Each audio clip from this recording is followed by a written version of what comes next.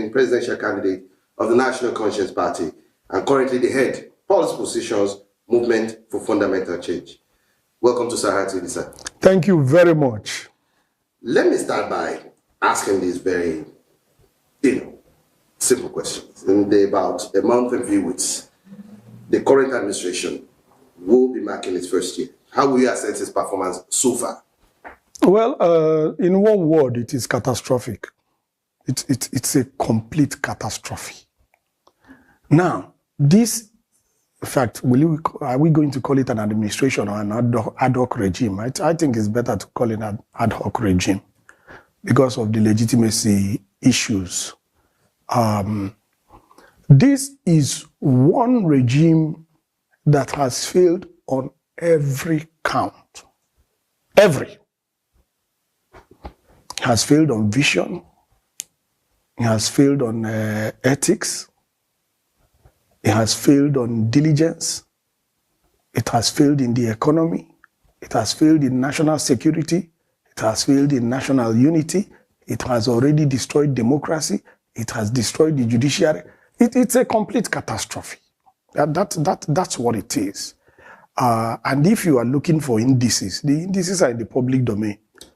You met Naira at 4 something. As at yesterday, it was over 1,100 and something. And we know how it became 1,100 and something. It's by unpatriotic acts of postponing the evil day. That's how it became 1,100 and something. Because if you're using loans to support Naira, that's not legitimate. That's not helpful. You're just pushing the evil day. That's very unpatriotic. That is very incompetent. The only way to support Naira is productivity. And that's what they're not thinking about. Because the level of incompetence is mind-boggling. But it's not unexpected. I mean, we are dealing with Jagaban Bola Tinubu, who admitted on his INEC form that he does not have WAEC. He admitted it is on his INEC form. He does not have WAEC. So, since he does not have WAEC, he does not even qualify to be a local government chairman. How is it that we allow him to seize the presidency? 200 million people. How many people are collaborating with him that we allowed him? 200 million people. We should also blame ourselves. Are we so helpless? Are we so unproductive ourselves? How did with 200 million of us, he admitted on his form that he doesn't have WAEC? Then he's sitting in Aso Rock, and people are going to him for favor and appointment? I don't understand. I don't understand. And all this begins to legitimize again and again Lagbaja's allegation that we are 200 million mumu. It legitimizes it, because otherwise, how do you explain?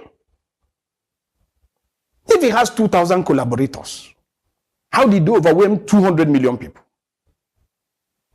How? So it's inconsistent. We also need to look at ourselves, because what you tolerate, you approve. And I agree with Aisha Yesufu that Nigeria has no president, because it's impossible. It's unlawful to admit that Bola Tinubu is president. It's unlawful. It's impossible. It's intellectually false. It is morally false. I want the world to know that Nnamdi Kanu is not facing any prosecution. Nnamdi Kanu is facing persecution. Persecution in the sense that since the history of law in Nigeria, it's well established that Nnamdi Kanu is the only defendant in the history of law in Nigeria that does not have adequate time and facility as provided by Section 36 of the Constitution, which gave an accused person a right to have adequate time and facility to defend himself. What do I mean? You recall that some time ago, as his lawyer, when I went to have a discussion with him at the DSSS, my right was violated, I was intimidated, I was stripped to half naked, there in DSSS. I rushed back to the Federal High Court and lay my complaint through originating processes. And after looking at all that happened, the court said yes, Nnamdi Kalu's rights was violated, granted all my reliefs, and directed the DSSS to apologize to us and stop intimidating us and to pay me 5 million naira. That particular judgment was not appealed against. That particular judgment is still subsisting and valid. Now, we took the same application to the same Federal High Court, stating the reasons why Nnamdi Kalu should be taken away from DSSS. DSSS is a prosecution. You don't need to have a law degree for you to know that you can never be a judge in your own case. The principle of nemo judice cassesua. You can never be a judge in your own case. Anytime we went to DSSS to have a discussion with our client Nnamdi Kalu, the DSSS will set up gadgets, send the officials to come and monitor what we are saying. Right from the gate, they will search us.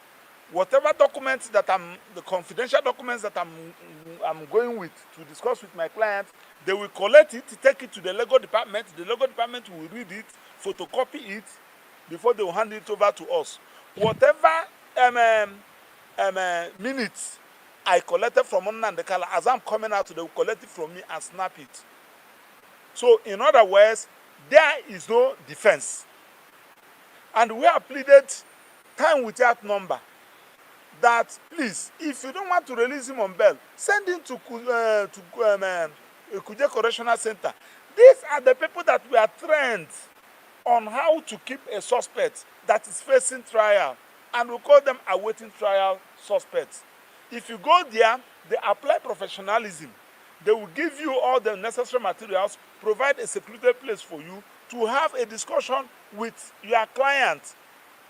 Even those that have been accused of treasonable felony, those that are accused of terrorism, they never treated them like this. Not to talk about a freedom fighter, somebody that is fighting a just cause.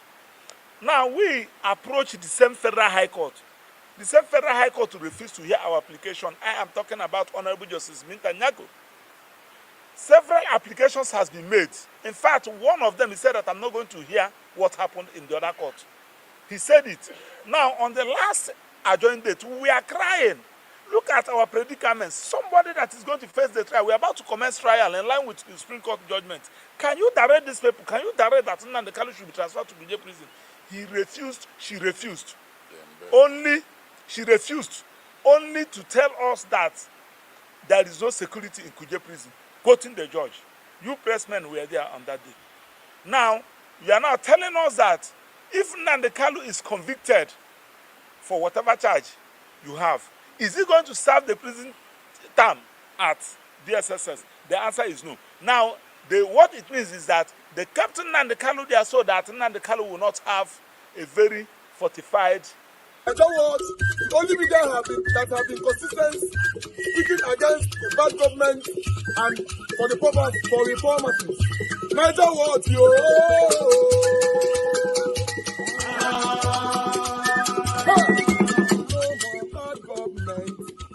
no more bad government. Niger what? No more bad government. Niger what? No more bad government. The only media that have been speaking. No more bad government. The voice of the voiceless. No more bad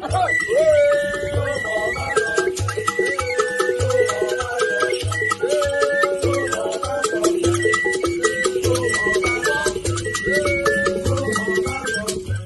No more bad government. No more bad government. For the poor. No more bad government. Niger what? No more bad government. Niger what media.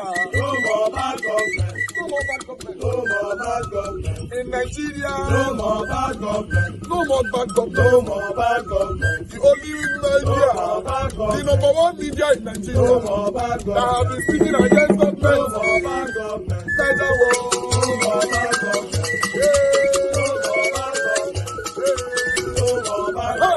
Niger what the voice of the voiceless. The voice of the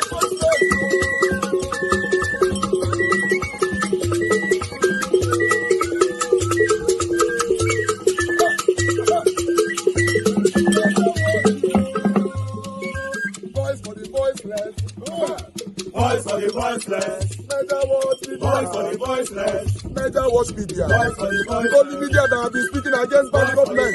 Being consistency since 1944. Voice for the voiceless. Voice for the voiceless. Umuwame. Voice for the voiceless. Umuwame. Voice for the voiceless. Voice for the voiceless. Voice for the voiceless. Voice for the voiceless. Voice for the voiceless. Voice for the voiceless. I don't want you. We have been seeing all you guys have been doing. And he recommended to everyone in Nigeria, saying that you guys are the number one. I don't want you.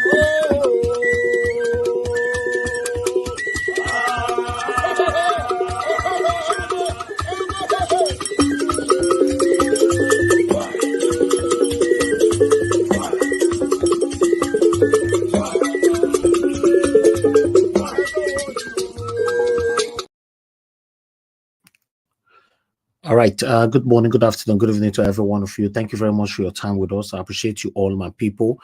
How are you guys doing today? Today is Wednesday, 10th April, 2024. It's good to be back here again, my people. Do your part. Help us to press on the like button, and let's do this together. And God bless you. Jejima, I can see right there. Thank you very much, my wonderful people. Please help us to do your part. Press on the like button, let our voices go far. As you can see, the video that I've already presented right there is a very pathetic one, to know that the state of Nnamdi Kanu is getting terrible. Yeah, even the lawyers, they have cried out now, saying that this is not looking good anymore. They want to even give up on the case because it's not working. You know, they don't know what the federal government are planning to do with Nnamdi Kanu. So for them to cry out or have this press meeting, so you know that, yes, some of them they fight them now, so now them they say who they near river or who they side river, and I know how deep the river be. So these guys are more into it. They understand what is currently going on there with Nnamdi Kanu. So yeah, they cried out. So I don't know. I just want Bola Ahmed Tinubu, he's the president of the Federal Republic of Nigeria. He has the power to do and not do, to release Nnamdi Kanu. If Buhari not release him, we all know why. But Tinubu needs to release Nnamdi Kanu, which I still believe that he go do him. But when? I don't want it to get too late, because they say the guy they sick. Person way they sick, for inside prison. God forbid anything not happen to our just now. Many of them way they thought, say, if anything happen to Nnamdi Kanu, this one go happen, this one go happen. I bet you nothing go happen. Just pray may this guy not die for prison, because you see, many of us talk during the time of the election. If INEC do anyhow, in fact, do you even remember that after INEC don't do anyhow, a lot of people call, they say, judiciary, all eyes on judiciary, all eyes on judiciary. If judiciary do anyhow, they go know this, forget. They do it for your face, you not see anything do. So I will advise those of you that is threatening the federal government to refrain from it. Yes, to be honest, it might not sound well to you. You might not be happy that I'm saying this, or we are advising you, but that's the best that I can say. Many of us staying in the black place, or rather in behind our keyboard, passive threat to the federal government is not going to help you to do anything. The way the lawyers came out now, for me, my own take is that I expect, the Southeast governors, the Southeast elites, the Southeast traditional rulers, all of them should come out and do a press conference as well. Or are they too big to do a press conference? To be honest, I know some of them go argue this one with me later. What do you know? What do you know? Say some of them know everything. And I know everything. When you know everything, you may remain in one particular place forever. When you claim you know everything, because for lawyers to do press conference now, crying out now that this matter, I don't tire us and everything, what is happening, then we want to see a consistent press conference like this, across all the eastern part of Nigeria. We want to see the traditional rulers to come out, do press conference. Every traditional ruler that is in the Southeast, let them come out and speak, for Christ's sake. Every governors in the Southeast, Let all of them know. I know 1 year say they say this person fair talk before. Talk again. You know, you can see the consistency that we have on this platform. We come here every day calling out our government to do the right thing for us, that we are suffering, we are doing this. Yes, that's consistency. If they don't feel listen to you today, one of the broadcasts must reach them. You know, that's how they're supposed to do it. So the justification of, one person if don't fair talk 300 years ago, not who they talk so. You know, for lawyers to cry out like this, you know what that means. You know, so I would like us to move on right now. And so I talk and reach before I still change this matter later, scatter the whole broadcast. I just thought I should, you know, report what is going on. As you know, on this platform, we report it the way we tell the CM. Samuel Ekpa picture there. They mention Samuel Ekpa name. Now make us put the picture for there before some of them come. Why was you talk without Samuel Ekpa? You know, we talk about everybody on this platform. That's not a problem. But the main topic right now, you people shouldn't be deviated out of it. The main topic, you know, in terms of that particular video, is how Nnamdi Kanu will be released. You know, that is the most important thing right now. God forbid, may that man not die for prison. I don't know, Shao. It's not my wish, but my mind still they tell me say nothing go still happen. Yes. Now wait till my mind tell nothing go happen. Everybody go cry, do everything, put fire for their community. Now they go do rich. Nothing go happen. So now that he's still alive, what do you supposed to do? That is the question we should be asking ourselves. The Southeasterners should be asking more about this area. What do we need to do? You know, all the South, call out your governors, call out your traditional rulers, religious leaders, all of them, call them out one by one. It's very, very important, you know, and do that. Now we'll see and reach. But meanwhile, I would like us to quickly listen to what Kenneth Okonkwo have to say here. You know, thank you very much, my people. I appreciate you all. Please help us to press on that like button and let's do this together. Now God bless you, my people. Let's listen to what Kenneth Okonkwo have to say. Welcome back to Newsday. The Labour Party on Tuesday issued a warning to the Nigeria Labour Congress against hijacking the political platform, saying it lacked the power to sack the Julius Abure National Working Committee. A statement signed by its National Publicity Secretary, Obiora Ifu, the party described the stakeholders' meeting as an illegal assembly of a handful of aggrieved former members of the party, and some social media tigers were not its card-carrying members. Labour Party's National Secretary also claimed that the political commission arm of the Nigeria Labour Congress was the brainchild of President of the Congress, Joe Ajaero, which he had empowered to advance his political aspirations in 2027. Well, Kenneth Okonkwo, who is a lawyer and principal member of Nigeria's Labour Party, joins us now to discuss the latest installment of this crisis and the legality or otherwise of NLC's attempt to take over the administrative structure of the party. Thank you so much for joining us on Newsday. Thank you very much for inviting me, and thank you to us at home for joining us. Well, I would like you, to give us your thoughts on why you think this crisis within the Labour Party, is persisting, and of course the decision by the NLC to take over the party. How legal is it? Well, first of all, I have to start by making it clear that the framers of our Constitution envisaged internal democracy within all political parties. And that is the only way that people can govern political parties. And I'm talking about Section 223, 1A, 2A of the Constitution, which said the Constitution and the rules of every political party must provide that the election of its principal members shall be periodically done within interval of 4 years. And anytime any regime exceeds 4 years, it becomes unconstitutional. And to the extent of the stay after 4 years, it's null and void. And again, the method of electing members of the principal organs of a party has been specifically stated in the Constitution. In Section 228, the Constitution gave INEC power to make laws to ensure that political parties observe internal democracy.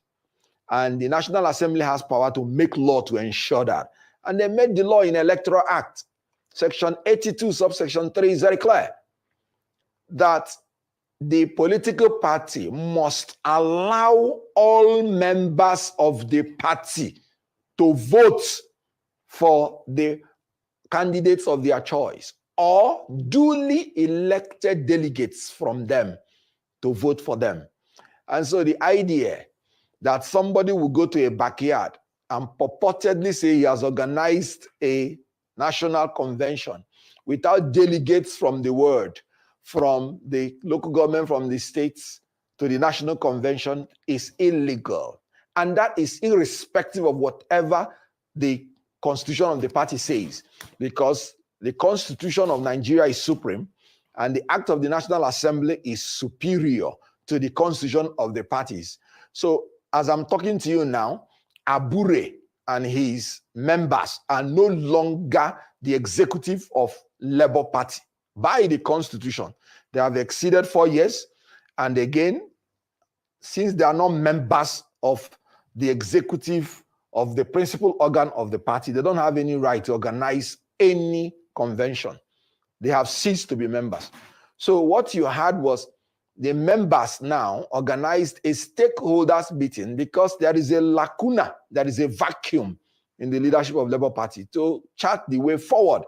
And they should, because nature does not exist in a vacuum. So having a stakeholders meeting, and of course NLC is a stakeholder in Labour Party, no doubt about that. There's nothing wrong with that. So I think with time, they will fashion out the best legal way to go about it. But for now, the Abure executive has nothing to do with laying claim on the leadership of Labour Party. And even the Labour Party constitution is very clear that delegates from the state must be part of the national convention. So if you are electing anybody and you sit down in a cocoon, I'll tell you where they are missing the point. And I'm talking about the Abure people. They are trying to say that the tenure of the ward and the local government is different from the tenure of the national executive. And then there is no need for ward congress or local government congress. That's where they are missing the point. That you did not organize election at the ward level to have executives of that level does not mean you will deny that level their rights to elect delegates that will go and represent them in the national convention to elect the leaders of their choice. So that's where they are mixing it up. But I would have to bear with them because most of them are not learned. Most of them are not. An indication that he cannot rule over Nigeria and would have made a bad president. Can you react to this, please? You know, I'm not used to answering questions from people whose only duty is trying to seek relevance by mentioning the name of PO. You know, it gives them essential nutrients, so allow them to live in that world. But what I'm going to say is that Kasim Afewa was a candidate or an aspirant to the gubernatorial election of Edo State. And when they finished their first time, they produced 3 candidates. And the candidate that the person, the governor, they sent to announce was disqualified because of their corruption and incompetence. And the same APC, the chairman that is governing APC, is going to face trial from what we read, April 17, for his bribery, for the bribery allegation against him. As I'm talking to you now, APC has been the scourge and the worst thing that has happened to any people in Africa. 1,000 companies has gone down in Nigeria within 1 year. You and I know what the economy is going through. We are paying more now for darkness instead of light. And somebody who is consumed with all those things within the political party is still a bit shameless to begin to call PO. You have not talked about all the people that are being kidnapped, killed, women raped, and you are interested in calling PO, and you're talking about Labour Party. Let me tell you, Labour Party, the worst of Labour Party is still better than the best of APC. And you can quote me on that. They cannot even organize national convention. They cannot even bring out clean people to govern their party or govern Nigeria. What a tragedy. And then he is opening up his mouth, calling PO. Is PO the chairman of Labour Party? PO is a man who wants due process. He doesn't sit down to command a chairman to leave or don't leave. He has to go through due process. This is the man, for the moment, this is the man that is introducing what Nigeria needs. Can you imagine? Does it not surprise you that a man who is in the opposition, who is not making policies for Nigeria, is attracting more attention from all these loquacious human beings who do not have any other job except calling his name just to attract traffic? He's not the president. He is not making policies. So why are they calling on him? That is also a matter of their incompetence and joblessness and nothing to doism in their body, busybodies. Well, on that note, we'd like to thank you for coming to join us for this discussion, Kenneth Okonkwo, Labour Party Chief. Okay, thank you. One moment, my people. Thank you very much. I appreciate every one of you. Thank you for your time with us. That's all the video that we have for you guys today. Although I still have one or two short videos, but I'm going to post out a link right now for those of you that want to join this broadcast today to start coming in now. I appreciate you all, my people. Good morning, good afternoon, good evening to you all. Yes, for those of you where they on this platform, you don't get better work to do. You just want to attack us because we call out Julius Abure. I thank God, say, even though we don't first see many people, we don't talk about this matter, but I thank God say Kenneth Okonkwo and papers where many of us still they look up to. You don't constantly call out Julius Abure. In fact, you don't talk and say they don't strip Julius Abure completely naked now. Say he not get any single position for Labour Party again. Say a plan to destroy Labour Party and all that. So I wonder what this people now where they come they attack us for here. Don't talk to Abure, don't do this. Wait till I go talk about Kenneth Okonkwo right now. I just wonder because some of you have portrayed so many times on this platform that you just hate what we do here, but you are not listening to the realistic presentation that we are doing here. Say some people hate you. No matter anything where you go do for this life, they are not interested. These are the categories that I think this satanic set of people. But meanwhile, that is it. I appreciate every one of you, my people. Thank you very much for your time with us. Please do your part, press on that like button, and let's do this all together. So let me post out a link, like I said before, so that we can take it from here. For those of you that want to join this broadcast, please use the link to join us here, and so that we can talk about the things that is affecting you and I. That is the link right there. Thank you very much, Madam Peggy Modi. Thanks for joining us. Good evening to you. Thank you very much, Comfort Bebe. Thank you very much. Good evening to you. I appreciate every one of you right there. Thank you, Adelaja Ogombiyi in the building. Thank you very much. God bless you. God bless every one of you right there. Please, guys, because we talk about Nnamdi Kanu today, I will appreciate every one of you to bombard the comment section with free Nnamdi Kanu. Now, please, let's continue to do our part. That is the only power that we have, for the federal government to release him. The man they live today. Now because you talk about him now, I don't talk on the energy that you are saving to fight the government when anything happens to Nnamdi Kanu. It's better you utilize that energy now, to call out your Southeasterners to do more. Let them do more, or if they don't already, they do more. Say me no. Send it to me. I'll present it on this platform. I promise you. Let them do more. It's very, very important they do more, to be honest. That's why I say, Arisho, I appreciate every one of you, my wonderful people. Let us quickly take on this. This is another way kidnappers are doing, they are kidnapping people now in Nigeria. Bankers. Guys, be careful, most especially those of you that visit Nigeria all the time. Let everybody be careful. If you visit Nigeria, they say bank managers and all that are now working with kidnappers. It's crazy, you know. Utazi, I can see you right there. Thanks for joining us. I'll accept you soon into the broadcast, but I can see you already in the backstage. Thank you very much. All right, let us quickly listen to this. The gang's kidnap of 3 bank managers in Warri, Delta State was largely successful because of the active role of Owen Okpakpa, who had worked as a driver in the bank for over 10 years. Owens provided the group with the full details of their victims, his colleagues. The group's first victim was Dan. Dan was kidnapped on October 5th, 2020. Next was Zua on December 29, 2020. The third victim was Isioma, who was abducted February 11, 2020. From the suspects' confessions, the victims paid between 10 to 20 million naira ransom before regaining their freedom. The kidnap enterprise for these suspects was so rewarding that they had started building their personal houses in choice areas in Delta State before the crack team of the Police Intelligence Response Team took them by surprise on February 28, 2021.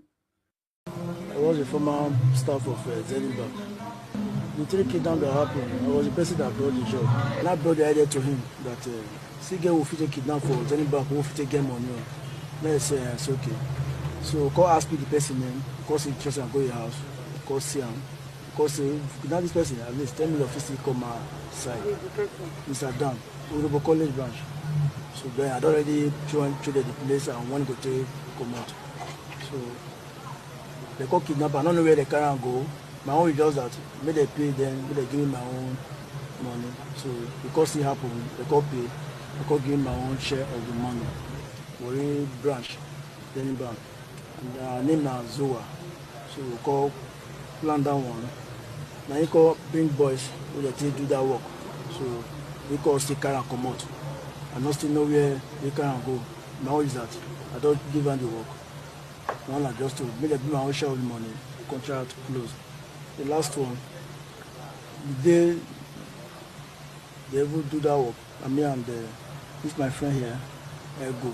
So cost him $1. For the cost him kidnapper too.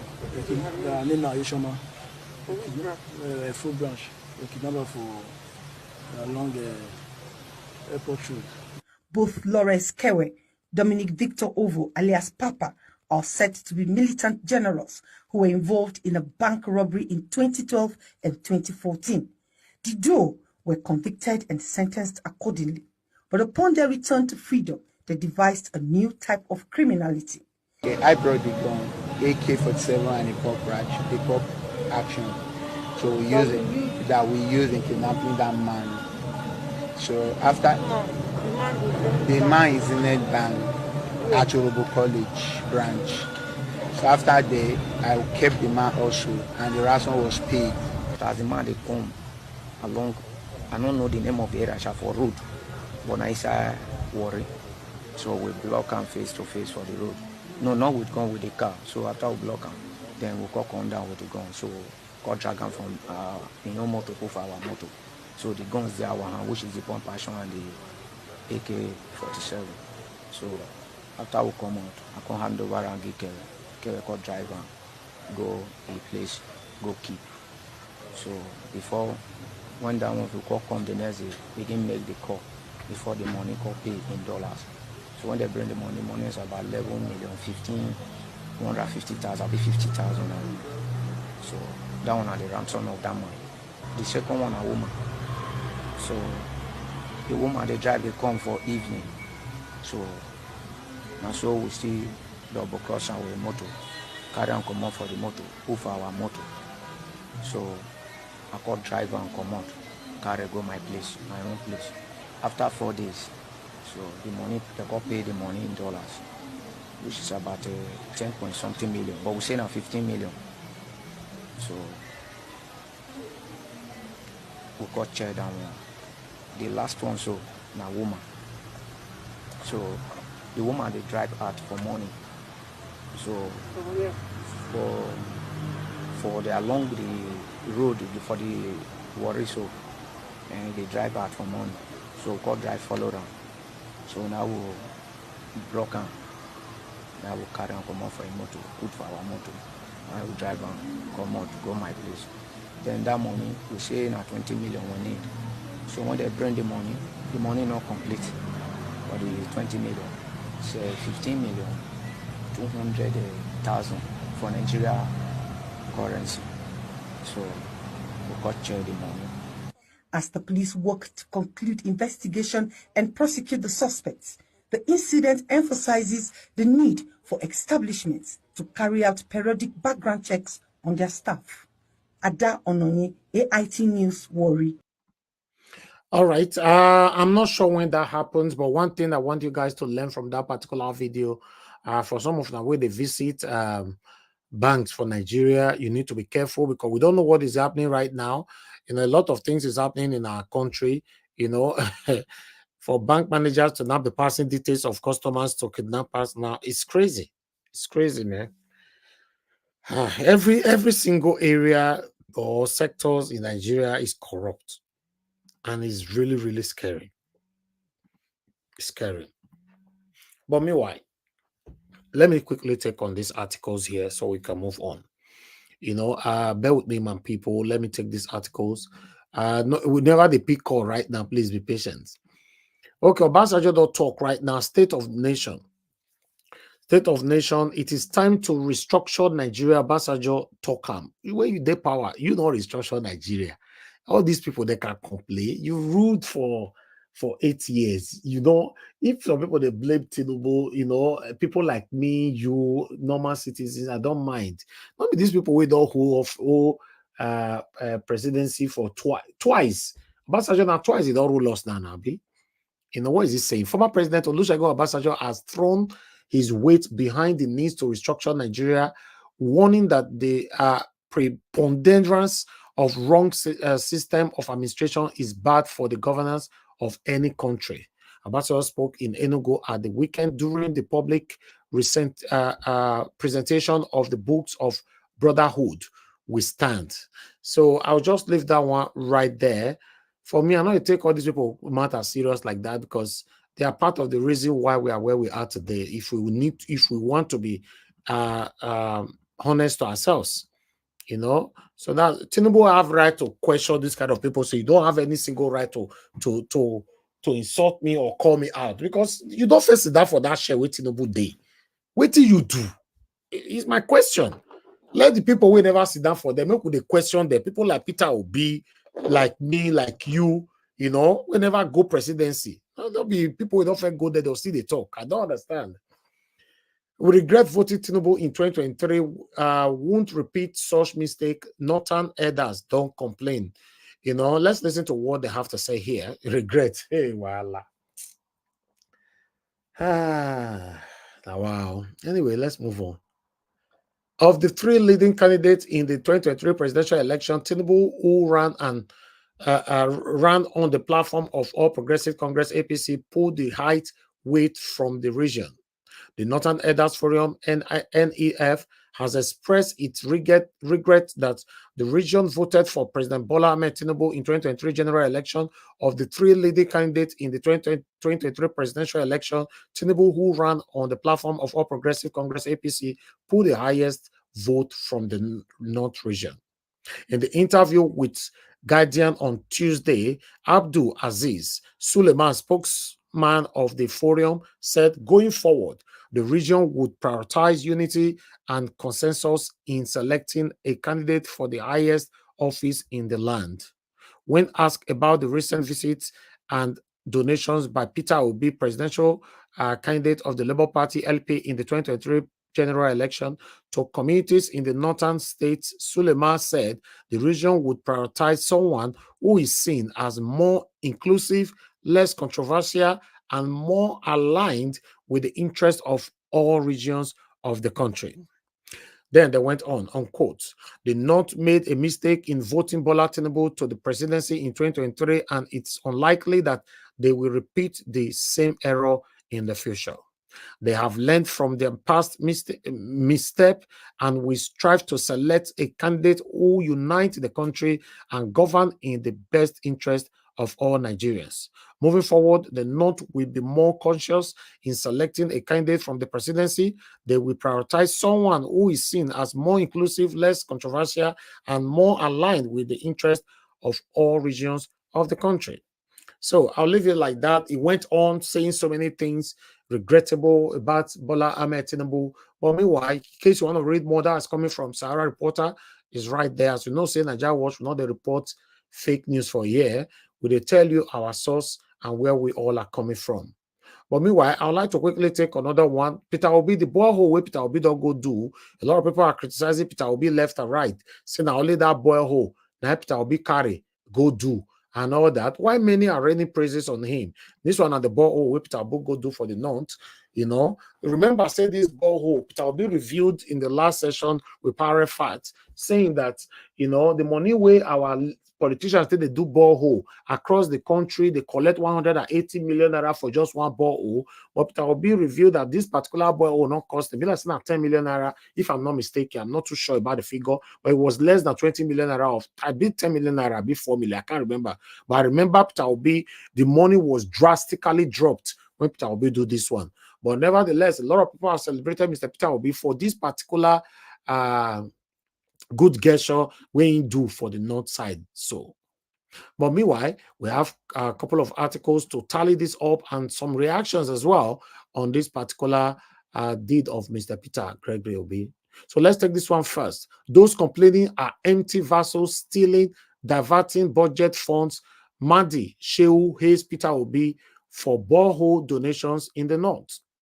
So let's listen to what Madi has to say. Political commentator Madi Shehu has praised Peter Obi, the 2023 presidential candidate of the Labour Party, for his philanthropic effort to providing clean drinking water to communities in the north of Nigeria. Shehu's commendation came in response to criticisms leveled against Obi's borehole donation, particularly from members of All Progressive Congress APC. Then, according to Shehu, who expressed his views on Twitter, the complaints from APC members about the quality of borehole donated by Obi are unfounded and hypocritical. He accused these critics of being empty vessels involved in corrupt practices, stating those complaining are the same empty vessels that are busy stealing and diverting budgeted and appropriated funds. Obi's borehole donations have been especially significant in communities where access to clean drinking water has been a long-standing challenge. His intervention comes in a handy special in especially in some areas where residents have been deprived of clean water for up to 3 decades. Wow. With some resorting to drinking from shared sources contaminated by domestic animals. Wow. Wow. This is, wow. And people are still criticizing this man, Mr. Peter Obi. Despite facing criticism, Obi contributions have been applauded for addressing a critical need in underdeserved communities. Shehu commended Obi's generosity and he emphasized, he just went on. Let me stop that because he went on and saying more and more and more. Okay, let me leave this one right now so that we can quickly move on. Thank you very much, my people. Do your part, press on the like button, and let's do this. I will be done shortly. Let's go to Edo State quickly. Impeachment, Esako West APC protest, alleged defection plan by Shaibu. So supporters group of the All Progressive Congress APC in Esako West local government area of Edo State on Tuesday protested against alleged plans by the former deputy governor of the state, Philip Shaibu, to stage a return to the party. So yes, I saw that video. You know, I don't know whether I don't get on here now, but I saw the video where people were protesting that they don't need Shaibu to come to APC, that is rejected on earth and in heaven. I saw that video anyway. But meanwhile, I would like to remove this one right there. Let me quickly put another one on your screen, my people. Bear with me. Then we have another one here. This is disheartening. As you can see right there on the screen, Benue government hold mass burial for 17 victims of herdsmen attack. Mass burial. Oh, wow.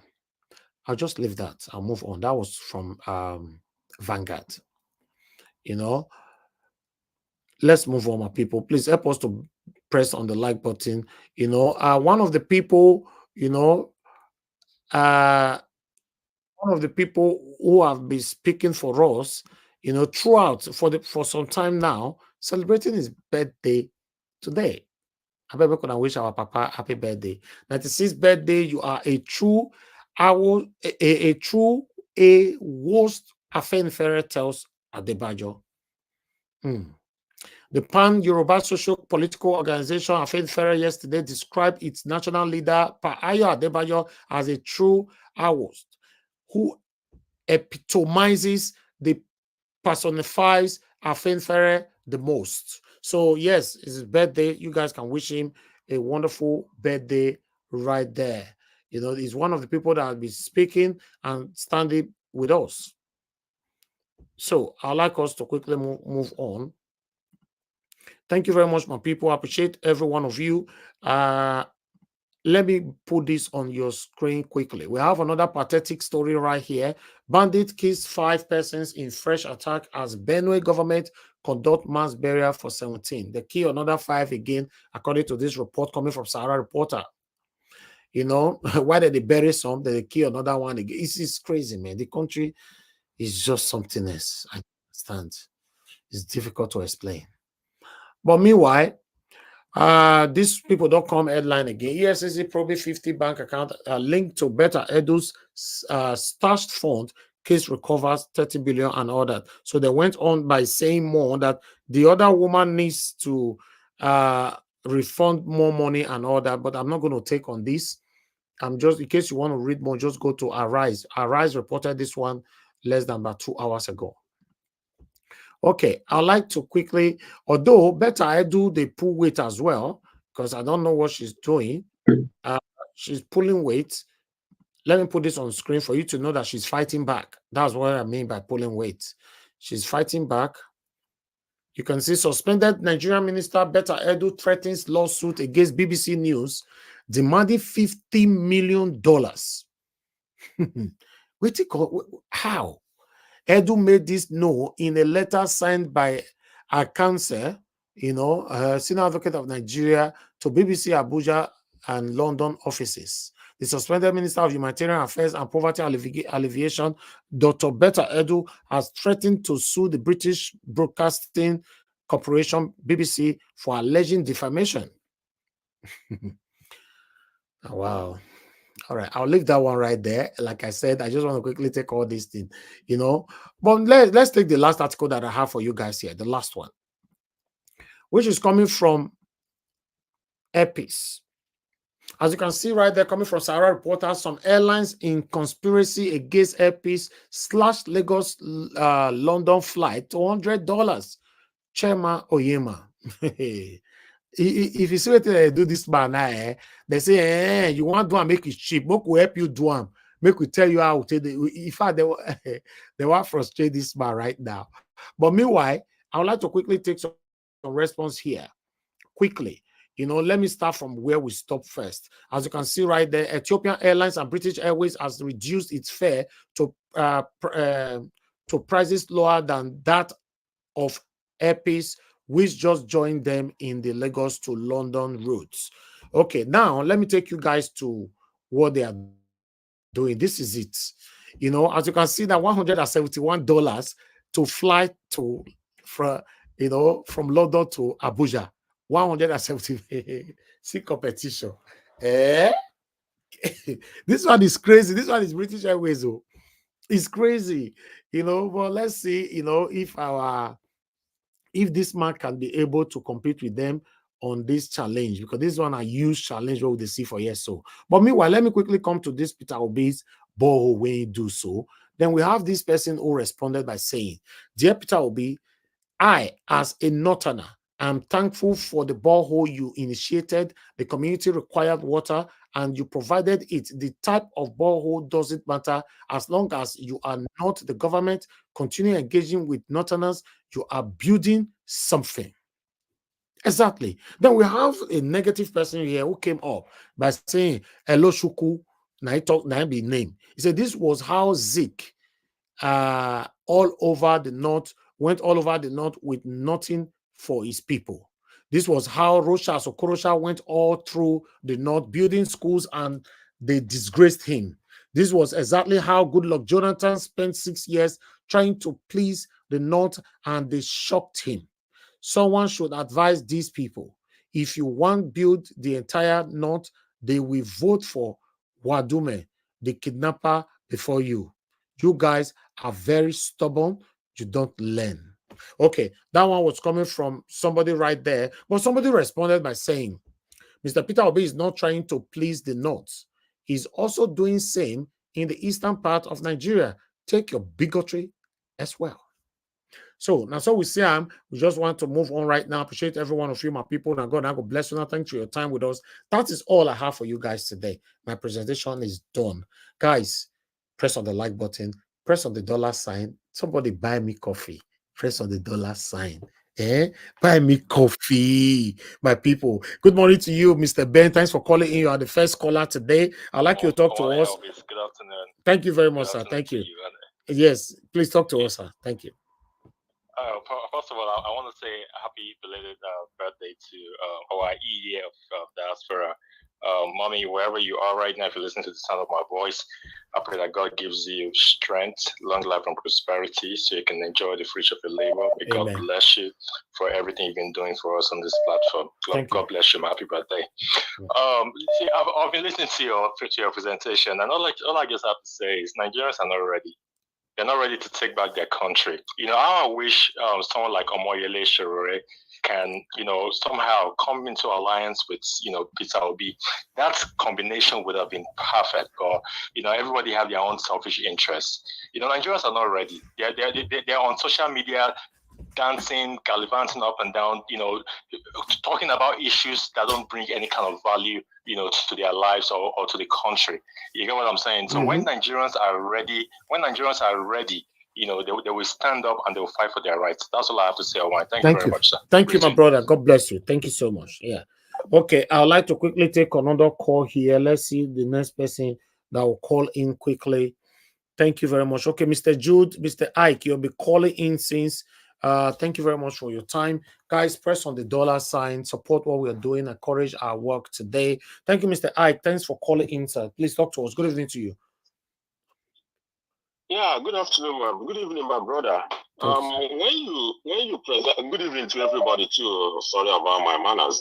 When you presented the case of the bank giving information to customers, to kidnappers and so on, it kind of brought bad memories to me because I have actually fallen a victim of that. It wasn't like I wasn't kidnapped, but I was nearly killed, and they took the whole money. It's that time the kidnapping thing has not festered so much. My account officer contacted those robbers and kept me in the bank until they took position. And it didn't happen at the early hours of the day. It didn't happen late. It was at the middle of banking hours, 11 o'clock in the morning.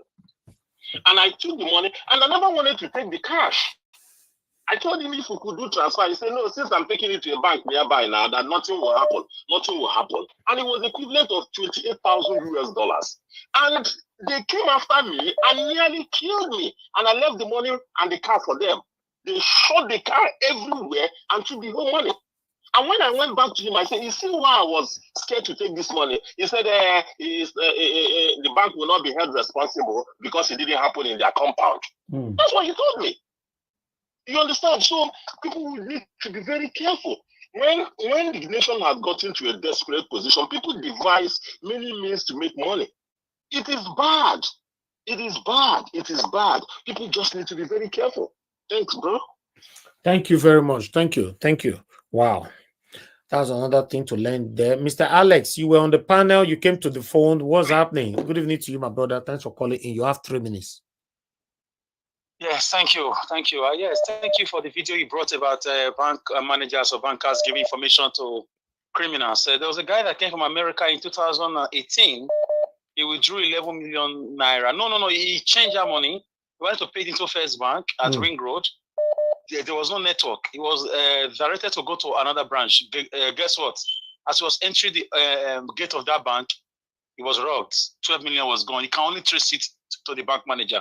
Although there was no evidence, he left the next day and never came back up till now.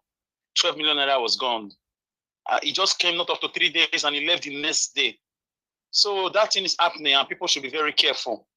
Wow. Then secondly, that one, I know somebody close to that person. I know the family member told us what happened. We were living in the same area then.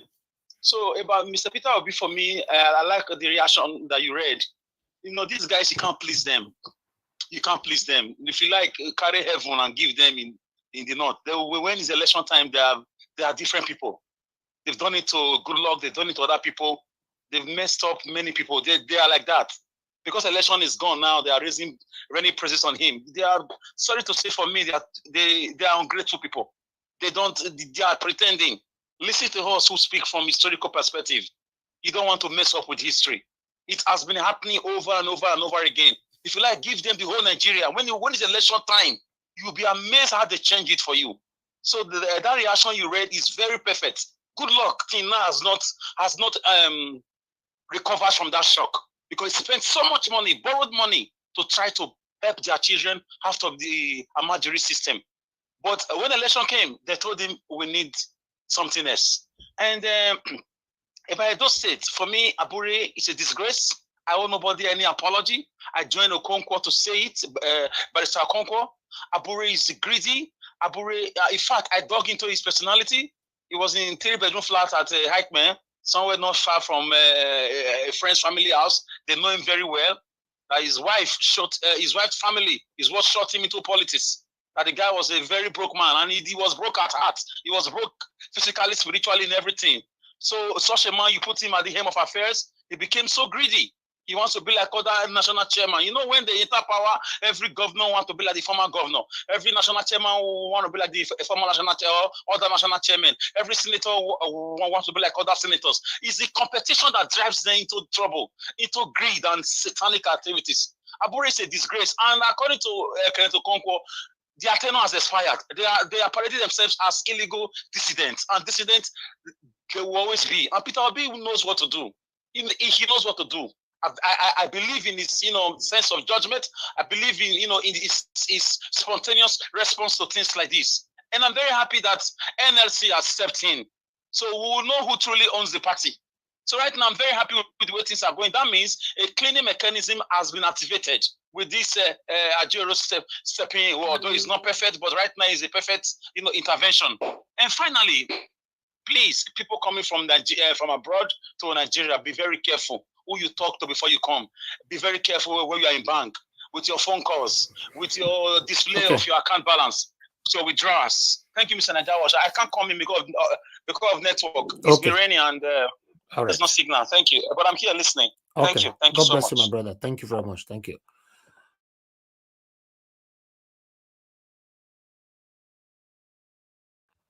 Thank you very much, my people. I don't know what these guys are trying to do here again. Can anybody on the panel hear me? Yeah, we can hear you. Okay, thank you, sir. Thank you very much. Let me take this call quickly. All right, Mr. Emmanuel, thanks for calling in. Good evening to you, sir. You have 3 minutes. Please talk to us. Yeah, good evening, Mr. Elvis. How are you, Mr. Elvis? I'm fine, sir. Thank you very much. Yeah, I want to contribute about this Peter Obi and the bro. You see what this last speaker just spoke just now, I totally agree with him. The way Jonathan pleased the North, Jonathan beat more than 200 match risk in the North. Let it betray him. Those guys, the Northerners, they are just something else. When it comes to election, the Obi will never be able to find. Those guys are serial betrayers. Jonathan pleased them with annexation man, IG, this. The day of election, they betray Jonathan. So me personally, I don't really Obi bro, this place. It does not really mean anything to them. Are you getting my point? Because the election, those people, they'll be tiger. They prefer their own. They are so greedy about power. You think any Fulani man will vote for Igbo man? Just even put out any full animal. We said we can't even an Igbo man. No. Full animal will say you want to one. I'm not saying Peter Obi now, any Igbo man. Russia's Okosha have more than 200 schools in the north. They betrayed him. They don't have to say they betrayed him. They're just saying the praises, they're just saying fake praises. That guy that you read, whether Madi, that guy is staunch supporter of Atiku Abubakar. Do you think the guy will vote or believe Atiku Abubakar? No. So Peter Obi should take it easy. Because those guys, they are betrayers. They are serial betrayers. They are not to be trusted. Because the election will be something else. Okay. Thank you, Mr. Avis. Thank you, sir. Thank you very much. Yes. God bless you. Thank you, sir. Yes, sir. All right. The last call for today, for now. Mr. Shimezi, thanks for calling in, sir. Good evening to you. Please talk to us. Yes, Niger Watch. Good afternoon. Good afternoon, Niger Watch family. Thank you. You have 3 minutes, sir. Thank you. How you do, man, Niger Watch? If you want to give me 2 minutes, let me go back. Okay. At least, let's talk about yesterday. I was so angry and I didn't go back again because of the football, the game. All right. So, now about Nnamdi Kanu and Biafra issue. I want to say something here.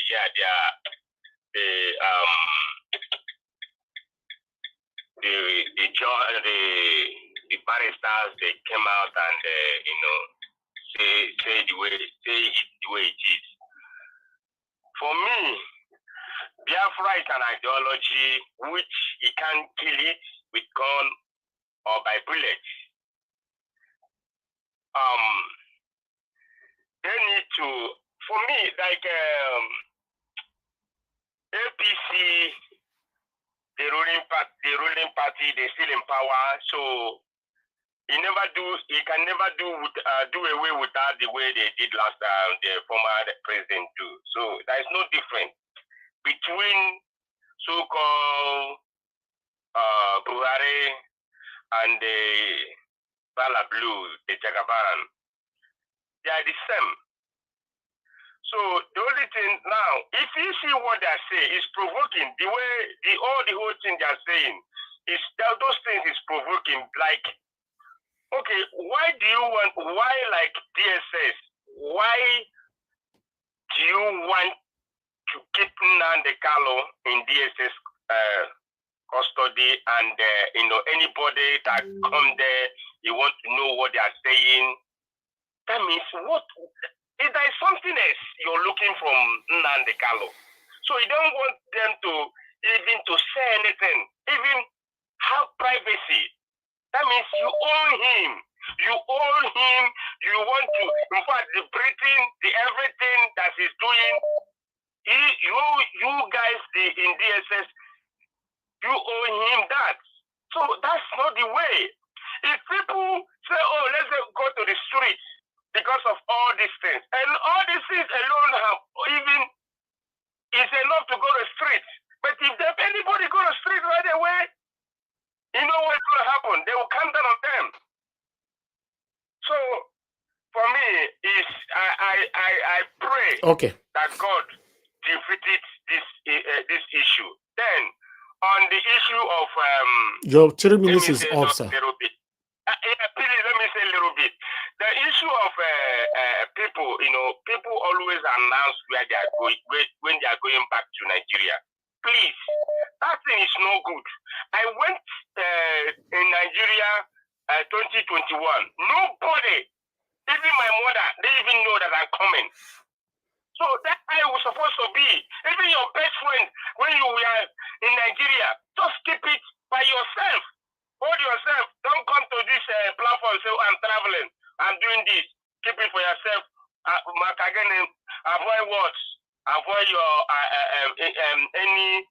anything that will come when you get there. So please, it's better you safeguard your life and your children and all those things and all those panicking. Bring money, bring this. Please, you don't want it. Don't tell nobody your movement. Thank you, Niger Watch. Okay, sir. Thank you very much. Thank you. All right. Thank you very much, Madam Origin, for calling in. Good evening to you, ma'am. Please talk to us. 3 minutes. Hello? Hello, madam. Thank you very much. Good evening to you. Please talk to us. 3 minutes. Hello, everyone. I greet you, Mr. Niger Watch. Thank you, ma'am. Thank you for all you do. Thank you for the candlelight, which is very important, especially now. I greet all the panelists. I greet all the ninjas. And I go straight to the point. I want to just, thank God for Engineer Chief Magnus Onovo, right? Is that his name? Yeah. Yes. You know, I don't call people, address them anymore by all this chief, but I think he deserved it. He just nailed it. He said so much, but what I want to highlight on what he said was when he said, is it Lagbaja that alleged that there are 200 million mumus, right? And that is rightfully where we are. This is all about us until we wake up and know that we are the architect of what is going on in or what has come upon us. Because we allowed, that word, allowed what was going on.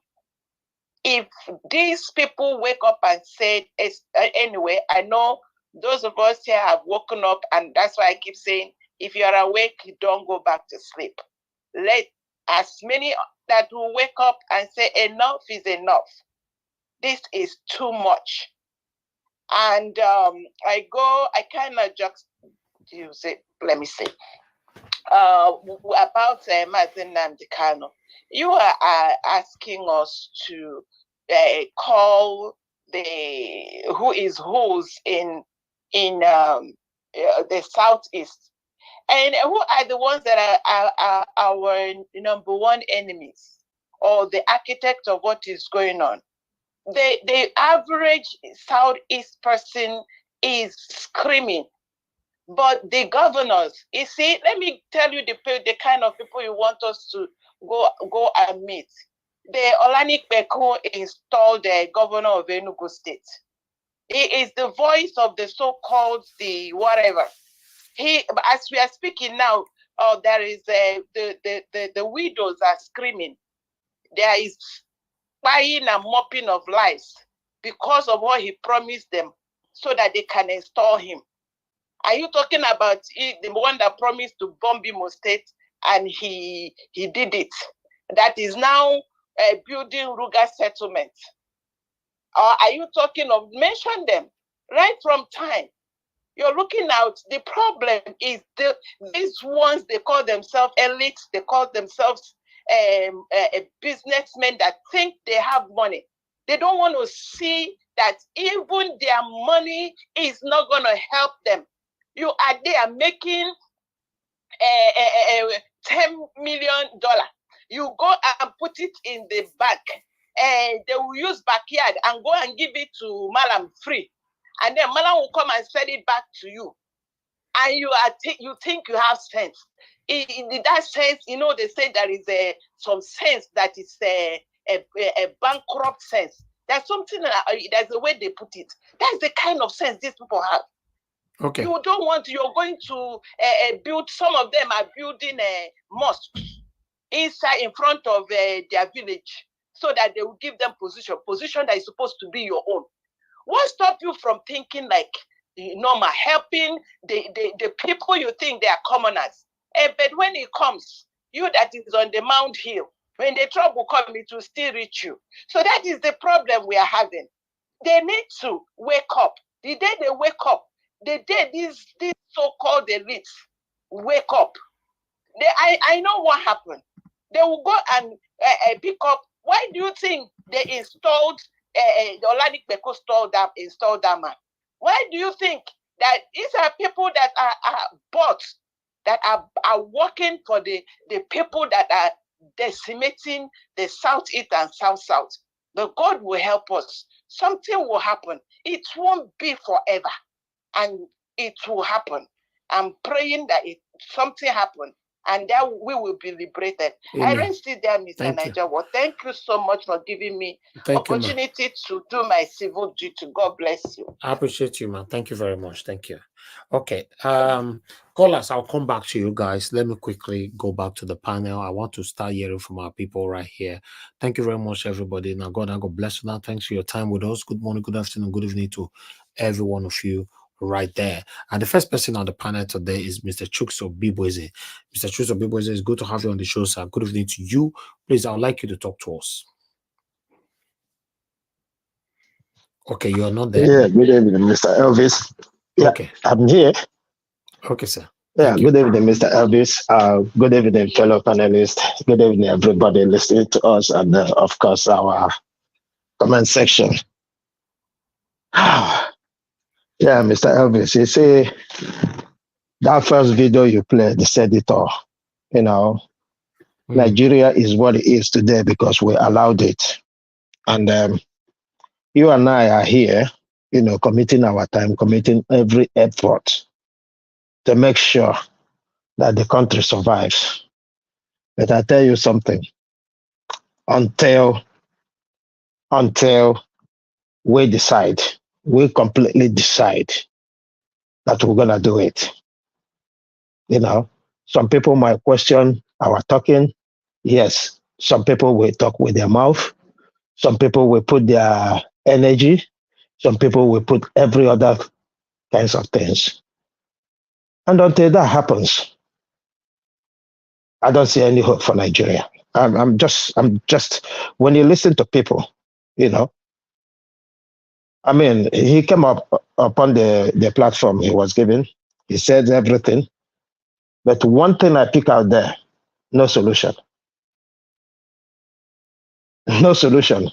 Mr. Elvis, that is the hardest thing. We can see all these people we respect, all these people who at least have more powers than you and I. When they speak from a position, the same position you and I can speak. They pour in their anger, they pour in their frustration, they pour in everything, you know. And to be fair, Mr. Elvis, you say these people are not listening. We can only talk and hope that the people we are talking to listen. And who are we talking to? Nigerians, not the government. Because, you know, if you and I are thinking we are talking because the government is going to change, Mr. Elvis, I bet you he's not going to. And I know that you know nothing is going to ever change because we're talking. No. Why we're talking is for those concerned, like you and I, will listen. Those who have the way, Mr. have the power to do something. I believe something will change if we keep talking. You know why? Let's assume, say it again. Let's assume Peter Obi was allowed to rule the other day. Do you think you and I will still be here talking or complaining? No. So all we just need is a click to have the right leader in power. Nigeria will get better. I agree with you, but Mr. Elvis, I say, what pains me as we speak now, everybody is talking about 2027 and all that. But nobody is talking about. I'm not part of the people talking of 2027. No, I've left. No, not you. Not you and I. Not you and I. The people that matters. Now, the people that matters. You know, when I say that, I know. You know what I mean. You know, the people that matters are talking about 2027 and all that. But none of them is talking about what happened in the last election. How do we solve those puzzles? Because I guarantee you this, Mr. Elvis, you and I know, if what happened in last election, we do not call a review of that and seek answers, nothing is going to, in fact, it's a walk in the park. It's in the next election. It's a walk in the park for these people because there's nothing anybody can do. And I will give you a typical example of why I do solely believe that. Look at Hope Uzodinma of Imo State. Went around, right result, Till date, nothing happened. Nothing happened. So that is the problem. If we cannot, those we are talking to cannot do the necessary thing, do the right thing, Mr. Elvis, Nigeria is hopeless for me. I don't have that hope. I don't have that, not a single hope that the way we are pursuing this now, anything is going to ever come out of it. No, nothing is ever going to happen. That case of Rose Odemma, if I remember it, that's how I see 2027. I'm telling you, anybody can doubt me. But the fact is, you see what happened in Imo State, and not even anybody coughed. Today he's on his second term peacefully, and nothing is happening. Not even mention about what he did. That is exactly what we're going to see in 2027. And that is how, if I say that, I just lost hope completely for Nigeria. You know, the man, you showcase his video. He said a lot. He made a lot of sense. But again, a question, because I think he must have been speaking from a position of authority. He must have, know his stance for him to know exactly what happened and what he's speaking about. And if he cannot say, hey, this is the way we can do it, I don't know who can say that. It's completely, I don't know. Sometimes, listening from background, I just can't stand coming on.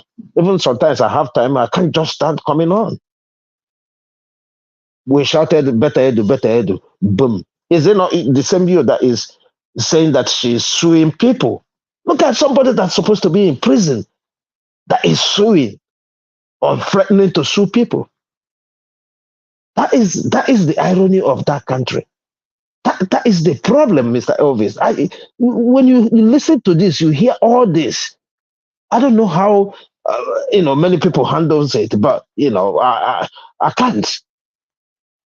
Sometimes I just feel like I just don't want to know anything happening in Nigeria. But again, you remember, it's not just about you. It's not just about you. If you listen to the youth, listen to people who were supposed to be saying, we no go agree, you'll be ashamed of yourself. You'll be ashamed of yourself. So, coming to Nnamdi Kanu, Nnamdi Kanu is matter, Mr. Elvis. I beg you, please, leave the Southeast governors and all these people, you're calling upon. There's nothing they can do, even if they say or anything. These people are bent not to allow that happen. It doesn't matter who come out of the Southeast. Mr. Elvis, there, I can tell you, there's a lot of respected Southeasterners. If these people want to release Nnamdi Kanu, they have spoken. We know about the one that died. He went personally to Buhari, say, do this for me. Like he knew he's gonna die. Let this be the last thing he's gonna do to me, for me. So did anybody go to these people like that about Igboho? Let us face the fact, please. Did anybody go like that for Igboho for to come out like that? They cannot be coming public to publish that they're going, they're not going, they're going. But the fact is they're going. If not the fact, I know, okay, Soludo have gone there. Why did I forget this? Sorry? Somebody's background noise. I've muted the person. Okay, so the man that man is from Anambra State, right? That went, and he was one of the top men in old Eastern region that developed that region, right? He went to Buhari, said, give this man to me. Hand him over to me. Just like the lawyer was saying, if he can't release him, the judge should take him home. You know, hold me responsible. That's what that man said. There's so many of them. I think the other one that I forgot his name again. He died again. He went there. Ezife. He went there begging, kneeling down. Come on, man. This is disgraceful. If we're talking like this, or Southeasterners, nobody is coming out. It's so shameful that we should be thinking like that. They've come out. Even if it is just Ezife that came out to say, hey, please, is that not enough? What can we do? The fact is the hatred is too much. And let's start saying it as it is. We can't continue to come here to blame the Southeasterners. We can't. Let's say it as it is. The hatred is too much. Even when all Nigerians are begging now, can the Southeasterners beg more than all Nigerians saying, hey, don't let this man die there? I don't know what is going to happen if he dies. But again, if that happens, God forbid, we will come here again to blame people for sitting at home or for forcing people to sit at home. Let's start calling this as it is. Let's start calling it as it is. Because now we are saying it, leave this man, let that region be in peace. They're not listening. When something happens now, if the people are reacting, rather than support the people, we will be the one again to come back to say the people must be stupid for reacting. I don't support them forcing people to sit at home. I don't, because you don't feed them. But any day the people chooses to sit at home, I will be in support. That's a fact. I will be in total support. If any day all the people of Southeast said they choose anarchy to solve their problem, I will not be against them. Because the fact is, why am I against this group of people who are doing this now? Because these people are not doing it of their own will. They are being forced to do so. So if Nigeria, if Tinubu, if anybody is listening, imagine the kind of treatment. Imagine the kind of treatment that you will be standing trial, and you will not be allowed to discuss your trial with your lawyer.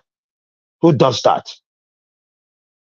And I salute the courage of the lawyers if they can do it to boycott that. Let them go and try him without a lawyer. That would be the best action they can take. Let them go and try him without lawyers. Because I know if you don't choose a lawyer to represent him, you can't force him on a lawyer. Because this is completely disgraceful. I keep saying it. The Nigerian Bar Association, they are part of the problem we're facing. How can Nigerian Bar Association sit down and watch what is happening to their members? If I'm a lawyer there, I will pull out from that association. If I'm in these lawyers, I will pull out from that association, even if it means me stop practicing as a lawyer. I will do that. I will do that. Because this is disgraceful. How can? And nobody is speaking. The human rights lawyers who have been speaking, they can't see this. They can't. So, I mean, it's when you look at the whole situation, Mr. Elvis, you probably understand why all these things are happening. Let us not pretend that we don't understand why all these things are happening. It shouldn't be so. It shouldn't really be so. Who amongst them have been treated in this manner? Should the Southeast governors go and beg them not to treat Nnamdi Kanu in that manner again? How? That's why I please, let us stop coming here to blame Southeast Eastern leaders. They have their own problem. But if we want to face the fact, this is not because they weren't showing interest. This is not because they are not going for it. Even if they are not going for it, Must this kind of treatment be meted to him? Must that be meted to him? Yes. Some people are threatening, oh, if this happens, something will happen. Nobody, you and I don't know what will happen. Nobody. We don't know how dear the Southeasterners hold him until something happens. But I pray nothing happens. I pray nothing happens. Normally, I used to say it here, I'm not in support of the way he's pushing his own thing. But from the day the court pronounced, let him go, I become his fan. I become his fan. We cannot continue to live in a lawless society. And that is why we need to do what is necessary. Let me quickly talk on, the banks and how they kidnap people. You say, this is old tricks. They're just modernizing it, doing all this. I know when I was staying in Nigeria, some people come back from abroad. They go and change dollars and pounds. Before they go 2 kilometers, they've been stopped, and they're dropped off. So the bankers, they know what they're doing. They know exactly what they're doing. And I mean, it's unfortunate, but like the last caller said, please, guys, make sure you touch your mouth. Do things in moderate.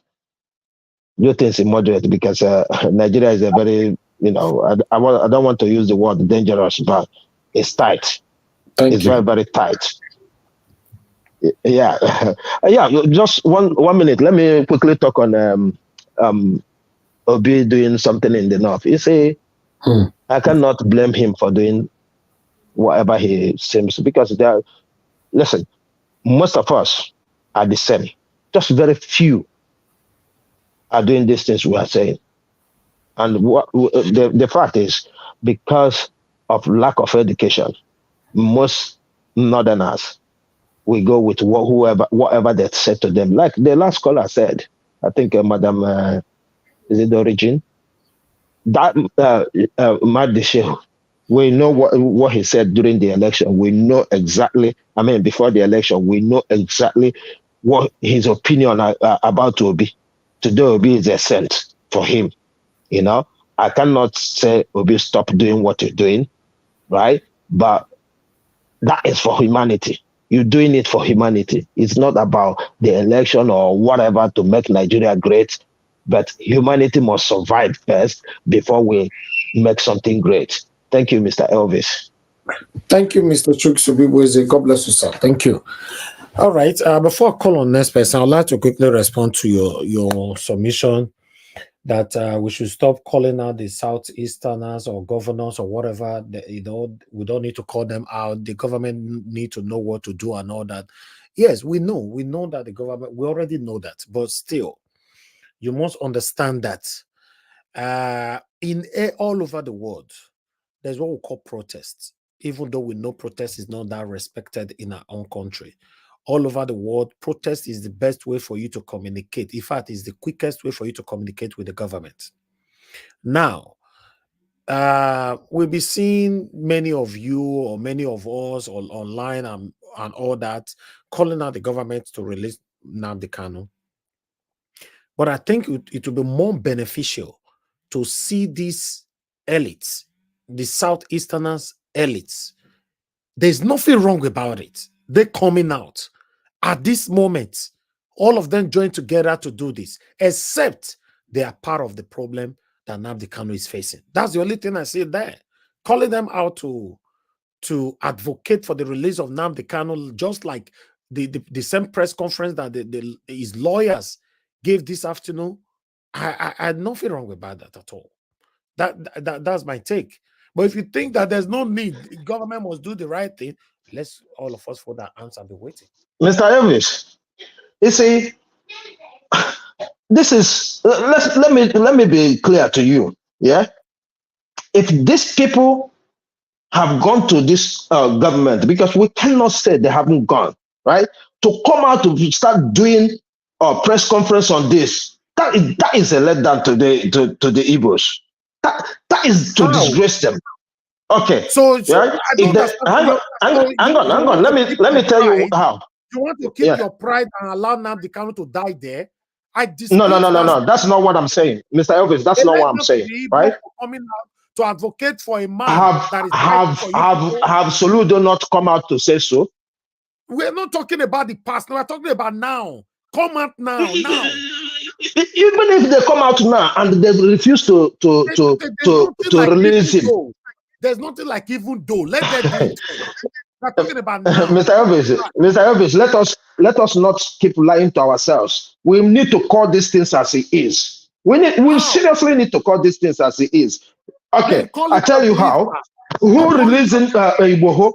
Is it not the same? Is it not the same kind of thing? You and I have talked about that so many times here. But I've not released him. You and I have talked about the release of the Igboho. They've done this. They've done Showore. I've done that myself. No. You have done it, or many others. But have they released Nnamdi Kanu at the moment? I think the network failed. You know, listen, guys. Come on. I don't understand. We shouldn't. I don't understand what Mr. Chusobiboze is saying, that if all the elites come out, is a letdown to the Igbos.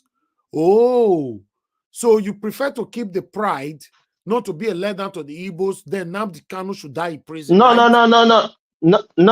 That's not what I'm saying, Mr. Elvis.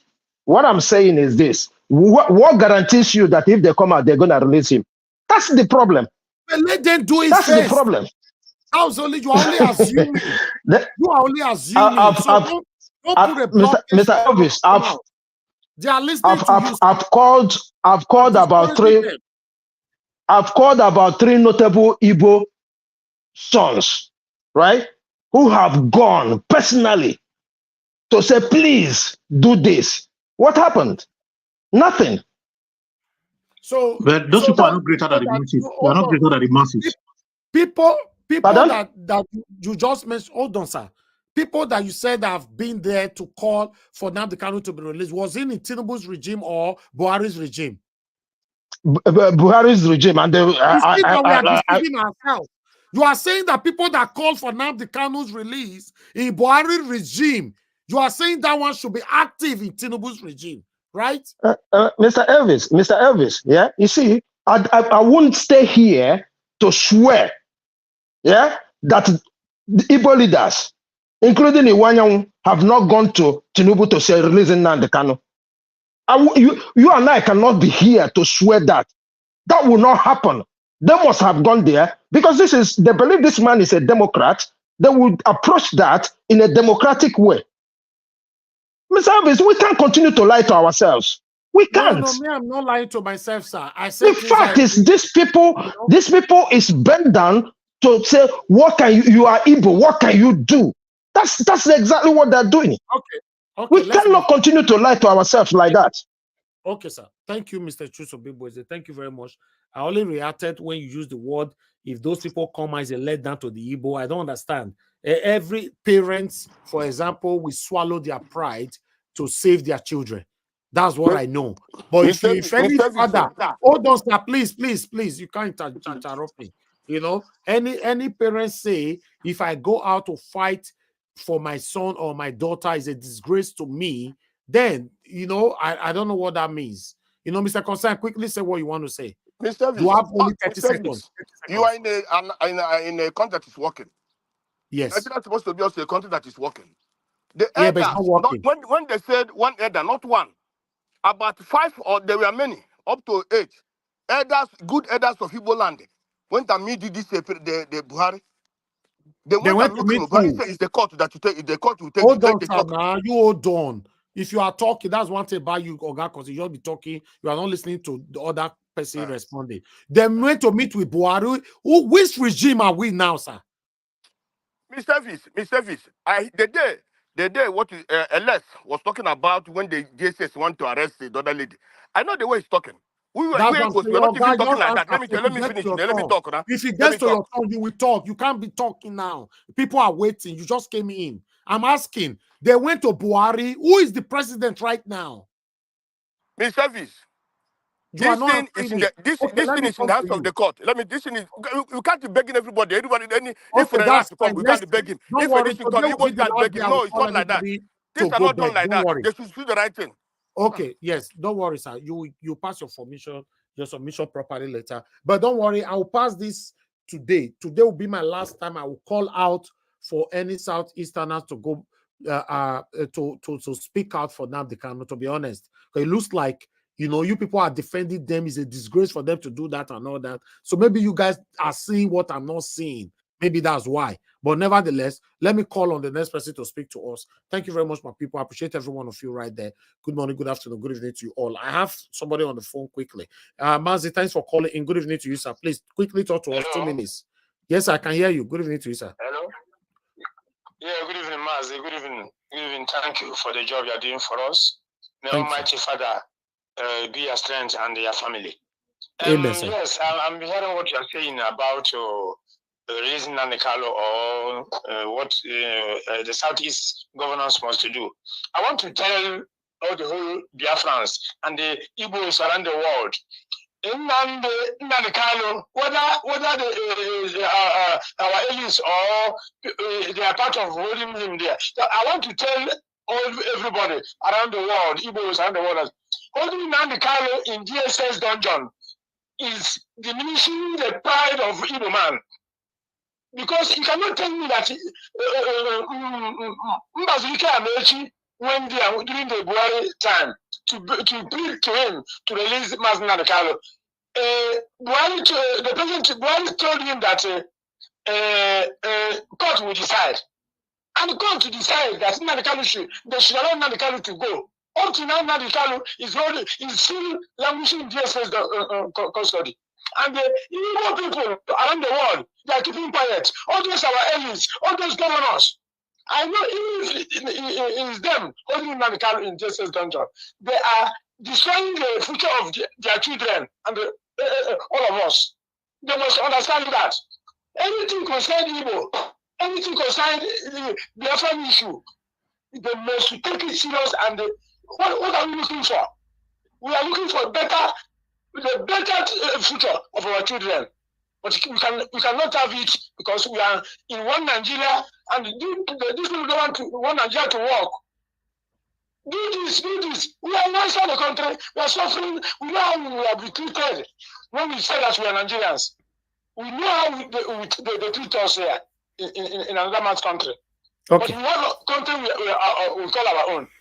Thank you, sir. Please, these people should rise up and, as we are saying, those people should come out and talk, come out and say, because talk is more better than keeping quiet.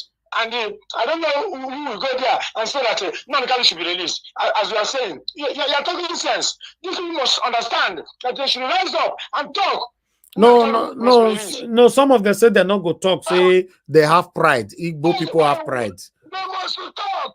Because without talking, it's crazy, man. It's like somebody's not there. Yeah? We are suffering and fighting for humanity. No. What is saying in God? No, there's pride. You know, if Igbo people talk now, pride. It's just crazy, man. Everybody to feel as a man. But see what is happening. But I want to tell them that anybody who is suppressing Nigerians, anybody who is suppressing Nanikalo will not see the light of the day. All of them will go down. Thank you. Nigeria, everybody Thank you. making Nigerians to suffer all over the world will go down. Thank you. God Almighty will suffer the person. Thank you. Thank you my very much, sir. brother. Yes, sir. Thank you. My people, anyway, let me appreciate Dr. Aruna. Thank you very much, sir. It's good to hear from you. I was actually thinking of you 3 days ago here that I thought I'm going to reach out to you privately. It's good to hear from you now, sir. Thank you very much for all you do. You've tried your best. Trust me. You are one of the elders that I respect so much that have stood firm to continue to speak, you know, for Nigeria to be better. Unfortunately, some set of people, few of this satanic set of people don't want to let Nigeria go. So it's a journey that we all must continue. Let's continue to do our best to call call them out to do the right thing. Thank you very much, Dr. Aruna Guru. It's good to hear from you, sir. Thank you. Your statement is saying Tinubu's refusal to release Nnamdi Kanu has a lot to do with promise he made to the people that put him there. Anyway, thank you very much, my people. Like I said before, there is no pride in coming out to fight for your son. You understand? But maybe there's something I'm not saying that some of you are saying. So I'm just talking like I normally say on this platform. I wear my sense rich, and there they talk rich. For me, I just thought if you need something, you go extra miles to get what you want. That is all. Thank you. Thank you. I'd like us to move on to the next person to speak to us quickly. Mr. Collins, thank you very much, sir. I'd like you to talk to us. Good evening to you, sir. Please talk to us. Yeah. Mr. Elvis, thank you very much. I want to appreciate you for your continuity and strength. Let me stay on the existing protocol. Briefly, I will quickly, emphasize on what Aruna Guru just gave to us, and because that was rightly what I was going to say. In as much as I reason with our last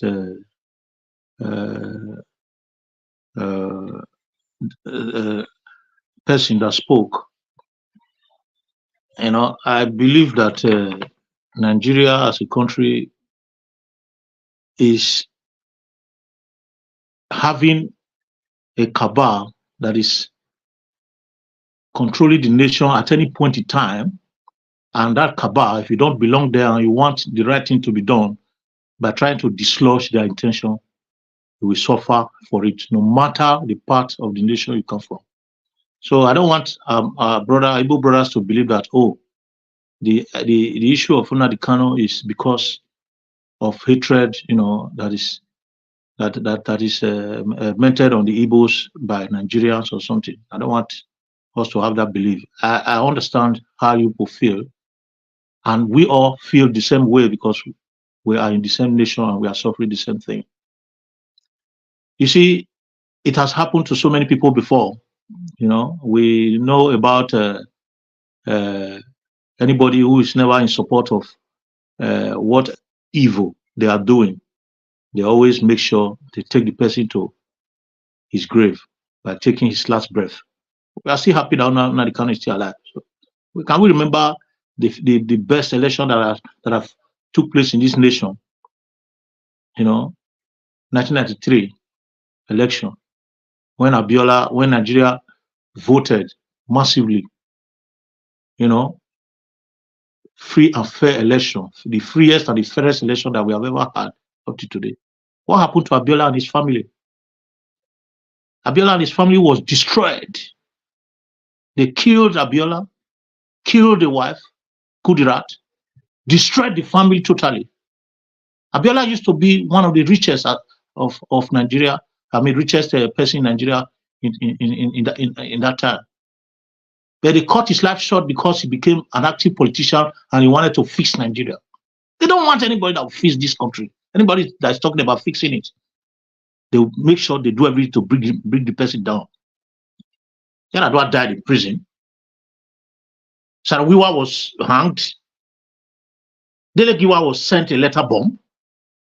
Have we forgotten all this? We've forgotten all these things so soon. These are the people that are agitating for good governance and good Nigeria.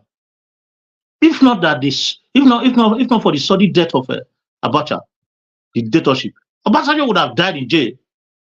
It is the death of Abacha brought the destiny of Abacha to become president. We all know these stories, except we are generations of the 80s.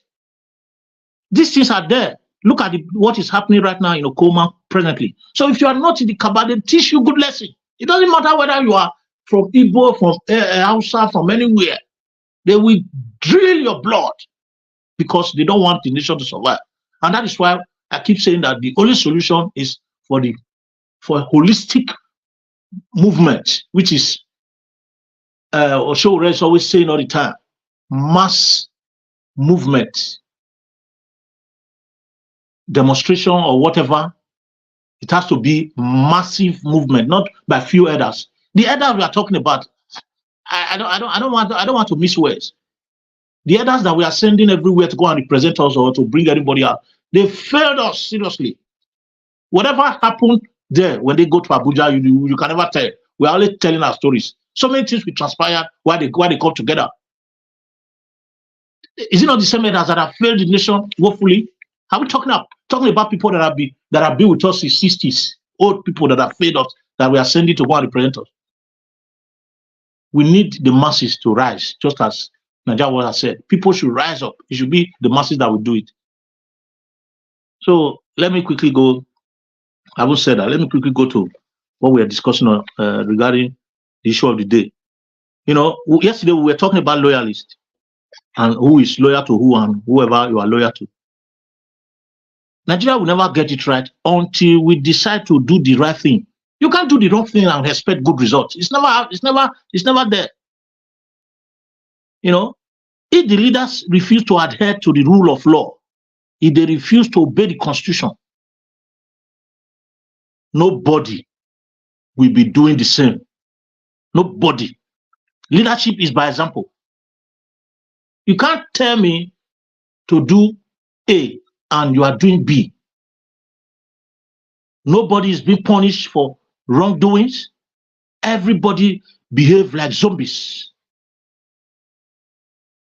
You know, talking about people carrying out constitutional projects, they take boreholes regarding what Peter Obi has gone to do. People take boreholes as priority in their constitutional project in Nigeria. A member of a federal constituency will go and use borehole as constitutional project. So if Mr. Peter Obi is giving anybody any community boreholes out of his own good wish, if people are criticizing that, then I wonder what they are going to say about people that are using 200 million to do one borehole. So I don't want to waste words on that. Then talking about the kidnapping issues, Nigerians naturally, majority of Nigerians, in short, you know, are cowards. You know, we need to revisit our mindsets. You know, now bank managers are now involved in kidnapping business, allegedly. Why not? When nobody's being punished for being a kidnapper, when nobody have been prosecuted and jailed or executed publicly because they are kidnappers. Before now, if I can recall, it has been announced allegedly that police has been part of kidnapping. You know, giving information and not apprehending those that are working. Is it not the same Nigeria that kidnappers will go, insurgents will go somewhere, or kidnappers will go somewhere and kidnap 150 people and take them to the bush? Then you want to tell me that is a clear? Can somebody come to a normal community and pack 200 people and just enter the bush and people will say they don't know where they are? At the end of the day, they say they are released. This thing is a business. It's a big business. Why would bank managers not get involved? Why would bank workers? Why would financial institutions not get involved in it when nobody's being punished and people are getting rich through that source every day? I don't blame them. So if like we are saying, okay, if you are going to Nigeria, don't tell anybody, do everything secretly. It's a lie. That's not the solution. People can be picked randomly. You can be standing and people just look at you, look at your skin color, and say, okay, this guy must be a rich person. Your dressing and everything. They can set you up in the next 24 hours. So you coming from anywhere you are coming from, and you are not telling anybody, it doesn't stop you to be kidnapped, because you are going to the same corrupt society where these things are happening. You can be a victim in the tickle of an eye. People die of straight bullet there. You can be in a vehicle and you are traveling and there is a random kidnapping. They catch you and they take you up if they don't even kill you. So we are where we are. The issue is there, and until the right thing is done, we are not going anywhere. I'm saying it every time here, where it's going to get worse. A time will come that the rich will not even have way. Their walkway will be blocked, and everybody. In fact, Nigeria is fiasco. That's what I can use to describe it. chaos. You know, people in power even steal more money than kidnappers and bandits. People in power, they steal more money. In our present, they are doing budget allocation and we are seeing billions and trillions coming out. Is that not worse than kidnapper? Is that not worse than a bandit? It's just that the bandits, they collect theirs because they are not close to the source of the cash. They would have taken it quietly. But because they are not close to source of cash, they have to use their weapons, which the politicians have also bought for them, to do the job. So why are we complaining? We can never do the wrong thing and expect good results. Will you plant cassava and go and reap yam? Never. Are you going to plant yam and expect cassava to come out? No. So until we get it right from the right source, which is, first of all, how are people are being elected into office. Because when you vote people, when you participate and vote somebody into power, that's where you can question that person. A government that manipulated himself into power, ignore the votes of the people, ignore the right of the people, and disenfranchise people from exercising their right and become whoever he wants to be. You expect him to respect the people because the people didn't contribute to his success. He got there through his own power. So he's going to use that same power to oppress you. So the answer is revolution, revolution, revolution, according to Shogure. That's the answer. Until that is done, we are going nowhere. But just as my brother said, that talking will not help. No, I don't want to belong to that school of thought. We are still where we are today because the people have been cut off totally from the right information. People have been manipulated from the right source of information. People don't have lights to listen to what is going on. People can't charge their phones. They can't even have access to good light. So they can't even have access to information. So what we are doing right now, it might be slow, but it's a big job that we are doing because people need to be aware. They need to be informed of what is going on. So saying that whether we talk and talk and talk is not going to work, that's not true. We are doing our best, and what we are doing is the best we can do right now to get the people aware. Thank you. Yes, our talking means a lot. To be honest, I don't really like anybody coming here to say our talking is not working. What else do you want to do? Go to Aso Rock and fight Buhari, Tinubu now. You can't get there. Working. Huh?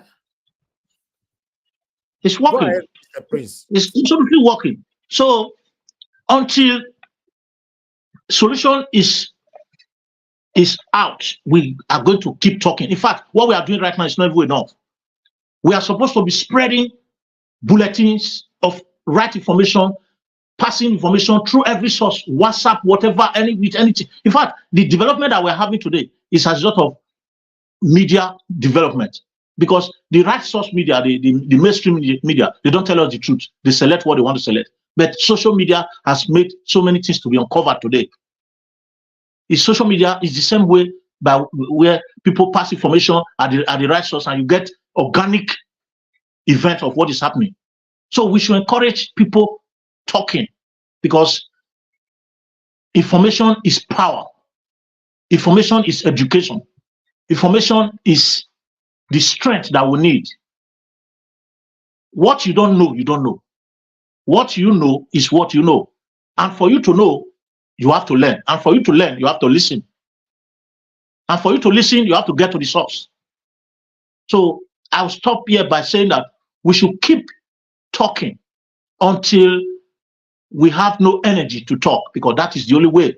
Martin Luther King talked and talked to the last minute. Marcus Garvey talked and talked to the last minute. That is why people were liberated. So we should keep talking.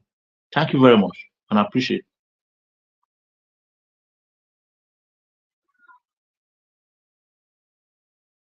Hello, Mr. Davis. Thank you very much, Mr. Prince. Yes, thank you, sir. Thank you very much for your submission. I appreciate you. Like I said before, I'll re-echo again. Every parents, every good parents, we go extra miles, we go on their nails to beg their evil enemies on their children's sake, for their children to be released, for their children to be freed, for anything. Every good parent will swallow their pride to do the needful for their children. There's nothing like a letdown to anybody for you to roll on the floor to release your child. That's why I go talk and reach before una change them. It's now left for the wise to digest what I'm saying. Thank you very much. I'd like to move on to the next person to speak to us. Let me come to Black Panther. Black Panther, it's good to have you on the show. Please talk to us, sir. Good evening to you. Good day. Are you hearing me, sir? Yes, very clear. Thank you, sir. Good days, everyone. All the patriots in the house. I say, may God bless every one of us. And I have to thank all other patriots on the comment section. God will continue to strengthen every one of us. And I will also say, Yenugi, our mother, may God bless you, ma.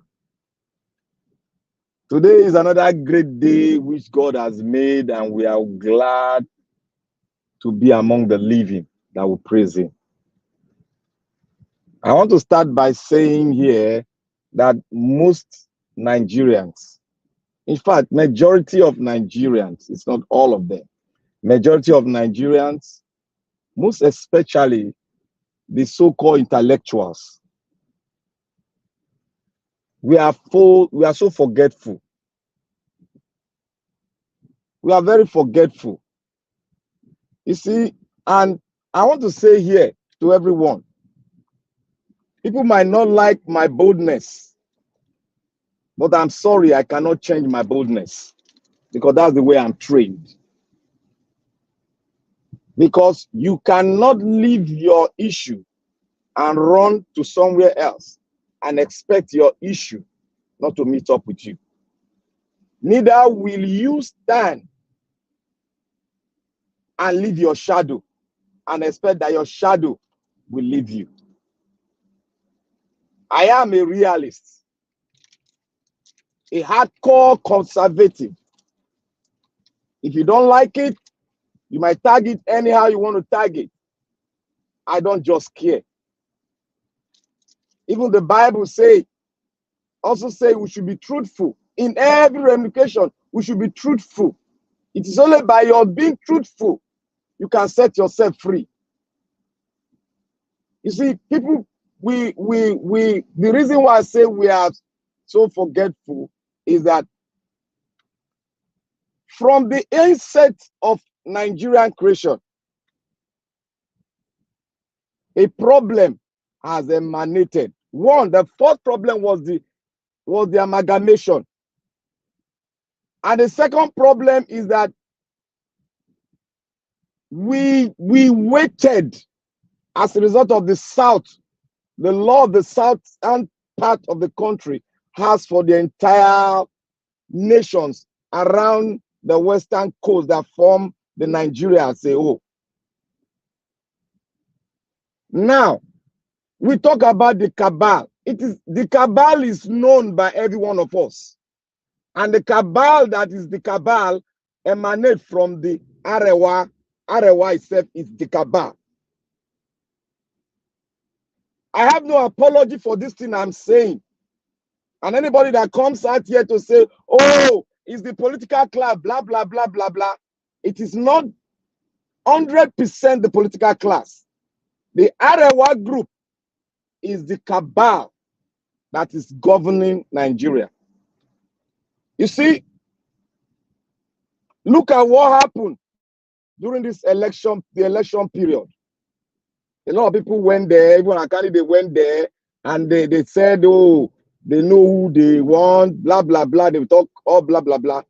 And if you follow it, the southern part of Nigeria have lost a great amount of great intellectuals, great leaders through the hands of the Arewas. Most of you might not like this, but I just got to say the truth. This is where this is my own investigation, and you can go further to do your own investigation yourself.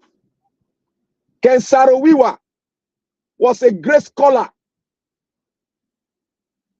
and he was under the Northern Group leadership, headed by who? By Abacha.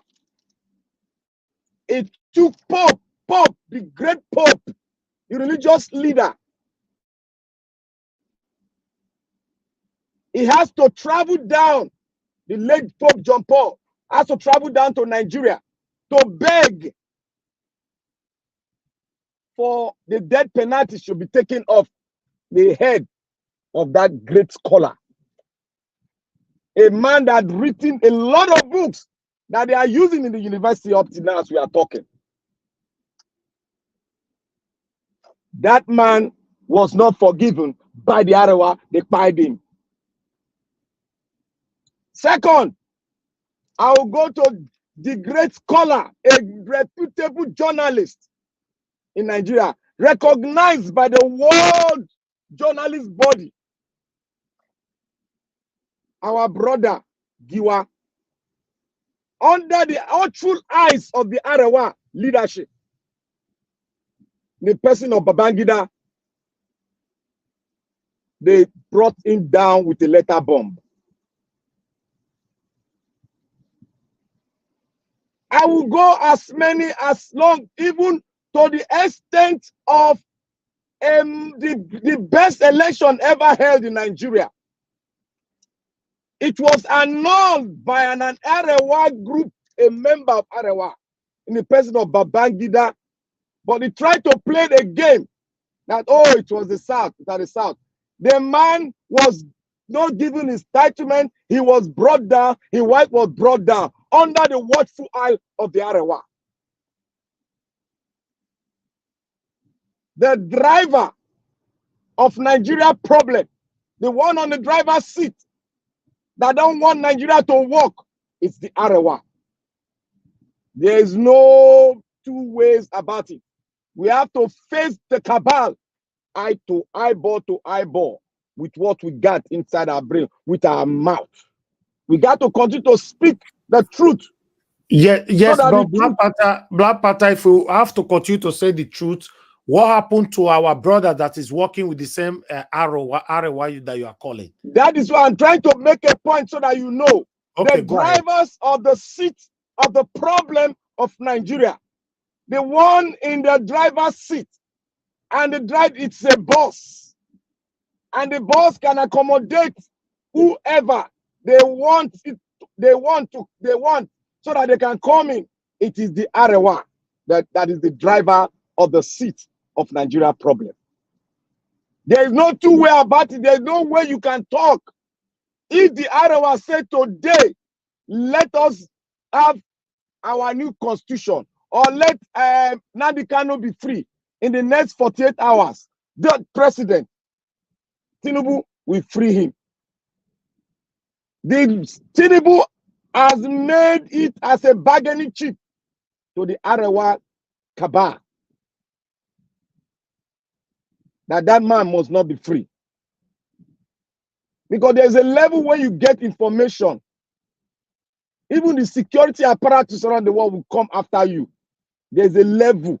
That is why we have level of clearance in information in every government parastatus. So the free of Nnamdi Kanu, it should have been in the lips of every Nigerian. The question now, why is the Arewa not saying free Nnamdi Kanu and the people of the South is saying free Nnamdi Kanu? We should not blame the Southeast.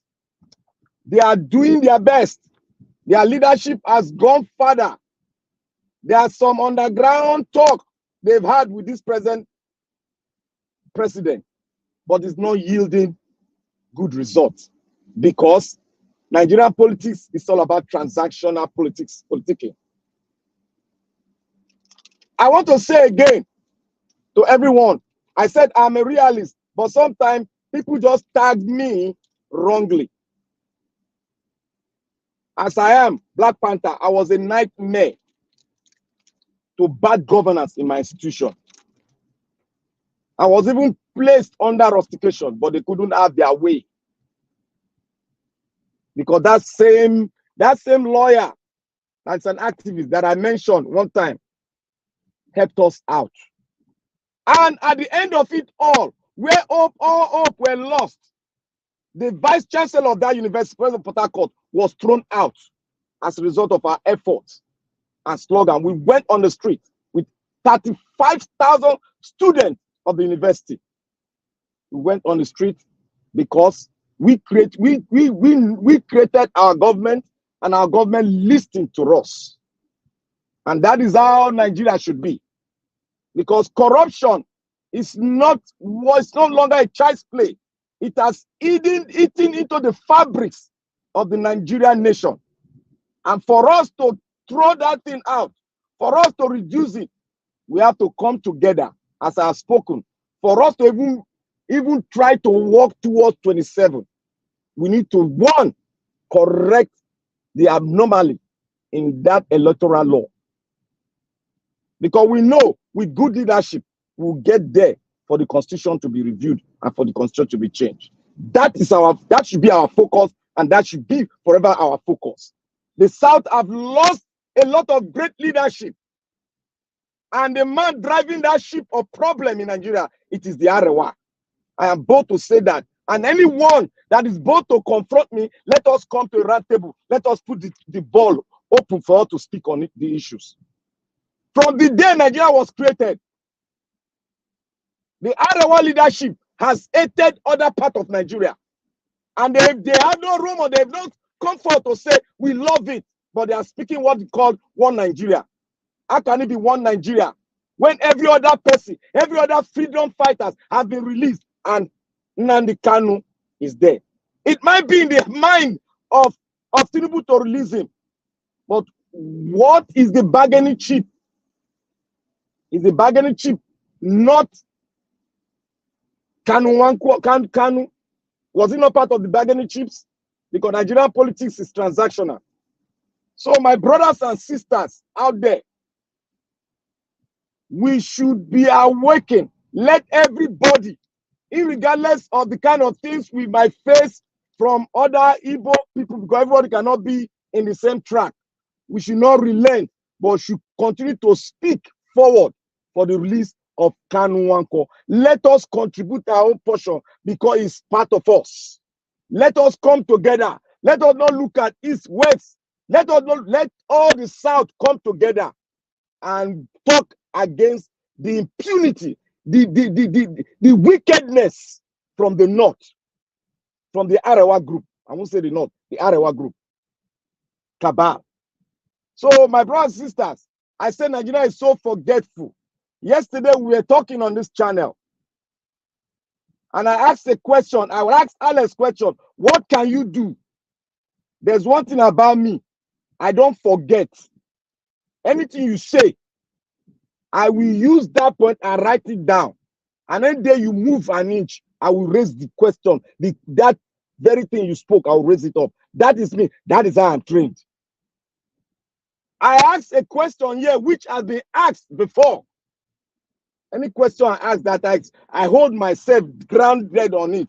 That question has been asked before. I said, what do you think you can do?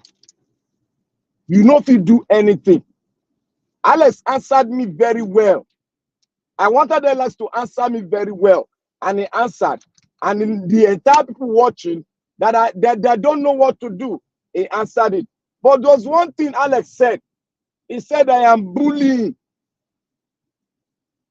If by me trying to say what I want to say that is in my heart meant bully to you, then I don't care. Because everybody have a right to free speech. And I cannot bully anybody when I stand on the trajectory of the truth. And I stand that everybody have a right to speak. I cannot use my voice to bully anyone. And I can be corrected. In any way I might have spoken, it is not bullying. I want my voice to be heard.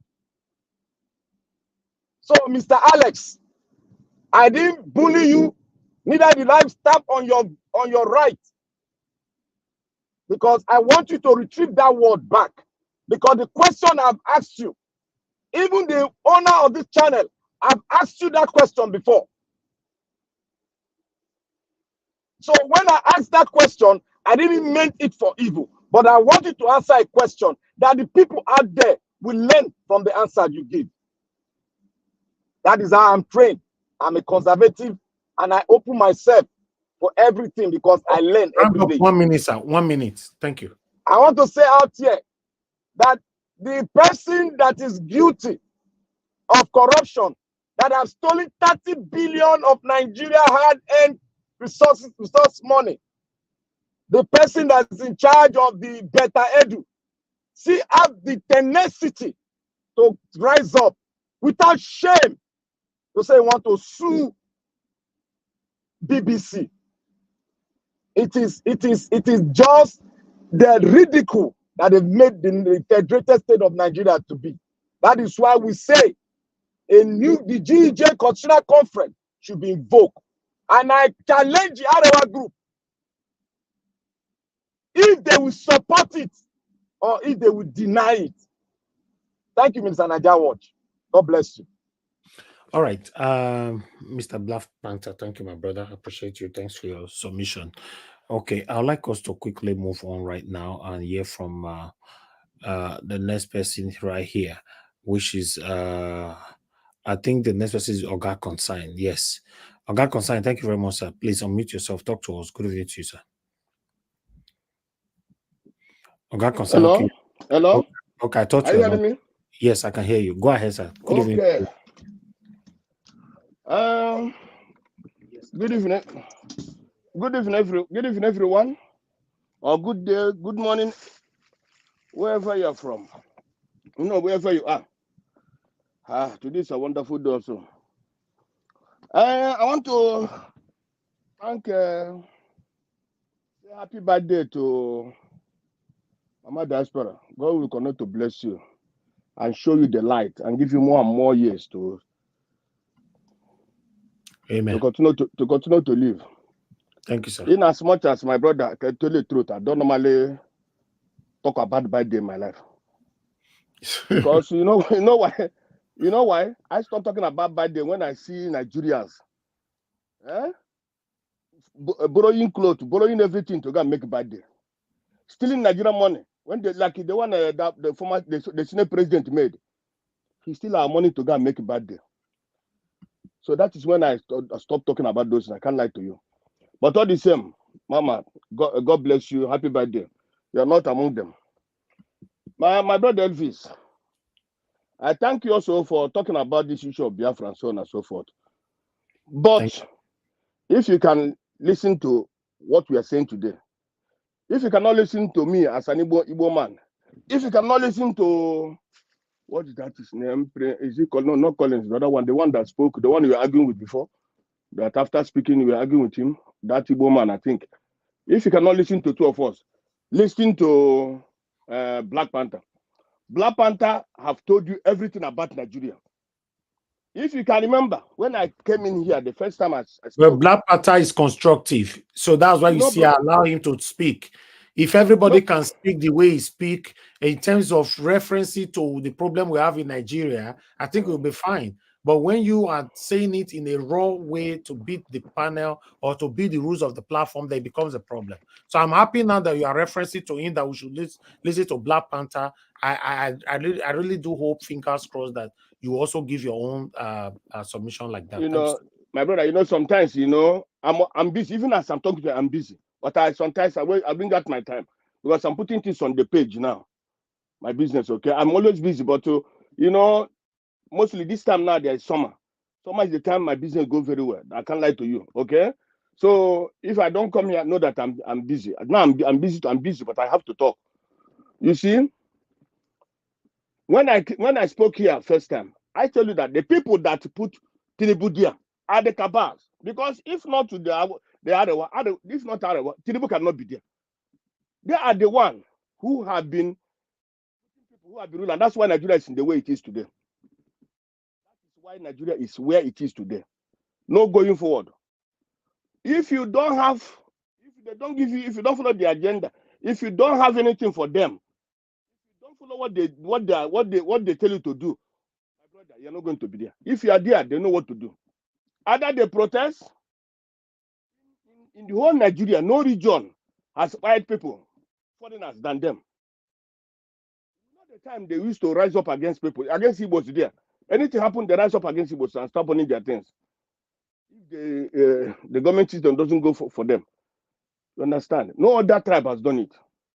It's them. All the injustice in this country is them. That is why where Nigeria is today, where we are today. You know, Central African Republic rose up against these people. The other, I think Mozambique or what, rose up against these people. Ghana rose up against people. But Nigeria has been accommodative. Let's see, this peace, Christian, this, that. That is why Nigeria is where it is today. You can't see somebody who destroying you, killing you, buying you. You say, let us continue to be on this, that. This one Nigeria you see today, my brother, if this oil in the Niger Delta, this oil in the south comes down today, my brother, the first people that say they want to go is the north. Anywhere you see, it's them that you say they want to go. The oil west belong to who now? The gold and all the rest in that place, it belongs to them also. So that is the situation we have found ourselves. This Muslim festival, when we are growing, it used to be only one day. Only one day holiday. But now, Buhari make it up to 2. Now, Tinubu has raised to 3. That is what illegitimacy causes. If you're not legitimate in anything, it's a problem. So when we are talking about I know everybody wanting Nnamdi Kanu to come out. Me, I don't support Tinubu's government, but I know that it's not Tinubu that is holding him from there. The time even Buhari was there, the other was every minute they're rising up. Nnamdi Kanu cannot come out. They come and give press statement. All of them. They have been saying it. They say Nnamdi, they cannot be alive. Nnamdi cannot come out. Only that Tinubu go and take the support. The guy he can swear with them or what I don't know. That he follow Buhari's footstep, and that is why we are today. If somebody come and say nobody we want to wish Nigeria bad, no, nobody. Because as I'm here today, many people, even you, I've discussed this before with you. If Nigeria is good today, we all will go back. Many people will go back and invest in Nigeria and stand the rest in our country. But even as we are in abroad, people who are we are in abroad, people who are in our country are even afraid more than us. People who are in Nigeria, they are afraid of their people, afraid of themselves than we are abroad. We abroad have more peace than those in Nigeria. So a Nigerian man is like a restless human being. Others have peace, others have it, but Nigeria, both abroad, both in at home, they no peace. Because of one particular people. You know, a government is government. All these people you say in the south are helping the Fulanis and so. My brother, this is government, and the resources are there. You can't say all the whole people in the southeast, southwest, south, we must leave the government for the Fulanis, must leave everything for the Fulanis. No, it can't be like that. Many of the people, let me tell you, all these government officials, many of them are looking for a way to see that Nigeria is liberated. But they cannot do much. Because even a Yoruba man today want to go and make a plan to remove Tinubu, and that Yoruba man will go and sabotage him. That is how it is. Even an Igbo man today want to go, another Igbo man can even sabotage him. So that's the problem. You understand? So people want, look at this election they did. Tinubu fell in Lagos. You know why he fell in Lagos? The Lagos people want how they can, somebody can remove Tinubu for them. They are not happy with him when he ruled Lagos. Up to now, they are not happy with him. That's why in the presidential election, they never voted for him. They didn't want anywhere he can come back. So that is about the government. So all the people, all we that say, hey, why the South are not going out from the government or leaving, they have to, because they have to eat. This is our resources. You can't leave only for the North to eat because they are doing nonsense. No, that is that. So from what Black Panther said now, even if the Igbos have tried, Igbos cannot continue. If a monkey is there, they go and bow to that monkey. They must reason that can. If a goat is there, no, it can't be. It can't be. The people, the law is there. And the government is supposed to do the right thing. But I pray should wake up and do the right thing. No matter the people that put him there, let him as a human being he is. Because tomorrow changes. Nobody knows tomorrow. Even if today we are together, tomorrow we may not be together. And if whatever Tinubu do today, the Igbos will also blame. They are not going to blame the outside. They will blame Tinubu. They will blame the Yorubas. You people stay there. Something happened to our brother. Nobody knows tomorrow. Tomorrow is pregnant. That is why whenever somebody is doing something, let's open it and do the right thing. No matter whose yours is God, it's always good to do the right thing. And this government, to come into this government, I think you saw what that Novo What said. That is everything about this government. You see, the government will be good, the government will be bad. Everybody knows that this country is going nowhere unless this restructuring is made. And that's why I made that appeal yesterday. I said these regional leaders, if really they cannot work, let them mobilize people. Let us have what protests, or let us have this thing. If they can do that, it will be good for them. When they die, they will have peace in there when they sleep. Because Clark was former minister many times. All of them, they participate in many governments. There's so many things. It's for them now to rise up, because this country, no other people can do it. Not me and you. It is them, the big leaders, because nobody's going to arrest them. If these big leaders, these regional leaders can stand up today and talk and say that people will listen to them, let them come up, let them stand up, make a meeting and stand up and say, Tinubu, please take that conference before. Implement it, this one of that conference. Implement it, that's what Nigeria needs. If you don't implement it, the country will disintegrate. Let them tell him, he said, let them tell him, you can't be listening to Arewa, you can't be listening to this caliphate. You can't be, we can't sell our destiny to them. We can't sell our children's future to them. They know what is happening. They should stand up and say, do this, change the constitution, change this, implement that constitutional conference, implement it, so that if you want to see the light of so that Nigeria can go in the right direction. That is what they're supposed to do. They should not keep quiet, and Nigeria is going the way it's going. Terrorists have been released, which in the world you see terrorists being released. Where that terrorists have been released today and tomorrow? Okay, look at all these are saying this is an Igbo, this now. That Iwadume was given only 20 months to stay in jail. Evans was a kidnapper. They gave him 25 years. Other terrorists are given nothing. My brother, how many Fulanis are in jail?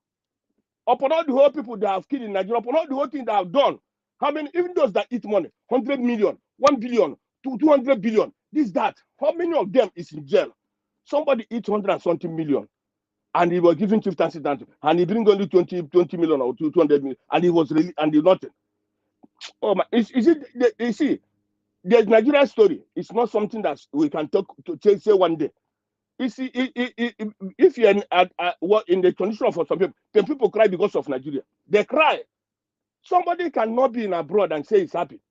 It's only when you're in your own country, even if how many billions you have, if you're in your country and the constitution is working, everything is working fine. That is when you say you're happy man. Even if you're eating or not eating, but there is peace, there is no too much problems. I don't see any country that's having problem, but the problem of Nigeria is many. That is why we are suffering today. That is why we are crying. All that you see people come to talk, CM, everybody, Black Panther, but even you. If Nigeria is good today, cannot be coming to waste your time every time. You can't be coming here every time to come and talk. You can't. You have other things to do. But because Nigeria is not good, that is why you come to see how Nigeria can be good. But then, are you the one to make it good? We can talk, but the people who are sitting there supposed to do the right thing. But those people have put in block into their the devil is worse than them. Because if they are human beings, my brother, to make Nigeria good, just only 1 week. 1 week. These terrorists, that's not, you don't have terrorists in the third terrorist is man-made. If they want to change everything today, they will change it. Rufai is one of the terrorists, the terrorists we know in that place. The other, all those, most of them, they should be held accountable. They should be talked to. There is something in the Niger Delta. Is there any problem? No problem. Make the Navy, ask the Navy, put them in order. Let them go and guide that place. Now they give Tompolo, that useless contract, and they bind their people. That contract is a useless one because Tompolo is the one enjoying, and these people are being paid every day in the north of his garden, the oil edition. Where in the world that private militants are guarding the oil of their country? Where in the world? So that is what things you have to look into. Nigeria, let me tell you, issue of Nigeria, if not these people. And again, if you want to know more about Nigeria, you see Oka Kub. Go and listen to Oka Kub. Oka Kub, when Oka made their coup, they said this western, northern west of Nigeria, they were northwest. They secede them out of Nigeria because they say, is it the Igbo that made that coup? No. Is it the Yoruba that made that coup? No. It's the Middle Belt that made that coup. It's all and all the military people that made. But they identify the problem of Nigeria. They said that the problem of Nigeria is those people in that area. The Fulani is that the problem of Nigeria. That's why they seceded them. If that coup didn't fail, my brother, by now Nigeria could have the people could have seen the light. So the problem of this country is situated there. That is where the problem starts. None of them is in jail. None of them does everything that anything they do, they can talk, they can do everything. Nothing happens to them. Is that the country? They said Igbos make a coup in 1966. 1 minute, sir. 1 minute. Okay. They said Igbos made a coup in 1966. Okay, let's assume it's Igbos. How many coups has their Fulanis made in this country? How many coups? More than 4 or 5 coups. Nobody is killing them. Nobody is judging them. It's only that the one that made it that is the worst. How many officers, police, even as I'm talking to you now, last week, police, military men, they killed him at where Bruno what? Did they go and level that place? No. But why are they leveling Oklahoma? Why? How many military people, more than 2,000, 3,000 have died in the north? They have not leveled everybody. They have not occupied the place. Why must Delta Sabi and the Bayelsa be occupied? You understand? So this is where the problem lies. I thank what's that name? That guy's name. What is that? Black Panther today. God will continue to bless you. At least let this thing that you say today, let the world hear it, and let also Mr. Davis hear it. This is where our problem lies. The problem is not me and you. The problem is where what that man said. You have already shown you everything. We know when all these things will happen. When this man from the River State, when they buy him, we know he was searching for people and they buy him. So my brother, thank you for that. God bless everybody there. Thank you, sir. Thank you very much for your submission. Thank you. That was a wonderful submission and very, very constructive. Thank you. Okay, let me pick a call. I'll come back to you, sir. Thank you very much, Mother Deborah, for calling in. Good evening to you, man. Please talk to us. Hello, good evening, Mr. Elvis. Yes, ma'am. Thank you very much for calling. Good evening to everyone. It's just a quick contribution to the broadcast. I honestly want to agree with you, like regarding Nnamdi Kanu. We said that the last time, and I'm surprised that some people are still not agreeing to the fact that at least let us see the efforts that the governors are putting in. There's nothing like, even if you've tried your best and nothing happened, people will see it as being obvious that at least we've seen their efforts, we've seen what the efforts they are putting in.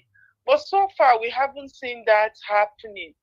We haven't seen the efforts that they are putting in to ensure that he's been released. At least we are seeing the lawyers coming out, just like you say. And this is one thing I see about our people. We are not consistent. We are not persistent in what we want. Anybody who has lived in the Western world will agree with me that one thing that they do here in the West is that they are very consistent. And when they want something, they are very, they persevere until they get that thing that they are looking for. But our people give up easily. We don't do enough. And then we sit down and complain. At least you ask yourself, have we done enough? Even that last election, that the way it was rigged and everything, let's be honest, Nigerians are they're very docile when it comes to being proactive about things. They allow these things to just go, and then they complain and not do enough. So the same thing with the case of Nnamdi Kanu. we all agree that the Eastern governors, the Eastern elites, not just the Eastern, I'm even going to say both the South, because an injustice done to one person is an injustice done to all. I'm not even talking about only the Eastern governors. What about the South? What about the South? What about, why are they not, why are they careless? Why they don't care? They don't feel as if something is happening. But if they are putting up this kind of attitude, honestly, nothing is going to happen. So they are not doing enough. Not just the East, even the South, and even the let me just say the South. So it's just that docile attitude. Even an ordinary chicken, you see the way a chicken safeguard her chicks. Just go and try to take a chick from a mother hen and see the way the mother hen will fight back. Even if she's not going to be able to get the chick, but she will make an effort to fight back. Exactly. So we don't push back, and then we complain. And this is the docile attitude you get from is a big problem in Nigeria. We just sit down and complain. Nobody wants to do anything, but all they say, oh, we are doing. If you don't do something, nothing happens. Nothing will change until you do something. So that is just one thing I wanted to say, because we're not seeing that effort. We're not seeing it. If somebody steals something from you, you will do everything, at least fight back.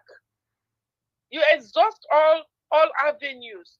You don't just sit down and complain and say you cannot do anything. Then there's nothing. If you cannot do anything, then just sit there and wait for manners to fall from heaven. So it's just sad, the docile attitude of our people. And this is just, it's just very common. You see, people like to complain, but what have you done about it? Nothing. Just like you said, look at you coming out every day, even after the election. A lot of people gave up, but you're still consistent. You're still coming out. That is consistency. And that is how you get results. But our people give up easily. And when they give up, then they start to complain. Nothing happens if you're not consistent and you're not ready to persevere. So it's just sad.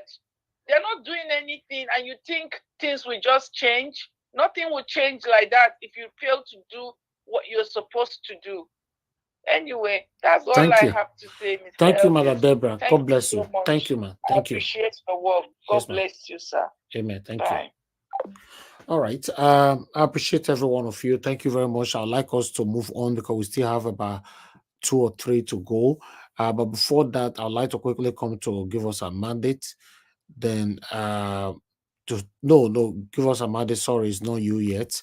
Obi Oshuko. Thank you very much. I'd like you to talk to us. Good evening to you. You're supposed to have talked a long time ago, but I don't know where you went.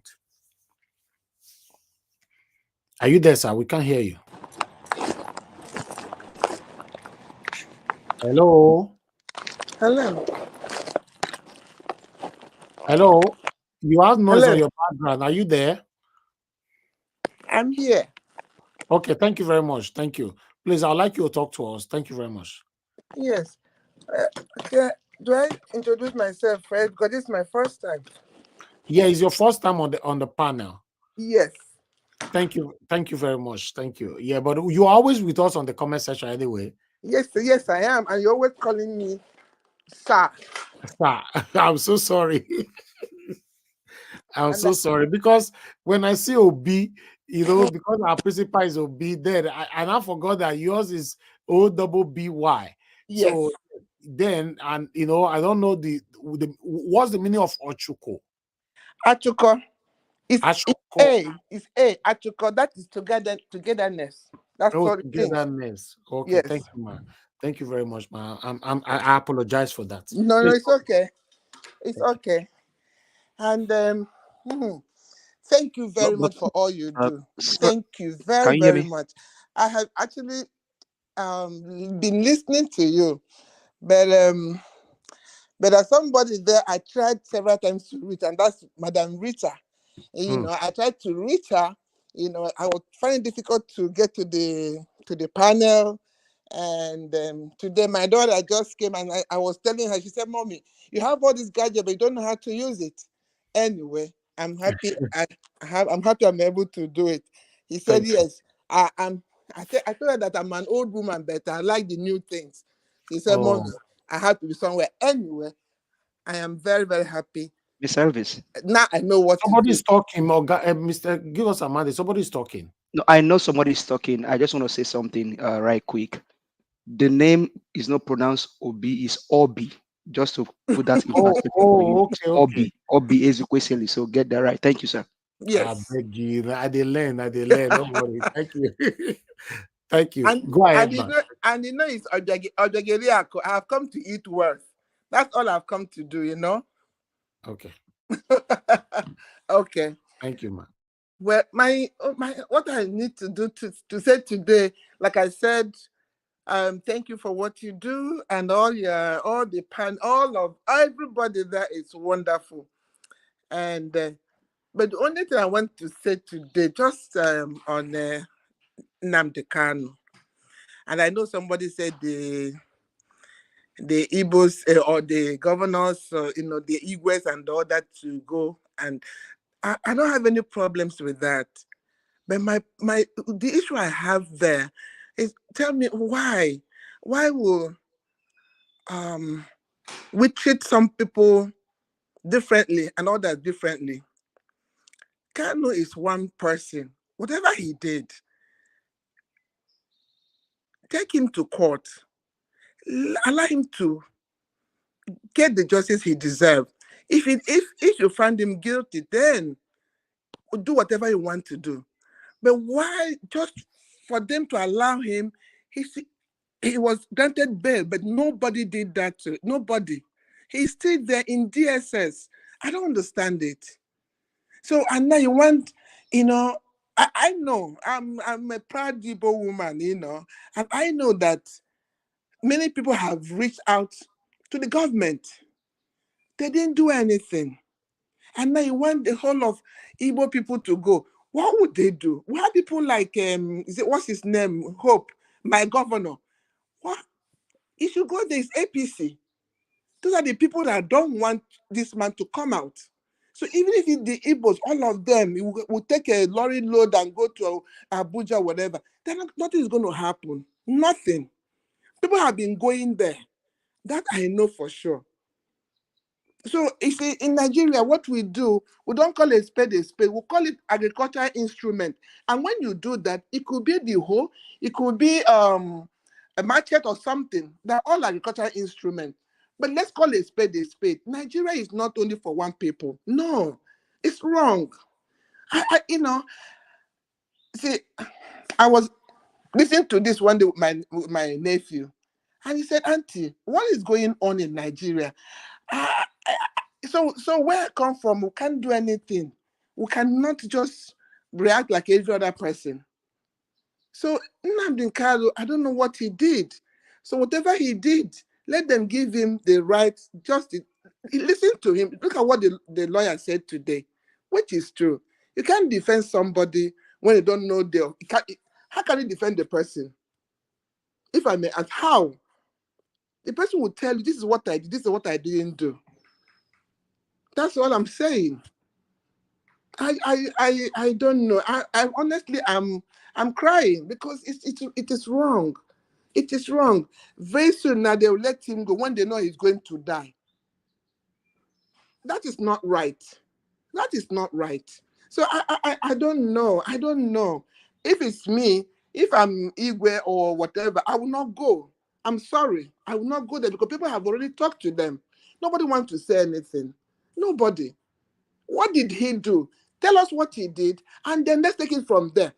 People have done so many things worse than what this guy did. Nobody has done anything. I heard when we were talking about Betty Edu or whatever they call her. She's a free person. The Boko Haram, they've done so many things. Nothing is happening to them. And it can just get one person because he's from the East. That is wrong. I'm really sorry about it, but that's the way I see that's where I see it. But I don't want anybody to make me feel as if I'm a second citizen. I'm not. I'm not. And when check it very well, the Northerners, what are they even bringing to the table? I want to know.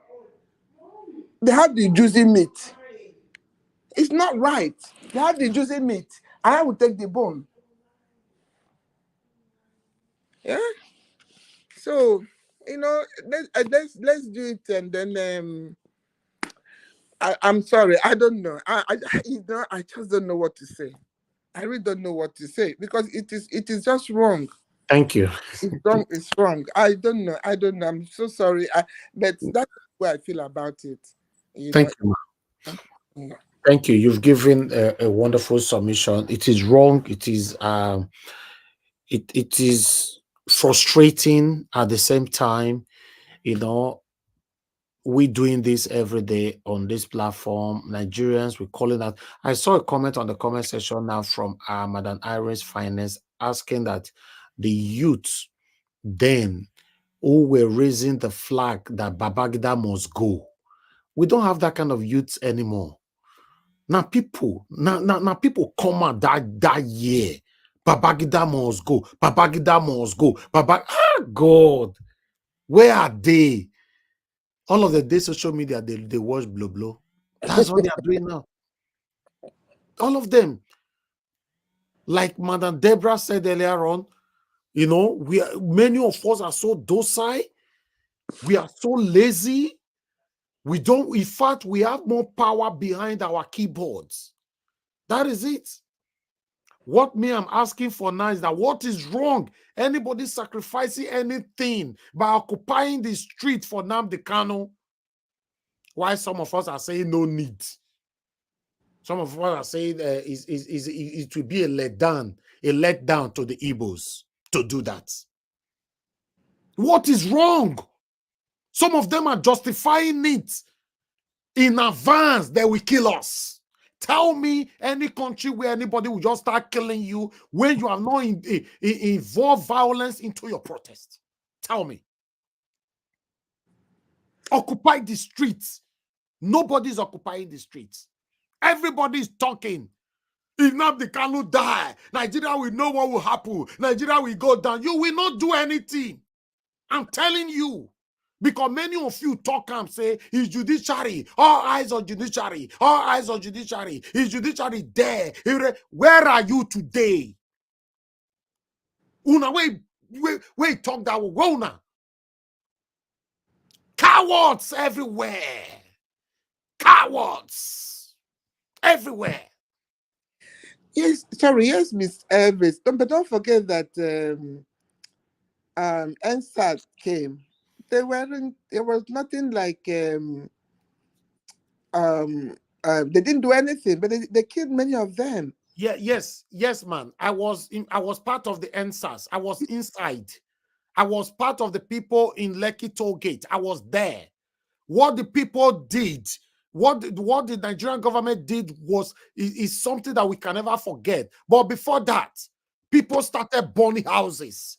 They started burning buses. They started robbing shops. They started robbing ShopRites. The ShopRite close to my house, they robbed every single shops in the ShopRite. They did this for complete more than 2 days before Nigerian government started fighting back. We should say things how it is now. I'm not here to justify what the Nigerian government did. They burned buses, bus stations, houses, destroy houses, cars moving on the road. They are destroying all of them, robbing people from their hard-earned belongings. But many of us are not talking about this. The Nigerian government shoot. I was there. This is not like I'm talking from a distance. I was there. I have all the videos, evidences. I was part of it. COVID-19 locked me in Nigeria. British government brought a plane to remove all the British citizens from Nigeria. I refused to leave. I was inside Nigeria throughout the COVID-19. I spent 1 year and 6 months in Nigeria. I was there. I'm talking from experience. If we want to have a peaceful protest to pass our messages, must we be robbing people? Cars moving on the road, destroying glasses, windscreens of cars, setting houses on blaze? We should say things how it is now. I was there. Yes, but you know that sometimes too, it's not the people, it's not the youth that are really going for that NSAC. It could be, all those aboros. You know, those Yeah, are that's the what ones I'm that saying. cause. Yes, it could be. It could be. Yes, yes. Other people might infiltrate it and all that, which I understand. But I don't know. I can only say what I know. I don't know who was doing these things. But the truth of the matter is, let me tell you guys something. I know somebody's on the phone waiting. The painful part of it is that whenever protest is going on in Nigeria, guess what? The same Nigerians will be robbing Nigerians. The same Nigerians will be destroying the cars of Nigerians. The same Nigerians will be invading shops and houses and burning all of them down in the same Nigeria. All the protests that happens in Nigeria have happened to be there. What is happening? If we want to come out for a peaceful protest, it is called peaceful protest. It is not called a half peaceful protest and the other violent. Peaceful protest. We want to see that kind of gathering for Nnamdi Kanu right now. And stop. We should stop justifying or protecting ourselves from our responsibility. Thank you. Let me thank you very much, Madam Origin, for calling back again. Please make it brief. Go ahead, man. Yes, I'll make it brief. Just let me address this, like what you're saying right now. To be honest with you, this is me speaking. No, there is no reason on this planet Earth, even for their wickedness, they do not have any right. Nigeria government have no right to buy anybody. Of course, nobody is saying that. Yes, I agree with you. No, let me finish. Because when you're saying that the people were stealing, when Floyd died in America, I tell you, I'm here. It is all. Go back and Google. You will see there were shops. There were all kinds of, because we have, for crying out loud, we have criminals everywhere. We have bad people everywhere. But it is the management that determines how things go. Whether things go south or west or east is determined by the people that are at the helm of affairs. So Nigeria government had no right to touch anybody at the toll gate. Yes, nobody is justifying that. When you are emphasizing on that, people, hold on, Manda, please. When you are emphasizing on that, it looks like somebody is supporting government to keep people. Well, nobody mentioned that here.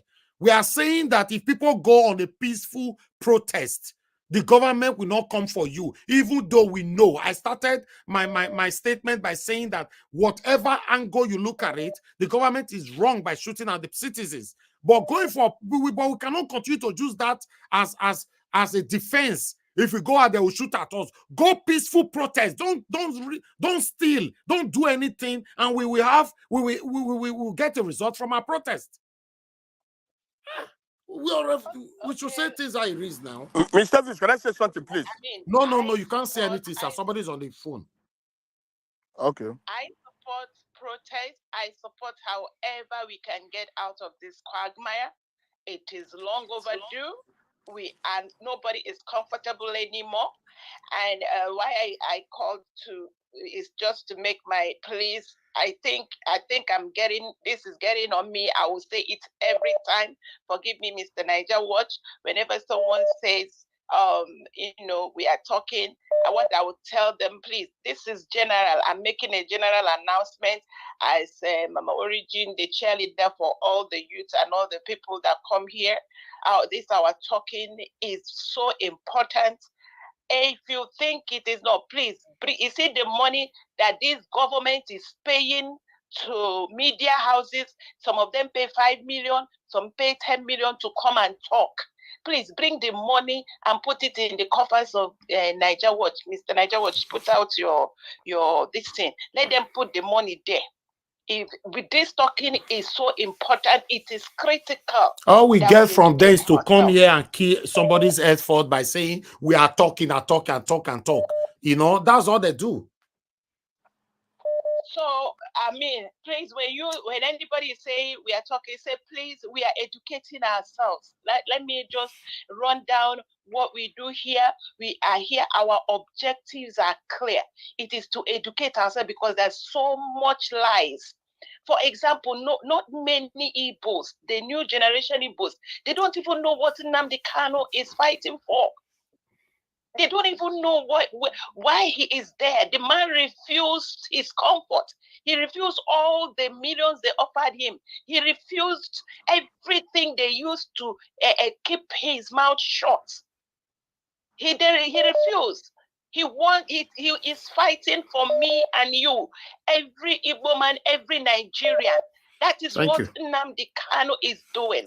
So let's have that at the back of our mind. We educate ourselves, we expose lies, we speak truth to government, we become their voice of conscience. They must hear us until even their ear will burst, but we keep talking until something happens. Thank you, Mr. Nijawo. That's what I wanted to say. Thank you, man. Thank you very much. Thank you. All right. Let me take another call quickly. Mr. Chimeze, you are calling back. Please, you have only 1 minute, Mr. Chimeze. Just go straight to the point. Hello. Hello, Niger Watch. Yes, sir. You have 1 minute. Please go straight to the point. People are waiting on the panel. Thank you. Just go ahead, sir. Just go ahead. Okay. Thank you, Niger Watch. Yeah. The problem, Niger Watch. Yes, sir. Hello. Yeah. The problem. You see, you're saying something about the answers. What I understand will happen is this: when the army go unleash people, that's why when people get angry and start burning things. No. You were not there. You cannot understand something from distance more than me that was there, sir. No, vandalism started first. Then the army now started shooting. That's when everybody now left the Lekki toll gate and all that. So, I know everything started from Benin. They erupted across the country. So I don't really want to discuss that. Sir, we don't want to discuss that, please. The reason why I reference to there, for some of you that is saying that your respect as an Igbo man will go down if you go and beg anybody for Nnamdi Kanu to be released. So if you don't want to beg, let's move on. I disagree on that area. No, nothing like that. For me, I'm not that of person. I can go down and beg a 10-year-old person. I don't care. So far, I will get what I want. I will beg anybody whosoever. With my junior, my brother, that's the kind of human being. The people, because of their ego, all these things is left on the human beings. The ego. If you have ego, it's hard for anybody that has ego to go and beg whoever he want to beg. For me, I don't have that kind of ego or have that kind of mindset that, why would I go and beg? I will go and beg no matter what. I don't care. So that's how things work. Thank you. Thank you, Ogashime. Ogashime say, no. You can't continue with the den. People are waiting. Thank you, sir. Thank you. One thing, please. Quick now. Oh, God. People are waiting. I don't want to sleep here. We're already almost 4 hours. Go ahead. Quickly, 30 seconds. People we are talking about, the youth. Let me tell you the reason why you today are not ready to come out and protest. Because all of them have seen the money they are getting from the politicians. So it's okay for them. If you're calling them, come and protest. But it's not all the youth. It's not all the youth that have access to the politicians. It's just few. So the remaining youth they are online pressing blow. Some of them are beer parlor drinking 3310. That's it. Let's say it how it is. Thank you, Ogasa. Thank you. We can please, Ogashime, thank you, sir. I have to end the show, the call. Thank you very much. Let's move on. Let me call on the next person to speak to us. I want to re-emphasize and reiterate again. Please, anybody, if you are coming to this panel and the first thing that will come out of your mind that, we cannot be talking, it's better don't come on that day. Just stay home, discuss it with your family members that, these people are talking, at least we not hear them. Because I've asked you people many questions, these questions before in the past, and which I'll ask again. Tell us what BBC is doing differently. Tell us what CNN is doing differently. Sky, Arise, channels, and many other mainstream media that you know. The only thing that I know they are doing differently than us, they have more connection than us. They can summon anybody to their channel for questioning and all that. We are also doing our best. But in terms of the talking, in journalism, that is what you do. Nothing else you can do. You are not the government. You don't have the power to pass law or anything. So anybody coming here to kill our effort or our enthusiasm by saying we talk, how do you want my panelists to feel? You think the panelists or the callers that is calling in, they don't have better things to do? All you need to do is talk and talk and talk. Postmodernism have given every one of us the opportunity to express our plight through social media. It is what 10, 20 years ago, we will be watching AIT. Please, let's understand that. Thank you very much, my people. I'd like to call on the next person to speak to us, which is give us a mandate. Thank you very much, sir, for your patience. Good evening to you. Please talk to us. 8 minutes. Good evening to you. Can you hear me clearly? Yes, you're good. Thank you, sir. Good evening to you, the panelists, and then everybody listening from all over the world. Greetings from here to you and your family. Hopefully, everybody is doing okay and then enjoying the life that God has given to you. Thank you very much for having us again here today. I appreciate everyone for holding forth and then standing in on this platform just to do your little effort by making sure that the people all over the world continue to hear what the Nigerian government is doing to its own people. The fundamental principle of government is to provide security, life, protection, wealth for the people. But the Nigerian government is not doing that. It gets so worse under the APC government, led by the person in quote in power today, and backed by the various cabals that you can think about. Now, the question you want to ask yourself is, what is the purpose of these cabals? And who are the cabals? And what is their intention and then their agenda? In some part of the world, I had a discussion with someone yesterday. In some part of the world, the people now understand their rights. And they can do anything to get their rights.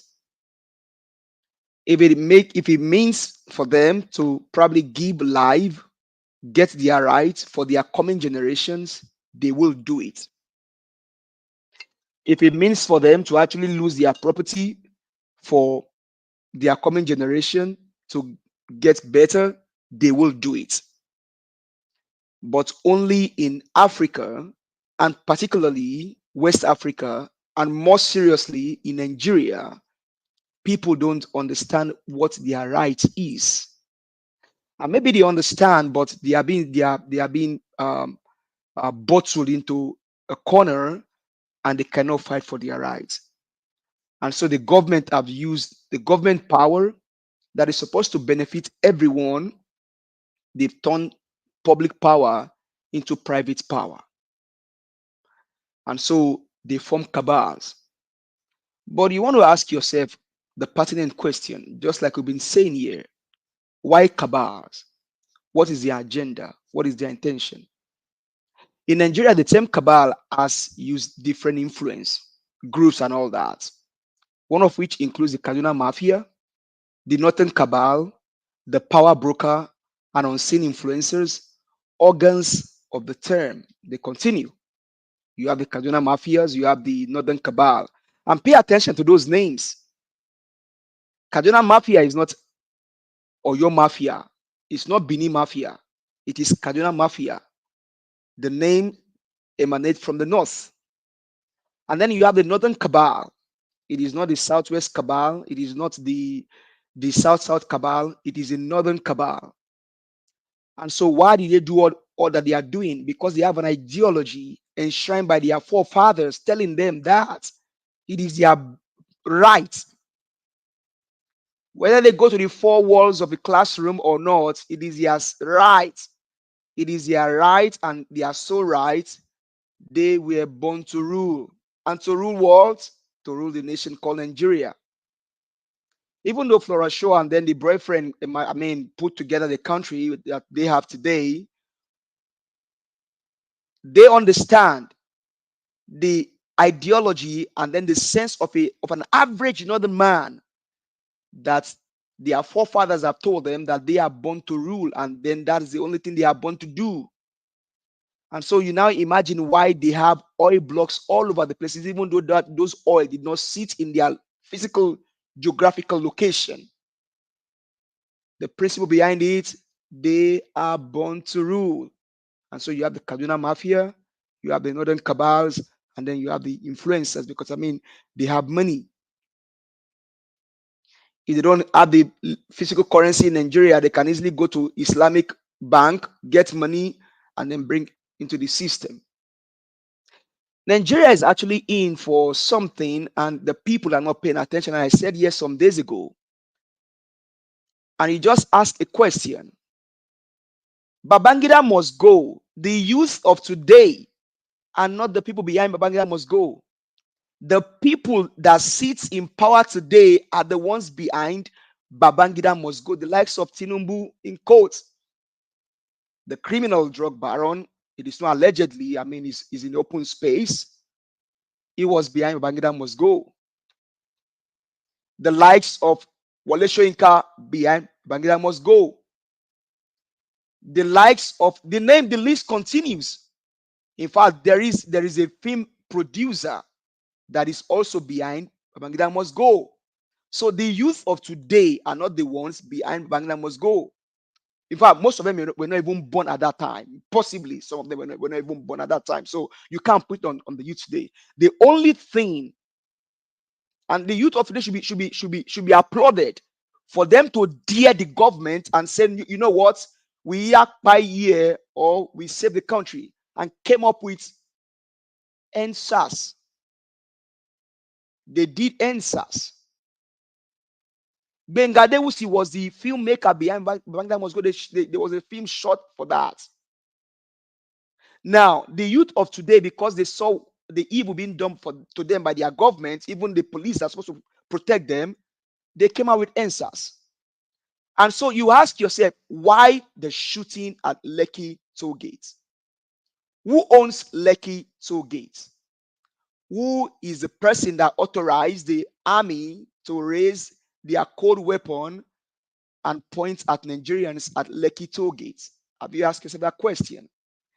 Lekki toll gate today is owned by the person that sits in court in power in the country. You know how much that generates for him every day.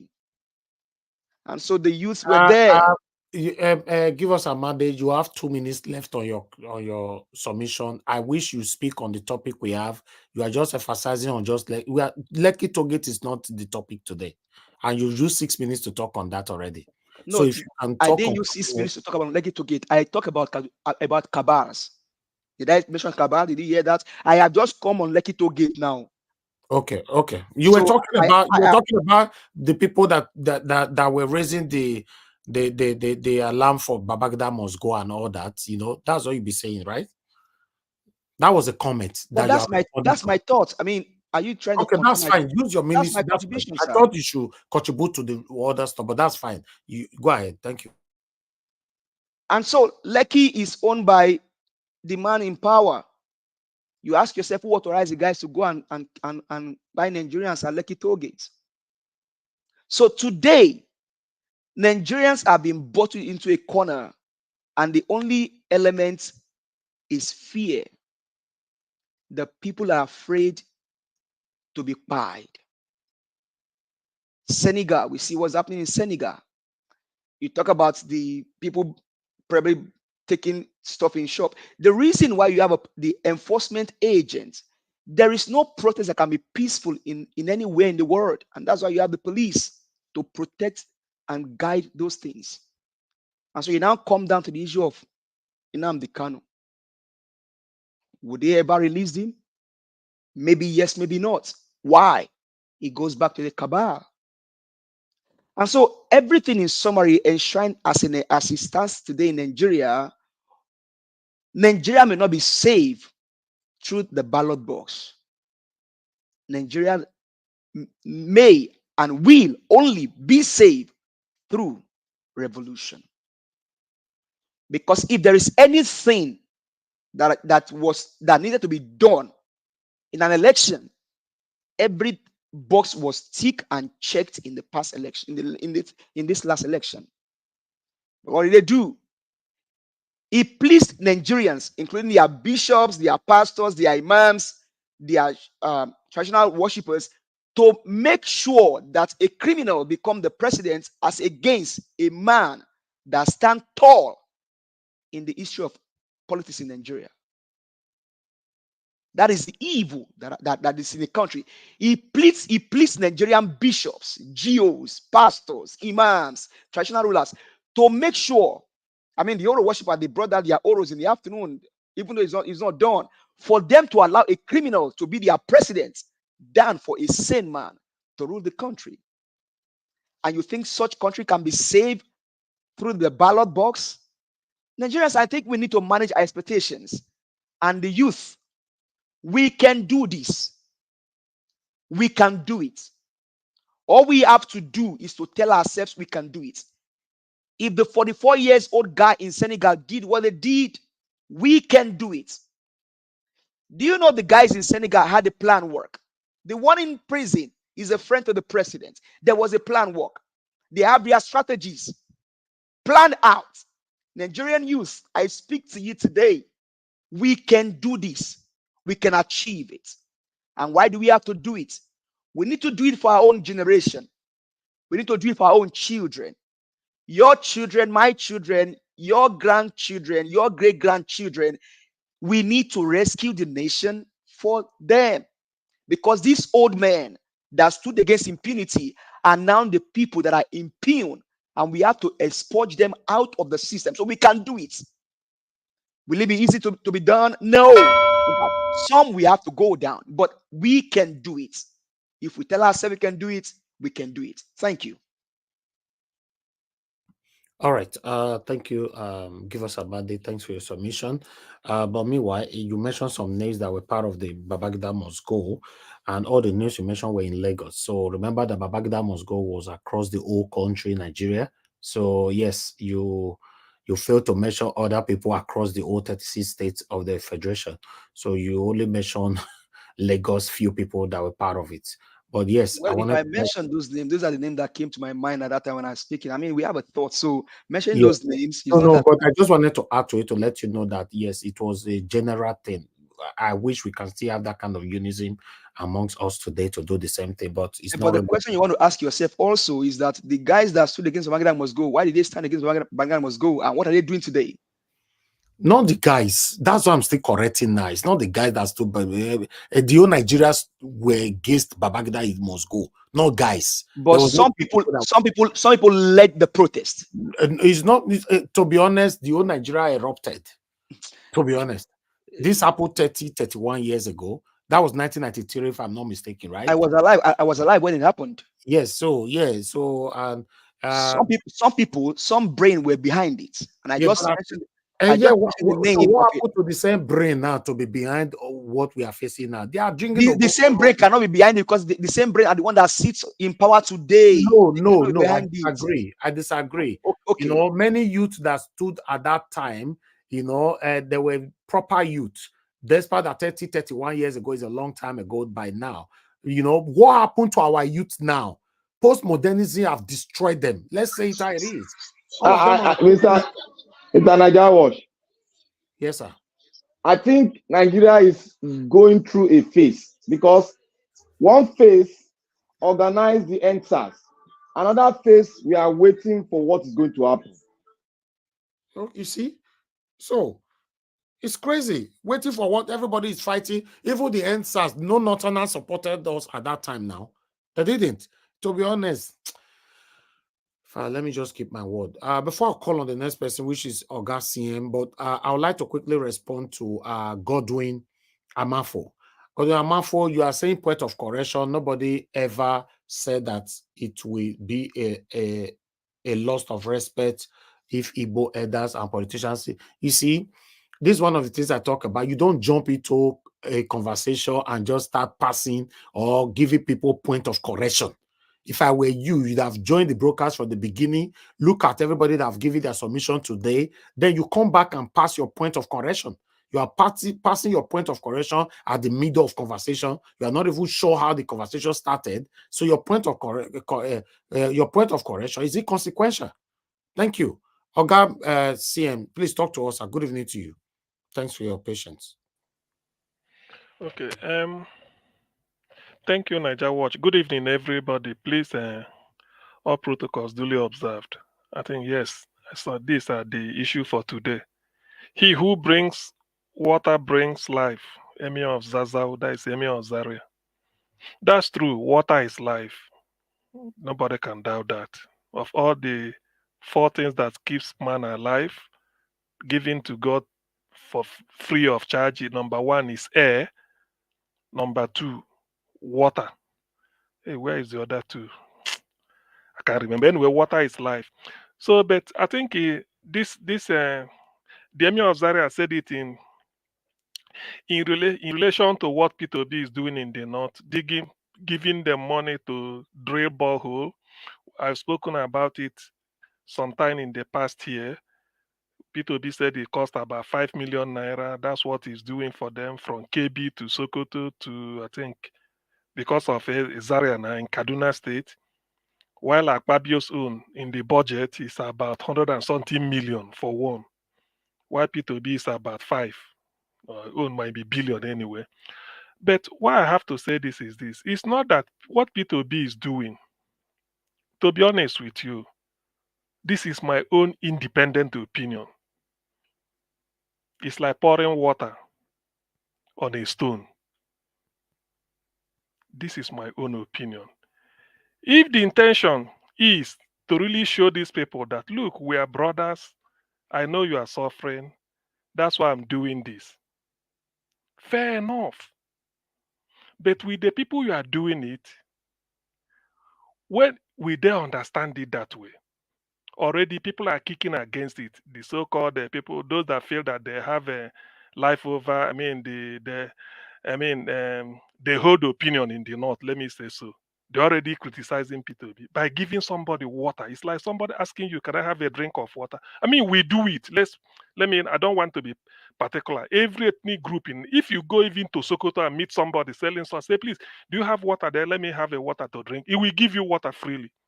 Anywhere you go to in Nigeria, ask people for, even if you knock in somebody's door, please, I'm just thirsty. Can I have please, can you people give me water to drink? Somebody will give you water, even ask you whether you need more than water. So what P2B is doing is giving water.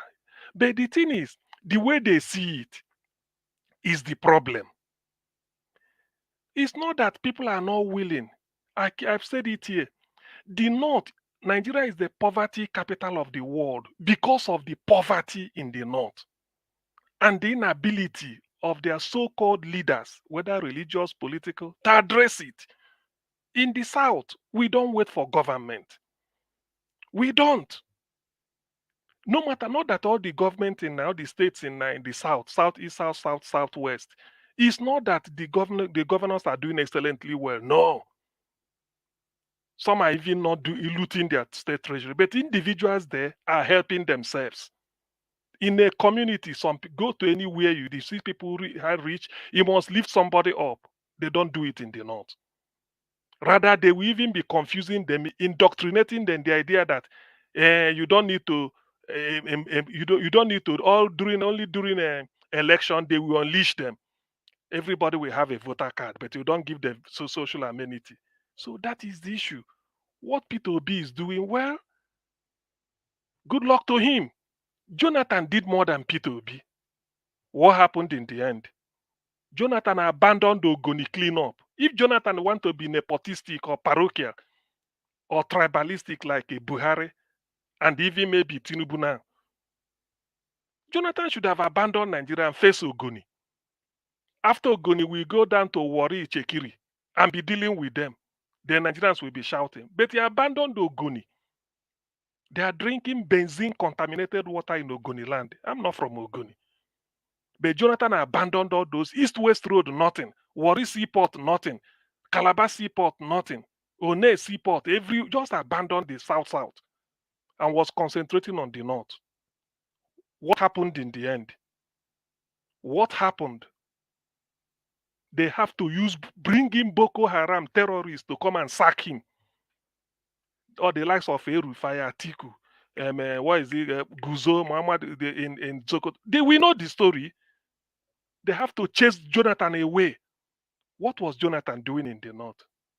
Jonathan was he was showing light. He is not bringing water. He was showing them light, education, building schools, which nobody can doubt it. You show the light and people will find the way.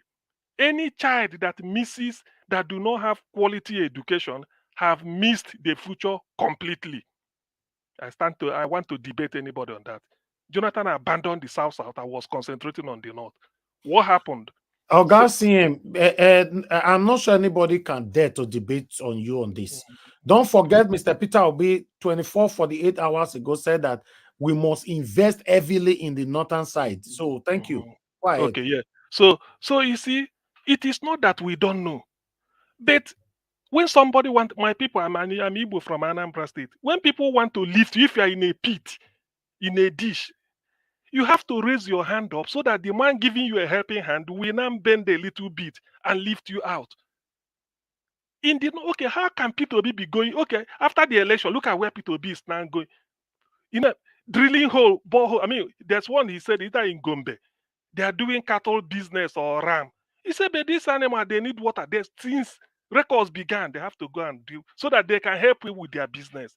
Is that bad? You see, this is the type of animosity we face in Nigeria. I would have told P2B, stop today. But as an Igbo, we have a saying that you do not tell an old woman to sit properly because you can never tell the direction from which she takes in fresh air. So what P2B is doing, I don't know why God kept him alive. Maybe the day he stopped doing this type of thing, his maker will take him. So that's why I have to say, well, probably that is his own destiny to do this type of thing. Otherwise, the people you are doing it for, the area, they don't consider you human being. I'm saying this. People might come and say, what am I saying? Don't worry. Look at Jonathan. Hold on. Look at Jonathan. Look at President. Today, Ogoni stay crying. But they've elected, but they've elected a president from the South, and they are still crying. Look at the injustice. Oil flaring everywhere. I am from Anambra. I can drink clean water. I can drill borehole and drink clean water. They can't try such in Ogoni land. Go and ask them when you are digging. Some can't go to the farm. Jonathan abandoned all those things. Was facing the north. Yet, what do they use on him? Terrorism to drive him away. So, who is P2B? Jonathan is even president, using presidential might to help them. Now, P2B as a just like an ordinary Nigerian. Look at what he's doing, and they're even criticizing him. Some are even calling it they are doing an election. Okay, if you can come and drill borehole for us to vote for you, is that not good? Is it not borehole that so many governors are doing and commissioning? In the north, some people go and put electric pole, commission it. I've seen it in Niger State. Some people drill borehole or even give them a shoe shining something. So if you can do it for your people, you feel it's good. So if somebody else will now come and do it, you criticize it. What sort of wickedness is that? You see, this is the Nigeria we live in. P2B knows why. He has his own destiny to fulfill. For me, I won't try that because there has been a precedent. Nobody can be as good-hearted as President Jonathan. Nobody. What Ahmadu Bello did not do, Buhari never cared about it. Babangida, Abacha, even Gowon, those people that claim they are the same thing. Shagari didn't do it. Tafawa Balewa did not. Then a Ijo man from Ijo land have to abandon the South. When they've been crying since, what they've been doing to them, despite the fact that the oil in the South, the oil yields about 80 to 90% of the revenue of the country, is being owned by those people that say they own Nigeria. They control the oil well. They are in NNPC everywhere. Yet, Jonathan left all those things. The small money want to go and help them. That's what P2B is doing now, and they are criticizing him. Well, he lets history bail us out, but for me, I can't. My grandmother used to say that there's an extent you will be so good, you will be doing charity, that charity will become sin. The North as a crybaby, they've been over pampered. Everything. Look at the oil revenue from Nigeria. Bayelsa will take eight local government, a whole state like that. You do know how much the quantity of crude oil Bayelsa produces? Kano will take 44, Jigawa about 30, Katsina almost about that. They will tell you the number of local government. Then what do you bring to the table? Nothing. Yet you can't drill borehole for your people. Somebody from the P2B, this is even his personal money. One might say Jonathan is using federal money. P2B is his personal money. Jonathan might be doing it, building school. Maybe they say it's a federal, money owned by federal government of Nigeria. But P2B is doing it as a private citizen. Why can't Dangote do it with all the monopoly? Why can't they? BUA, what of them? Indimi, all those are large Indimi. All those people that own oil West, why can't they do it? You see, this is the country we are. If you want to lift that area up, because they are dragging Nigeria backwards. They are. They've been so pampered. Everything is just meant to tilt for them. What sort of sacrifice can we do? We build school for you, you refuse. We lower cutoff for you. Do you know what it means to pass at the age of 10, 11 to sit for federal common entrance? You write English, mathematics, quantitative aptitude and verbal aptitude. They are not easy. Somebody from Imo Anambra will must score 139. Yet some people will score 11, 7. Just to enable them. Since how long can we continue this? Hasn't he got a sunset clause? This is what we've been doing, and now what P2B is doing, just to go and help them, and yet they want to hold power. Sometimes when I look at this type of thing, I said, well, I don't know. The P2B knows why. Maybe that is his luck. So that is his destiny. That's why God created him. So I wouldn't. If it's me, I know I wouldn't do that. I wouldn't. I can't go and waste my money on it. If their leaders cannot help them with all the money they are stealing, go and check people looting the treasury. Yes, every part of Nigeria people loot, but go and check who are in the ascendancy. It is them. Look at all what happened. Now, why should Buhari be building rail into Niger Republic when there is no water for his people to drink? Is that how to be a good leader? Yet they expect somebody from the south every time they are crying. Anyway, P2B, it's up to you. So maybe that is your destiny. So you continue with that. Then as for Nnamdi Kanu, and then direct warning to Tinubu. Well, the issue of Nnamdi Kanu has been that I'm inclined to believe not that Tinubu doesn't know he will release him. All that Tinubu require is to call Attorney General, nolle prosequi. That's what it means. No case. When they withdraw that's what they did in Showore's own. When they withdraw the case, off you go. He knows. But this is a condition for him to be president. This is one of them. This is a condition under no circumstances. And he's just dancing to their tune, but I'm sorry for him. This is a condition. Now, somebody else that was listening before, I think the person that spoke before Black Panther, he was mentioning names of people that have been so treated in Nigeria because they want to do. He mentioned Dele Giwa, mentioned Sarowiwa, mentioned MKO Abiola, Showore, and Igboho. Yes, most of these people were dealt by the state. But you can't draw parallel with these people within Nnamdi Kanu. And these are my reasons. Dele Giwa was just like somebody.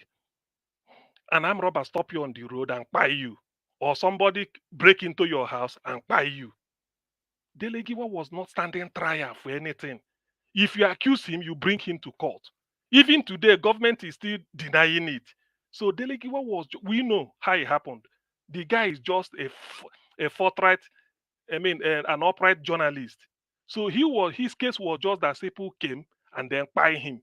It's not a case of he's agitating for anything. He's just trying to use his pen, like so many good journalists are doing, to write to correct the ills of the society. So you can't draw parallel with that within Nnamdi Kanu. Dele Giwa was not brought to trial. Sarowiwa's own case was, the trial of Sarowiwa was not in a law court. It was a tribunal, military tribunal. What was Sarawiwa agitating for? That Shell should give his people fair share, a fair deal in Ogoni land, because everywhere is devastated, which is true because he presented Ogoni Bill of Rights before the UN and took Shell to court in London, I think so. But the thing is, Sarawiwa was tried by a military tribunal. It's not that he was tried and then in a law court and the court said discharged. So you can't draw parallel. Number 3, MK Abiola. Abiola won an election fair and square, but he was detained. The election was annulled because Abiola was annoyed. Not only Abiola, the whole Nigerian people felt that no, this is unbecoming. You can't truncate the mandate of the people. At Ekpetedo, he said he won the election and they started looking for him. So by getting him, they want to try him for treason. You know, Nigeria is all this treason, treason, treason. Abiola did not have his day in court. All what people see that they take a Black Maria and bring him, later they will take him again. Abiola did not have his day in court. G.O.K. Ajayi, his lawyer, Godwin Kolawola Ajayi from Ondo Ekiti State, his lawyer, did not have his day in court, let alone being tried, and the court said Abiola discharged. No, rather he was poisoned in the course of holding him, because at a time, people are interceding. Pope John Paul II, before he died, he visited Nigeria the first time 1982, and then came 1980, I think 1998. That was the year Abiola died, I think so, yes. 1998 in March, to beg Abacha that released this man. Because of that, Nigeria is having sanctions left, right, and center, and he released him, let him go home. Because you can't try him. Thank you. If you had tried him, we shall know what the court says. So based on that, Abiola's case, you can't draw parallel with Nnamdi Kanu. The next person is Showore. Showore, court did not pronounce judgment on him, not prosecute, they withdrew it. That is the issue. Showore, the same treason. If you accuse somebody of treason, but you can't prove it in your own court. With the judges you are paying and every lawyer. Yeah, but that's him. How can you also prove that Nnamdi Kanu case, is part of the condition given to Tinubu to become a president? Exactly. Okay, exactly. Yeah. I know you asked that question. See, anyway, let me quickly round up on this. I quickly come on that. Then Showore's case, because Showore, there was no judgment pronounced. It's just a case of to save face. They decide to say Showore go. Because no Showore didn't do anything. It's revolution, and that is not treason. Then Igboho didn't even appear in court in Nigeria. He was just in Christian. They were just using Gestapo way to bring him back, but they have to hang in this and that. So Igboho was equally different. Now the Kanu's case is that he has gone through the trials. Even when you want to build legality on the foundation of illegality, because he was extraordinarily renditioned. You didn't get him the way it should be. Yet the court said discharged. Lower court, appeal court. You went to Supreme Court. Supreme Court said you shouldn't have denied him his bail. So let him go and have his bail. They went back to the High Court. They applied it. Let him go and start his bail. High Court. That's why he's being held today. So that is injustice upon injustice. Now, regarding the question what you said, Niger Watch. You see, I now have to believe this. Why I have to believe is that it is not that Tinubu, because there is no case. Why is he holding him? Who is Tinubu afraid of? But you'd have put it as allegedly, sir. Okay. Allegedly. Because you just asked now, there's no proof or whatever. They are not releasing Nnamdi Kanu, and you can also accuse the presidency of Nnamdi Kanu being kept hostage is part of the condition. Allegedly. I'm alleging that the reason why Nnamdi Kanu is still being detained today is I'm alleging that it's one of the conditions that the cabals, those that own Nigeria, they feel they own Nigeria, gave Tinubu that is what we want. But in all this, I want to say this as my destiny. If the intention of holding in Nnamdi Kanu, if the intention is to when we hold him here, then agitation will die or people will forget about him, they are making a mistake. 27 years that Mandela stayed in prison, came out, he continued from where he stopped. It won't work. Even if Mandela didn't come out, another person would have taken over from what Mandela was struggling, because it was a just cause. Nnamdi Kanu's case is a just cause. So the day Nnamdi Kanu is no more around with us, another person will take over. Not because it's a just cause he's fighting for. It's as simple as that. So that is what the federal government should know. Okay. Nature abhors a vacuum. When one door closes, another door will open. Thank you, Niger Watch. Thank you very much, Augustie. I have to give you a little bit more time Thank you. because I never wanted to cut off your analysis. Thank you for your submission. God bless you, sir. Thank you. Thank you. All right, let me call on the last person. Before that, let me respond to Godwin Owanfo. Thank you very much for that clarification. God bless you. Thank you. You know, that is why we are here. The communication is very, very important so that we all will understand where we all are coming from. Thank you very much, everyone right there that just joined us right now. Thank you so much. God's grace, thanks for joining us. Nosa Harris, CEO. Thank you. Vitus Ekwebele and many others. Now, God will bless you now. Please help us to press on that like button and help us to share as well. Let me call on the last person on the panel, which is Mr. Oduwa. Mr. Oduwa, thank you, sir, for joining us. Good evening to you, sir. Please, you have 8 minutes. Talk to us. 8 minutes for the meeting. Good evening, the Niger Watch panelists, everyone watching, listening, commenting, viewing. Well, for the analysis of Peter Obi and whatever people, the views and whatever people have as idea or agenda over it, everyone has his own right to view things differently. For those who said that why Peter Obi should go to the north and do this and do that, it's your opinion. You have your right to view something. But for me, I love what Obi is doing. According to my Edo dialect and my Edo language proverb said, I lack up baderiso, meaning you don't see the sky through one direction. You move this way, you will see the sky. If you turn the other side, you will still see the sky. If the northern people could not provide water for their own people, it doesn't matter that, or it doesn't mean that other person who has God fears in him, or who know what is good for people to live on, and went to a place that need water, and he has the resources to do it, that he will not do it. So Peter Obi, during campaign, he visited this place and he know that this place is need water. And he told them that if they want, they will still come and do it. He will come and thank them. He did not say we come and give them water or not give them water. He will come and thank them. Despite they lose, it doesn't stop him for going and thanking them. He still thank them for coming out for him. He know they need water. So he give to them what they need. So we let the Southern or Northern or Eastern or Western don't complain over that.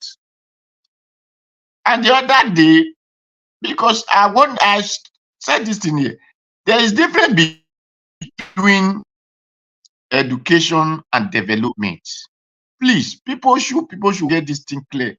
What Peter Obi said did not need development. It is only that some ignorance of people doesn't understand when the development comes, they will still use their hand to destroy the people who develop them. But this development that we are talking about, how they didn't benefit people, that is what matters. And they are fighting and destroying. No, how do they benefit people? What Peter Obi did now, or just has done, is a development which the northern people need. Water that the northern people will benefit from. Not the rich people or who claim that the Niger Delta oil belongs to them. No. The people that Peter Obi is giving this water, they don't even know if there is Niger Delta oil existing. So, Peter Obi, as a God kindly heartly person, he has been doing different things in different people. He told you where he went to Haiti's and do for them. So it's not the first time. And who have opportunity or who has the money to do for others can also do. Not to come and open store in my place collecting money from me. That means you are developing me. Dangote is developing the SAT today because it's collecting money from the SAT. It's not really developing us because it's helping us. It's collecting our resources, which I'm talking about, or BOA. So if people should say it that way, that Peter Obi don't do because the northern people are the one collecting the Nigerian money, Peter Obi, I urge you to do more. If you can even give them light, go and give them light. Peter Obi is not doing it because he's president or because he has the wealth of Nigeria, the access to use the money of the entire Nigeria. No. Goodluck Jonathan cannot be compared to Obi. Whoever has in positions, whether in military or democratic, whatever, autocratic, whatever position you have, and you are doing something for the known, you can't use that person to compare Peter Obi, who did it willingly from his own pocket. So, and Peter Obi, if you can still do for me, I will also be happy. So let nobody criticize you or think take Peter Obi inferior or whatever.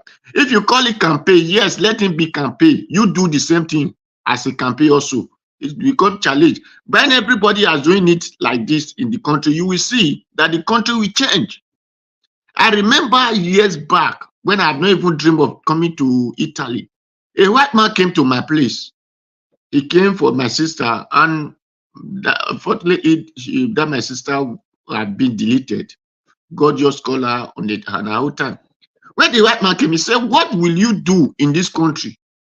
You will do with your own personal money." He did not say what the government to come and do. So because we fail to do, that is why we will start shouting, "Hey, government cannot come and do this." I always told us here that what we need to be doing is unity. Let's put hands together and do something. That is what changed any country. Reverend Father Henry was the one that tied my Catholic branch, St. Joseph Catholic Church, First Secular. The money he got from Europe. But why do we have bishops and pope and whatever Nigerian Catholic that are collecting offering and tithe from people, bazaar, collecting money? They did not tithe it. So demand for you to do, it is what changed environment, and that is called development. Not you go and build school for people to go. You can build school. What am I going to learn in that school? Is it not English language? Is the what concern English language? Am I a British or England person? So my brother, and then for Nnamdi Kanu, me, I'm a person who view things different ways of life. The other day I said, if Igbo people said that they are agitating for Nnamdi Kanu, they really want Nnamdi Kanu to come. We have Igbo that is soldiers, we have Igbo that is police, we have Igbo that is mobile, we have Igbo that is whatever. Let all of them go away from that positions and said, with that our brother did not release, we are not longer going to help Nigeria to do it. But you will not find any. Then you will say it is the Buhari, it is Tinubu, it is this one, tomorrow it might be Doma. My brother, where there is no truth, when people are built, foundations are built on lie, these are what you get. The governors, they are betrayed. How many times that the governor come out in bunch together and said they go to Aso Rock and said release Nnamdi Kanu for her, they did not give it there to them? Or the senators, or the House of Representatives. My brother, let us not deceive ourselves. Because these people are making business in the head of Nnamdi Kanu. Any day you go to court, they say they pay billion, or trillion. They use million to feed Nnamdi Kanu. So these are money. They are making money. So when you are making such business, for one business, why will you release that person? These are what they are getting from these things. Why some are using it to cause chaos in the Southeast? They say it is because of Nnamdi Kanu. Why all of them are making business in it? Nnamdi Kanu even stated this himself in the court that he believed that these people are making money through this place. So that is for that, my brother. Let us be serious. Then what we are facing in the country, that the country is in this mess or whatever we find ourselves, it is because, especially the Satanite, we don't have truth. We lie when we are deceiving ourselves. Let me use our brothers who sell something. Go to Igbo man shop. Who is selling something for you? If you come, we say, hey, brother, it's because of you. This thing, you're selling it 50,000. It's because of you I'm selling it 20,000. Whereas that is supposed to be sell 5,000. Go to the Hausa man shop. Let the Hausa man go to Hausa man shop. He will tell him this thing is 5,000. How much? How much? He will tell you it's 5,000. But the Igbo man is selling it, deceiving you, selling you 50,000 for you. Then it is because of you I'm selling it 20,000. And that is supposed to be 5,000. This is what the certain people practice.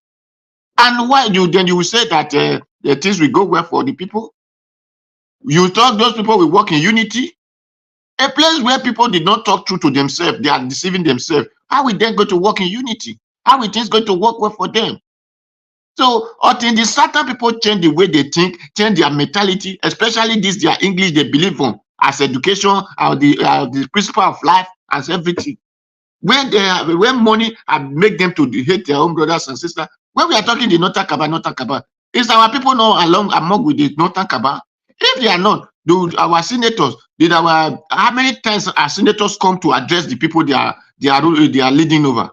Or the House of Representatives, even your governor in your state, the local government chairman, how many times has he addressed the local government that is leading?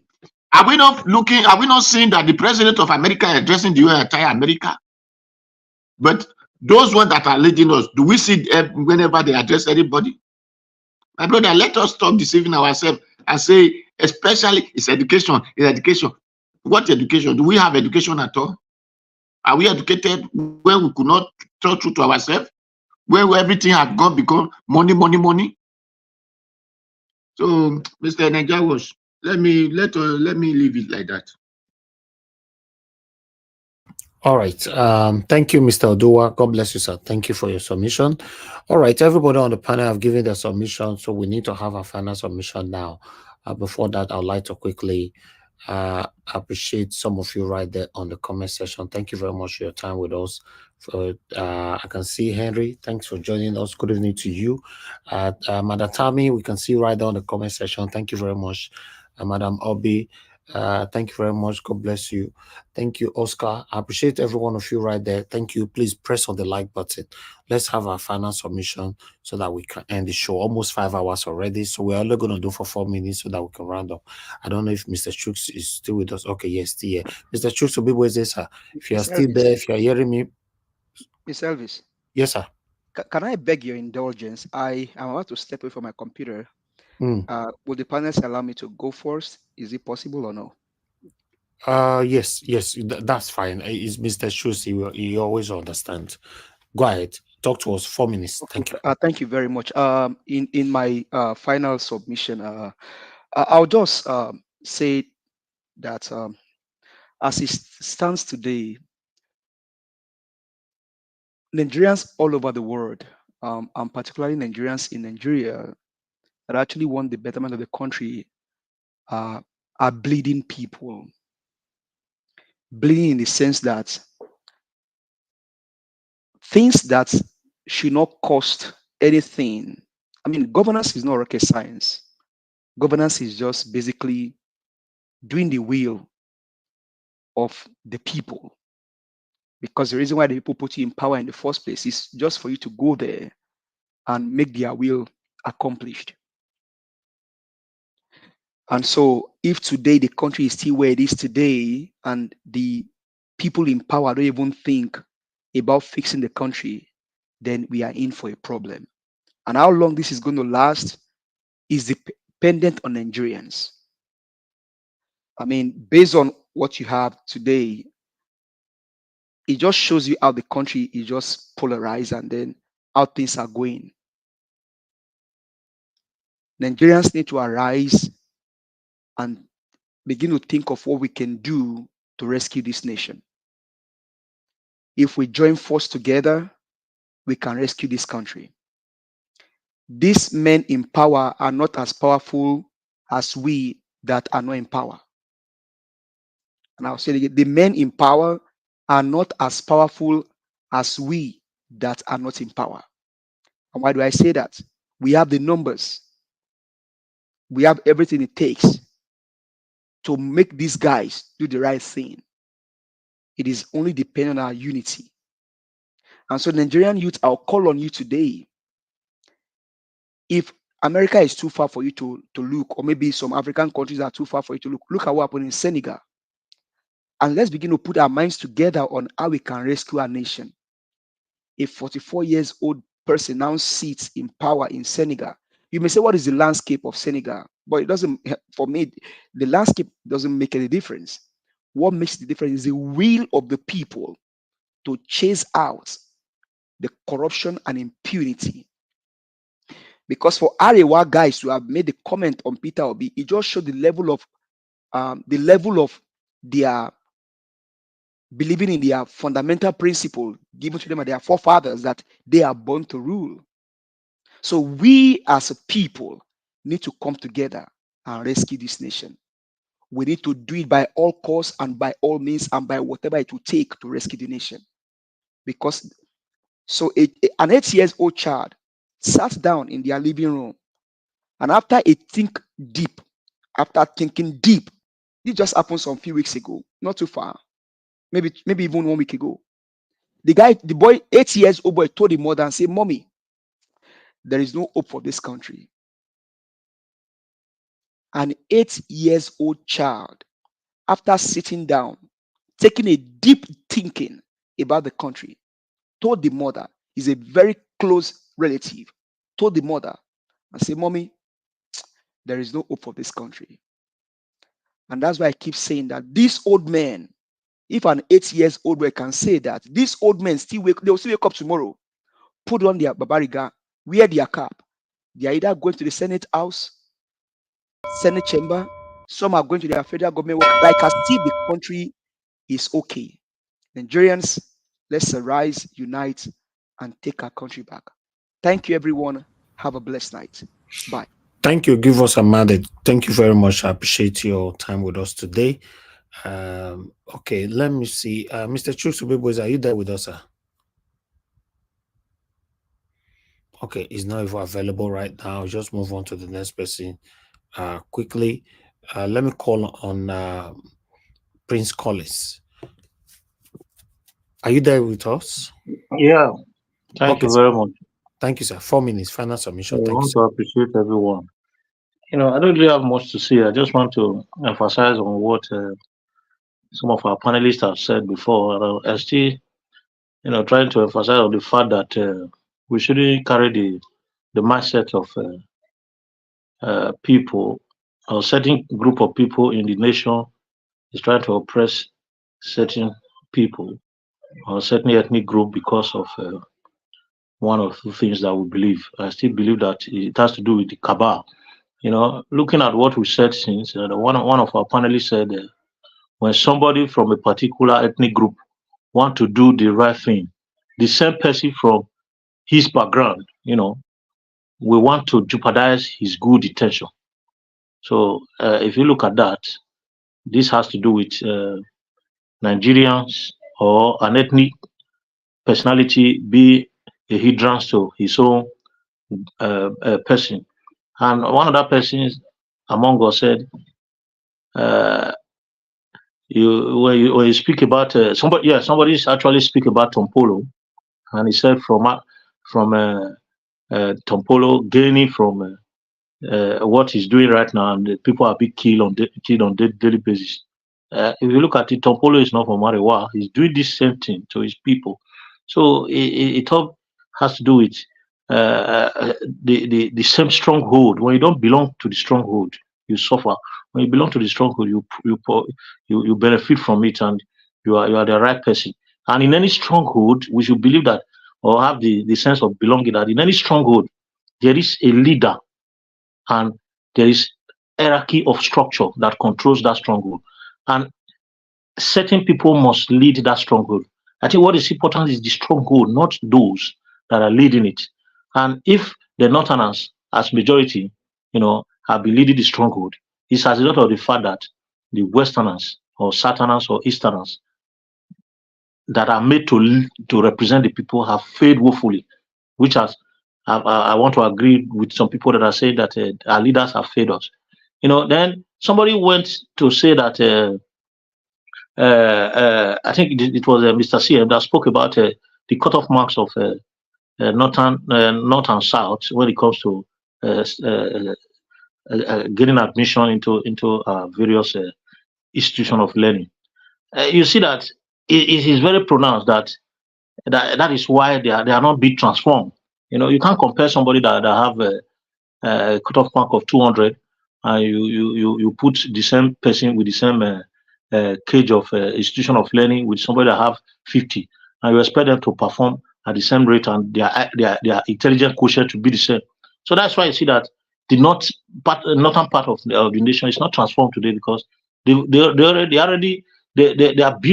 built to know how to siphon the nation to themselves, but they don't know how to utilize it for their people. For Peter Obi to go to the north and start feeling that, oh, these people, they need serious attention, and start giving them water, and see the way their fellow northerners are killing them, kidnapping them, putting them into the bush. Are they not part of the same nations? The same northerners I would think that they are oppressing the south. So everybody is collecting its own portion from this stronghold of evil cabals. That's what I'm trying to emphasize on. Then, so we shouldn't believe that, because Nnamdi Kanu is from the east, that's why this is happening to him. It can happen to anybody. And I think CM was trying to emphasize on how it has happened to so many people, and it was just you were trying to give a narration of how it happens to different people that has happened to before. But I think it's the same issue. People are being punished for doing the right thing. People are fighting for the right cause, and they be punished for it. So it happens differently. So yeah. So as a matter of fact, what we need to do is that every single man need to, every Nigerian need to, come together and make sure that the right path is being taken by each and every one of us. It's not one man show. It's going to be the strength of everyone coming together. And with this, that's really we can pull with. Thank you so much, Nadia Wash. I appreciate you today. Thank you, God Prince. God bless you, sir. I appreciate you too. Thank you. Okay, Black Panther, my brother, are you there? Yes, so I beg, talk to us. Thank you, sir. 4 minutes. Thank you, Nadia. We lost you. We want to hear you. I want to say here. Oh, you don't hear me again. Okay, you are good now. You hear me now? Your voice is teased. Oh, okay. You hear me now? Yeah, you are good. Yeah, go ahead. Thank you. Okay. I want to say here that what Peter Obi is doing from humanitarian ground is doing a good thing. On a political landscape, he's wasting his time. The reason why I said this is because history will have spoken it, and it will always repeat itself.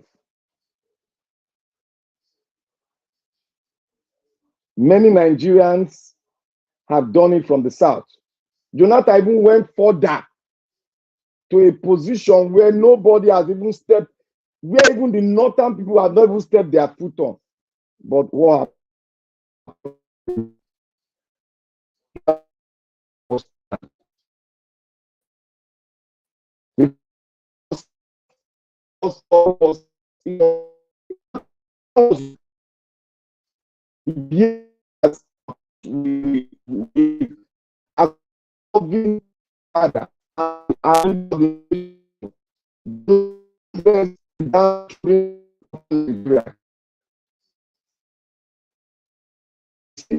the passenger, that's wickedness. Driver of wickedness. One passenger that is core to that car, that bus that they are driving, is the Islamic cleric. We have spoken much about the Christian clerics.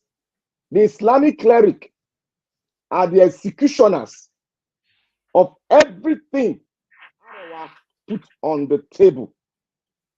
History cannot be defeated. It has been said, and it has been proven. anytime there is a political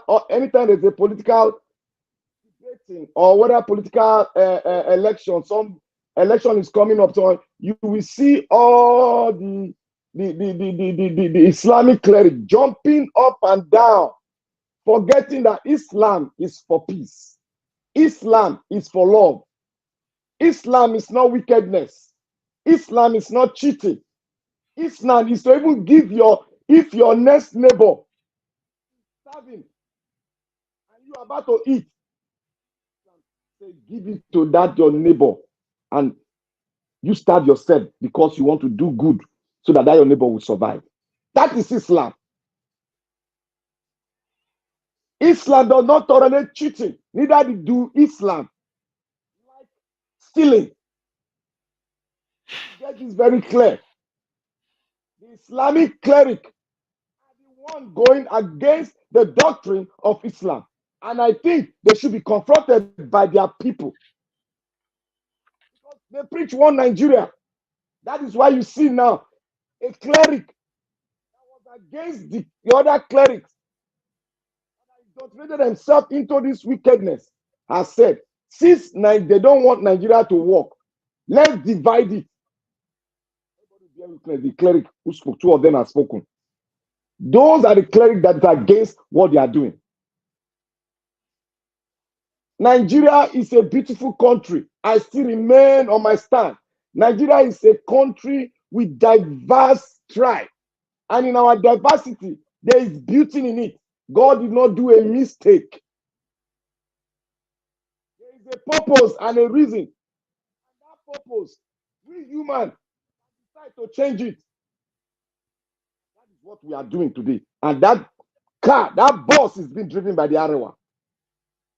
I stand here. If the Arewa will stand, tell me that they are not the one. Let them rise up from the northern hemisphere of Nigeria. Let them say, free Nnamdi Kanu. I'm so passionate about this man. It took me 3 months to understand where this man is coming from. And when I grab his message, I'm not caught up from it. Where people were seeing the other part of, it's not respectful, I wasn't seeing it. My last thing I want to say here, Nigerians, we should arise. We should arise. If we don't arise and take this country radically, then the prophetic word that was sent forth by the American government will happen. Thank you, Mr. Niger Watch. All right, Black Panther, thank you, sir. Thank you very much for that submission. Okay, I'd like us to quickly hear from Madam Obi Ashoku. Please give us your final submission, ma. 4 minutes. Oh, thank you. Thank you, ma. Can I, just like what the last speaker, what he said, I quite just agree with him. Maybe I'll give my can I give my time to Mr. CM? Okay, better. Thank you. That's fine. Thank you, ma. Yeah. All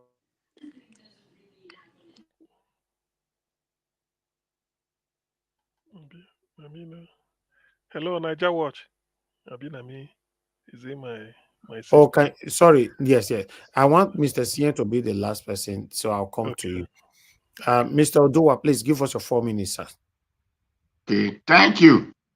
Thank you, sir. Let me say something here. Can you hear me? Hello? Yes, sir. Go ahead. We can hear you. Okay, thank you. Let me say something. For those that are saying they build school. In Nigeria, what school are they building? Let me ask. Do they build school that teach people how to produce slippers? Do they build school that teach people how to produce chair? Do they build school that teach people how to even how to roll copper wire? Do they build school that teach people how to even manufacture broom?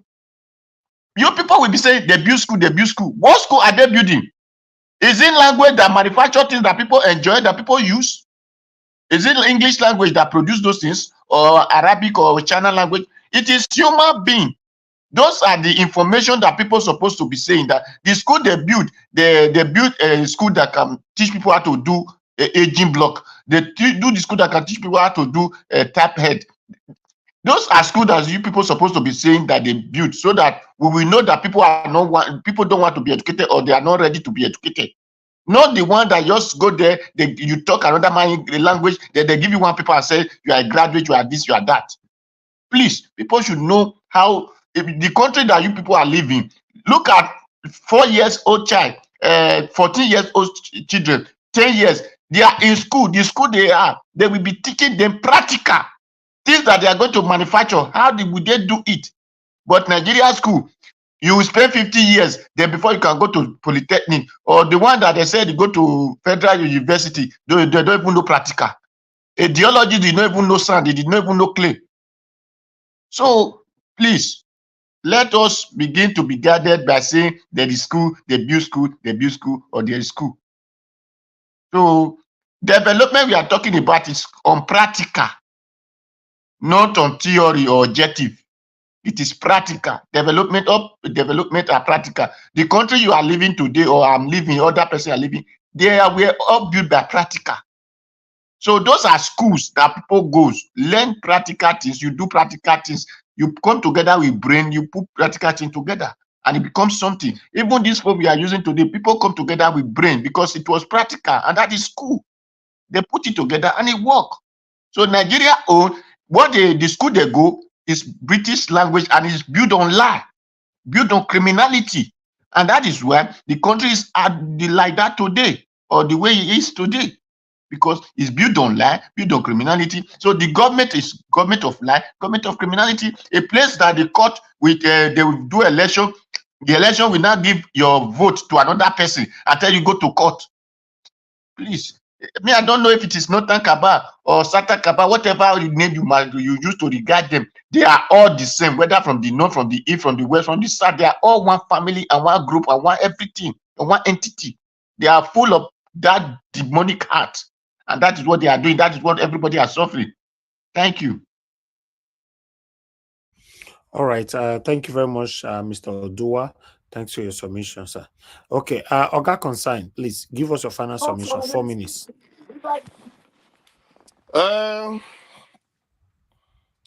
Thank you, everybody, once more again. The commentators, all our brothers everywhere, those watching from everywhere, I thank all of you. You people love Nigeria. That's why you people are there. We know those who love Nigeria. We know those who don't love Nigeria. Somebody leave whatever he's doing to, even the person is not doing anything, and to come and listen or talk, it shows that the person have the interest of the country at heart. I concur with CM, honestly. If I am Obi, well, no matter it's not to humanitarian ground, though, my brothers, people have done this before, like Black Panther said. Nothing happened. All these pampering, northern people have the weight of Nigeria is in their hand. The weight of Nigeria is in their hand. All this what they say, South is rich. South is not rich. People of in the southwest now, is it not people are suffering? In the southeast, people are suffering. In the north, in the south, the people are suffering. South is suffering. Let all these our Satan brothers not to be going that place and giving the little that remains for us and giving to them again. They should stop that. The only thing the South can do is to, if for like this man said in the Quran.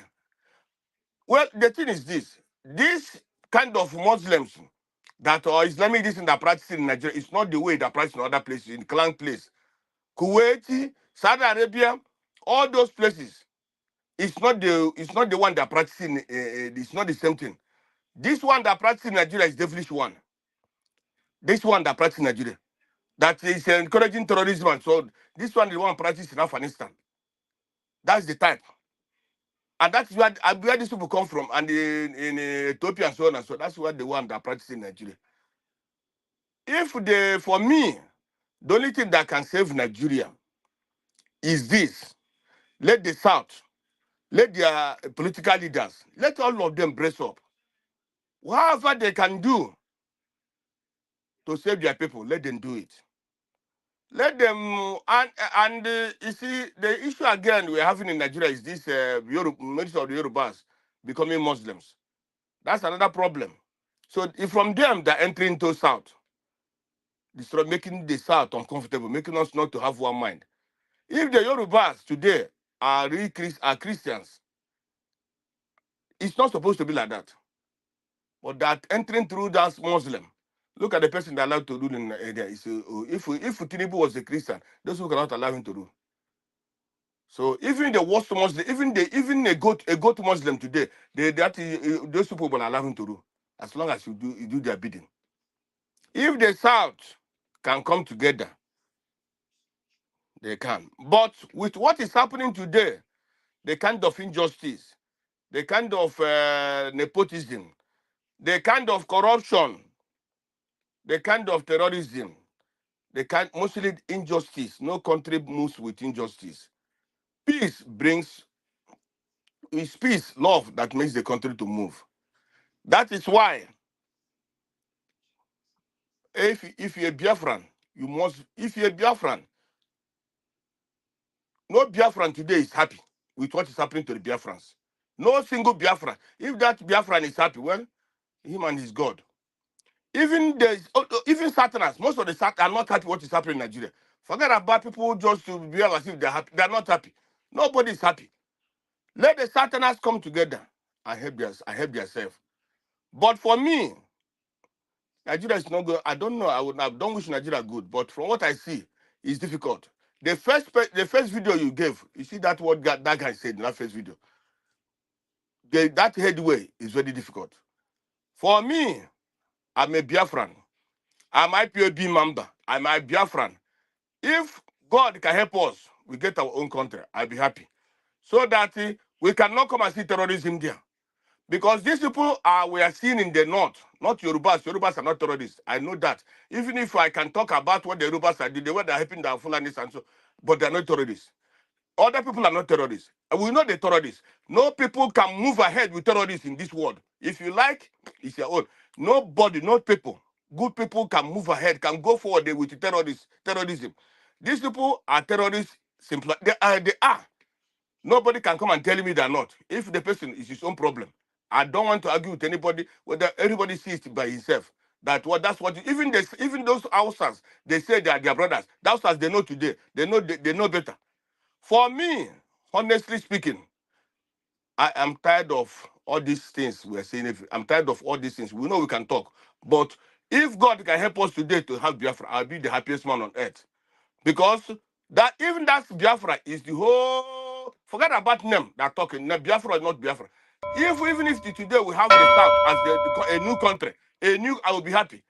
But with this kind of shenanigans going on in Nigeria, my brother, All God right. bless Thank you. everybody. God bless everybody. Good night. Thank you, Oga Consign. Thank you, sir. Yes. God bless you too. Thank you. I God bless appreciate you. you. Thank you, sir. My brother, All this right. thing, when I want to send money, it's not going. My own is I don't see that dollar sign anymore.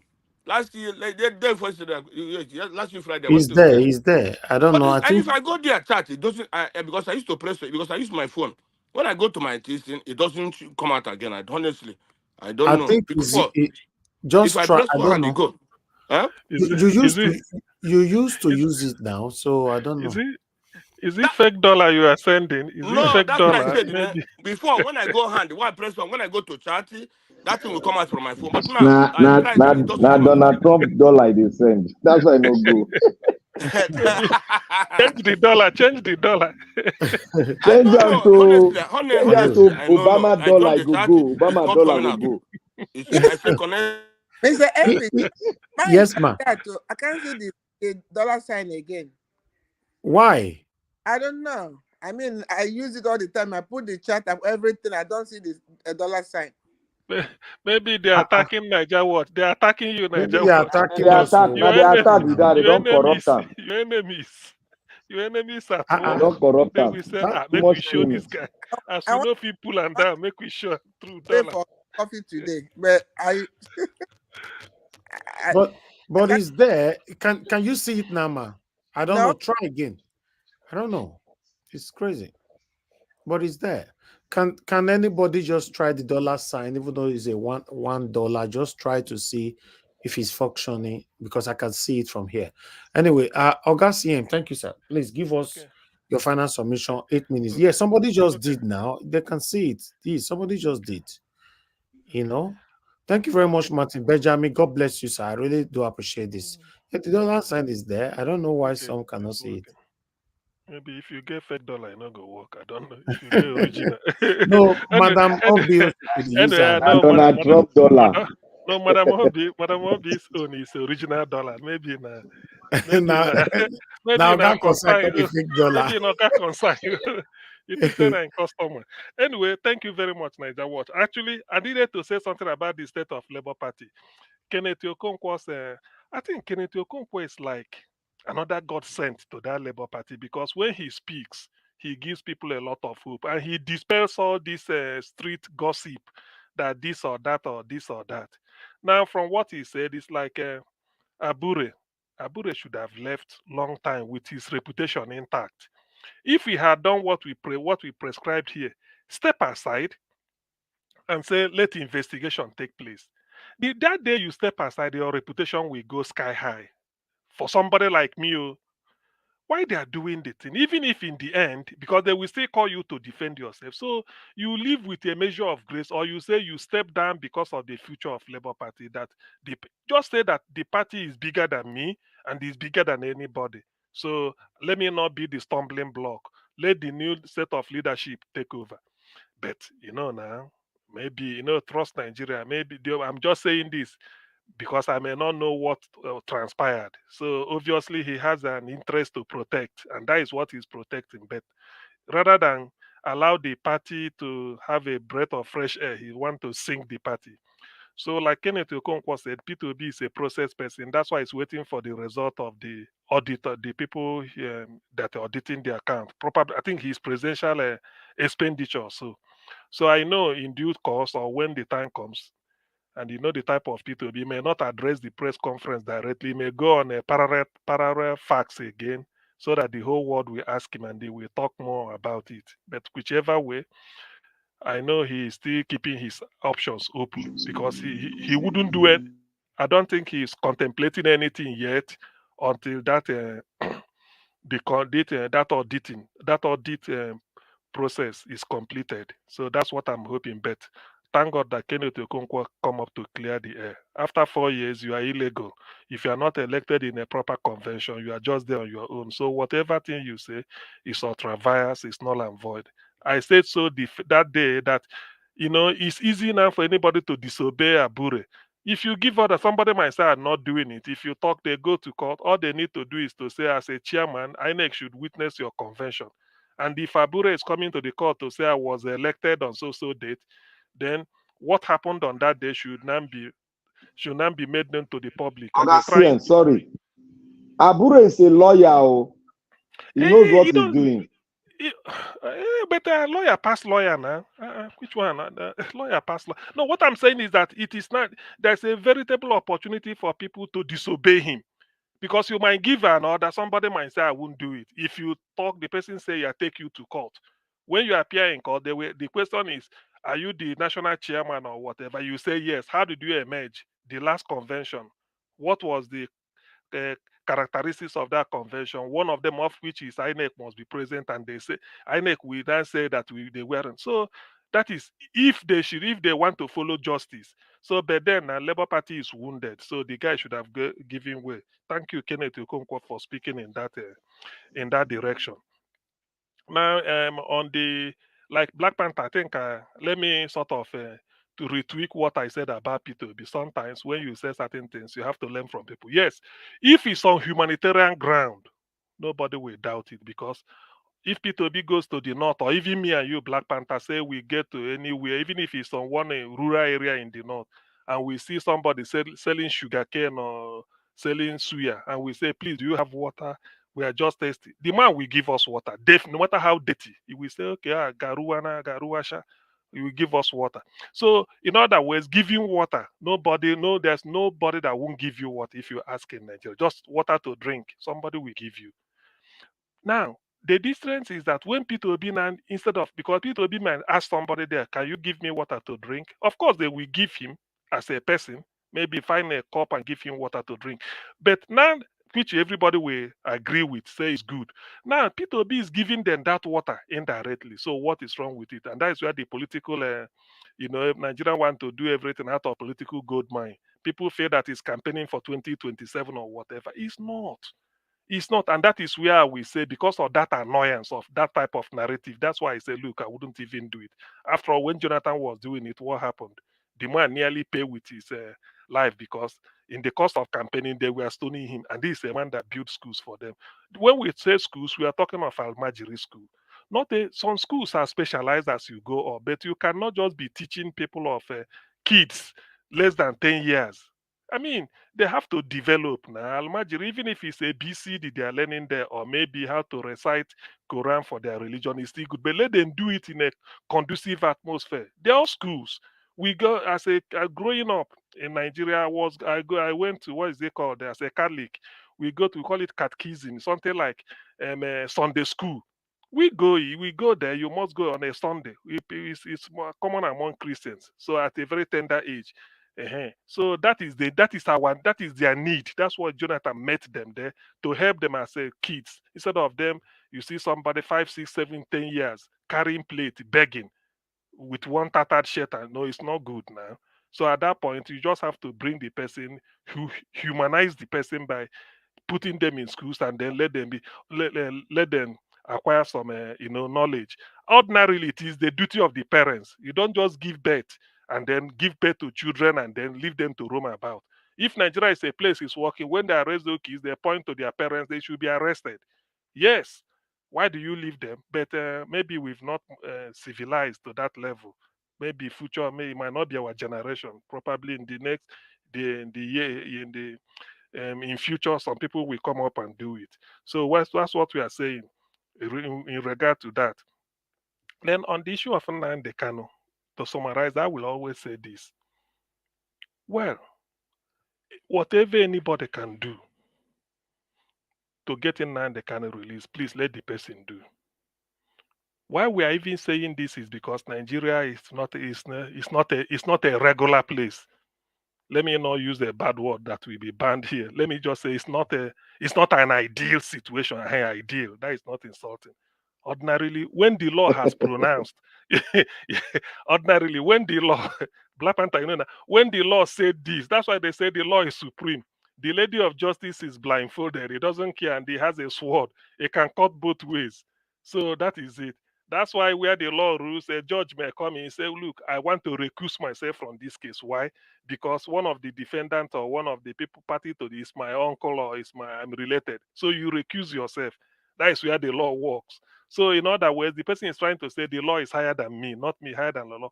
But in Nigerian case, imagine the law has tried him everywhere, found him discharged, let him go now. You are still holding him.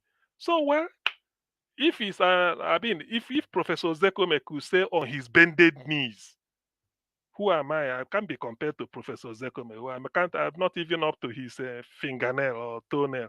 So on my own bended knees, please, let Nnamdi Kanu go. Let it be that you release him, let him go. Not because he's not guilty or whatever. The technicalities of law. Law has said, the lawyers has finished their own. The judges have said, let him go. So I don't know holding him. Is that what will bring peace in? And like he said, even when he was out, when he was out, like when people may be talking, hey, that brings me to issue of people should come out and protest. Yes, protest is good. Protest is a way to carry placard and write your message. Probably you may not be talking, you can see your mouth, carry your placard. The moment people read the message on the placard, they've known where you stand.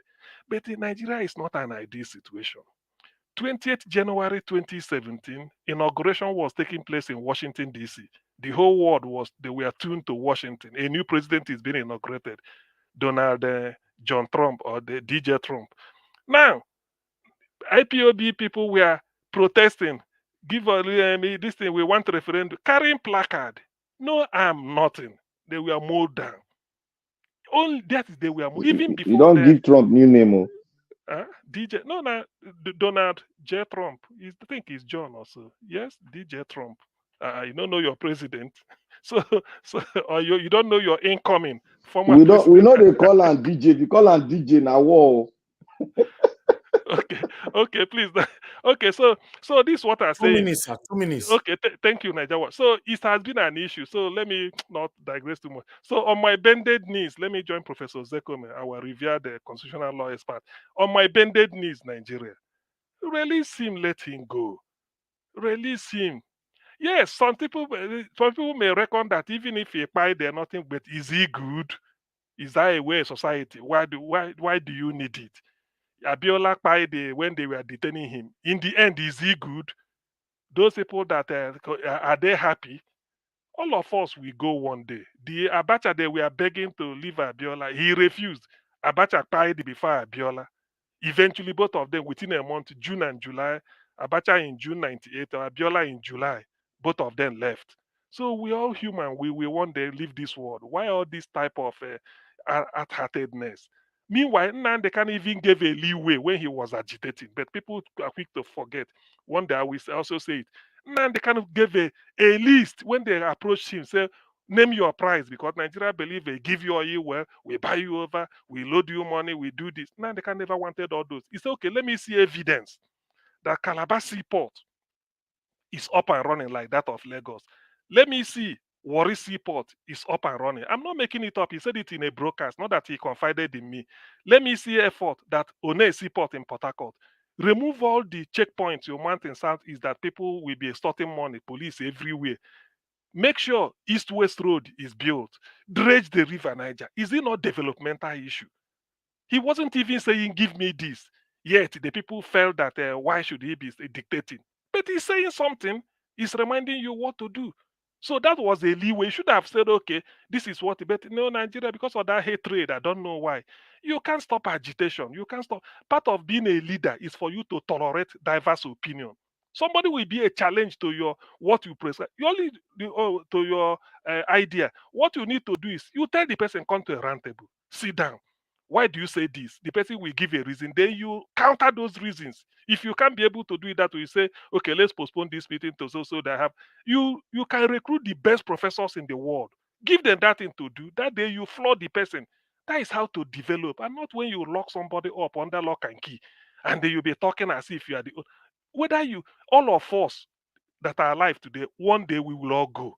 So why death is inevitable. So a buying person is inevitable. Whether you buy through accident or you buy through sickness or you buy through plane crash or whatever, buy is buy. We all going. So why all these things?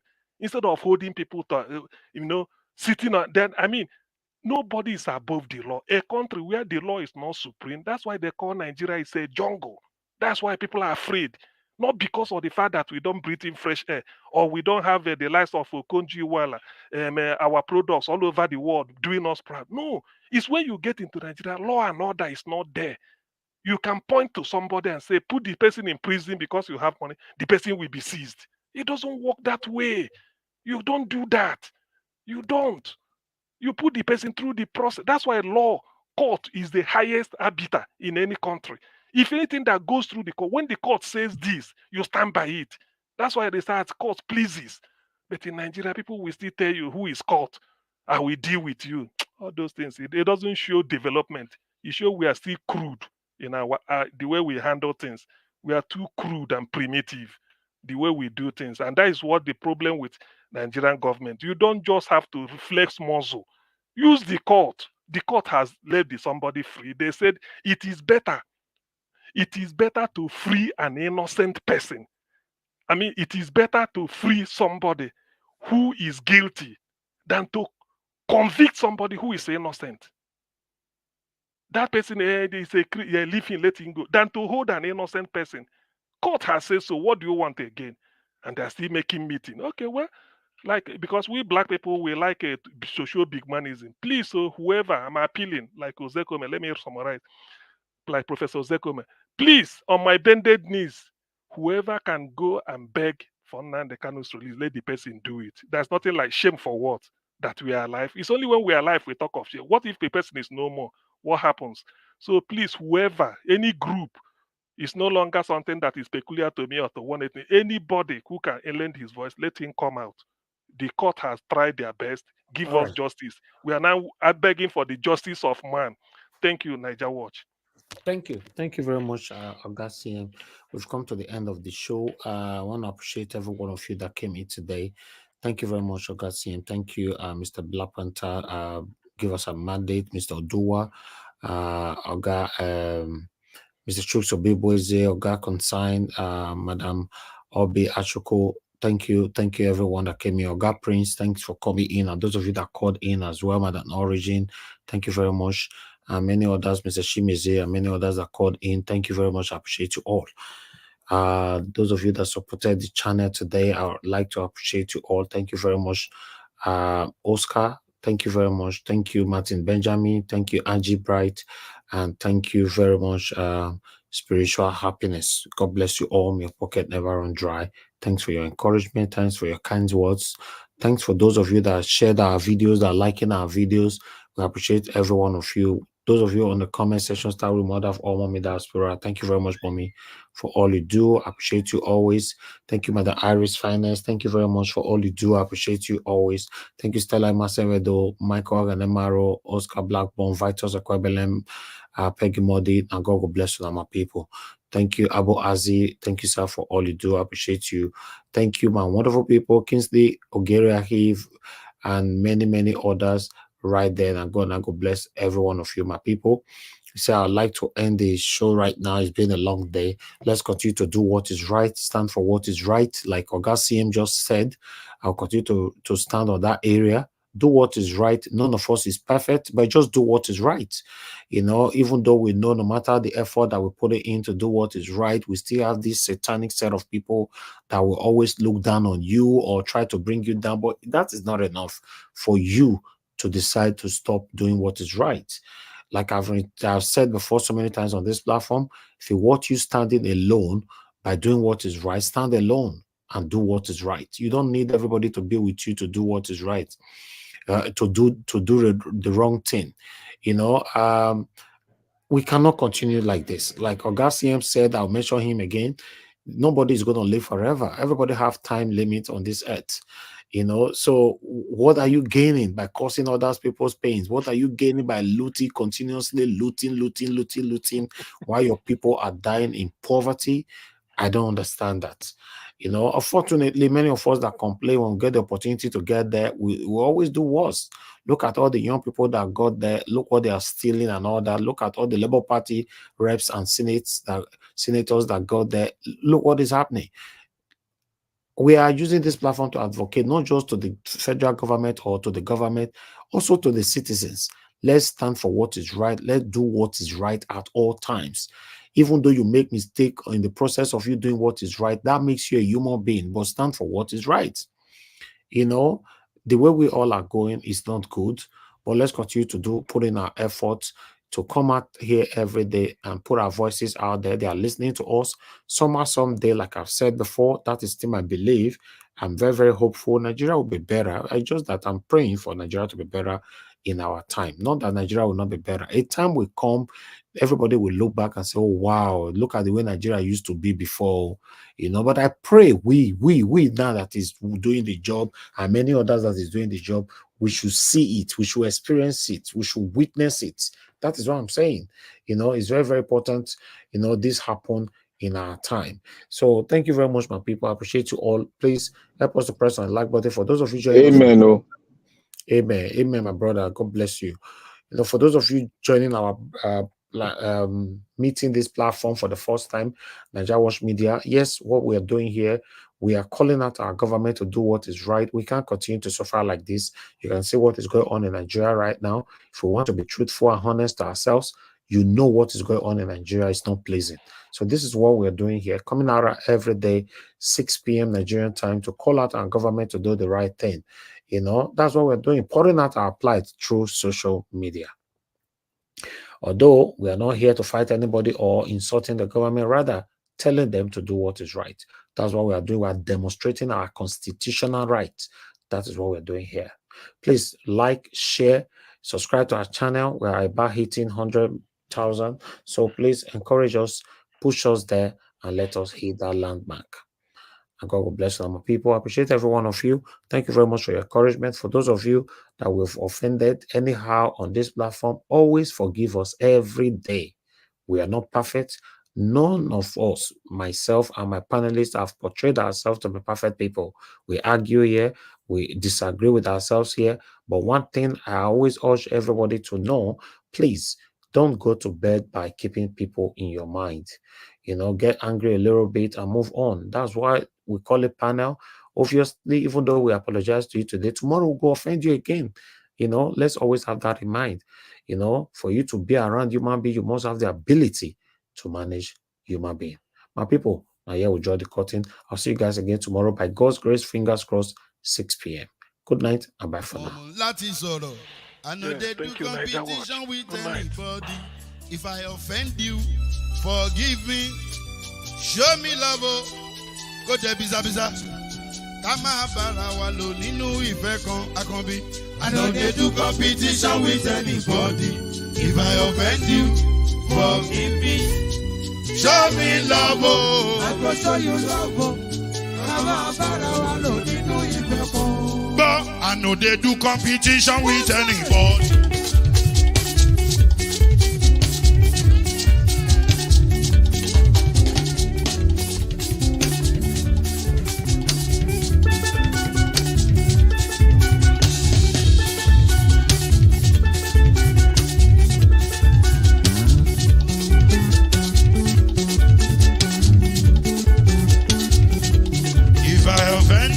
Forgive me, show me love, I go show you love.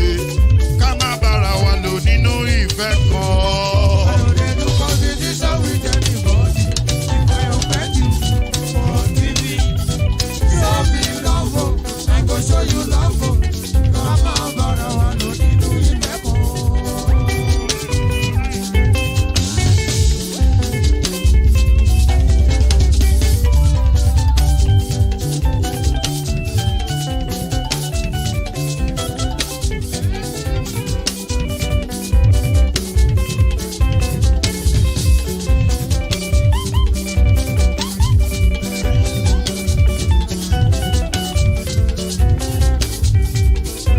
They do competition with anybody.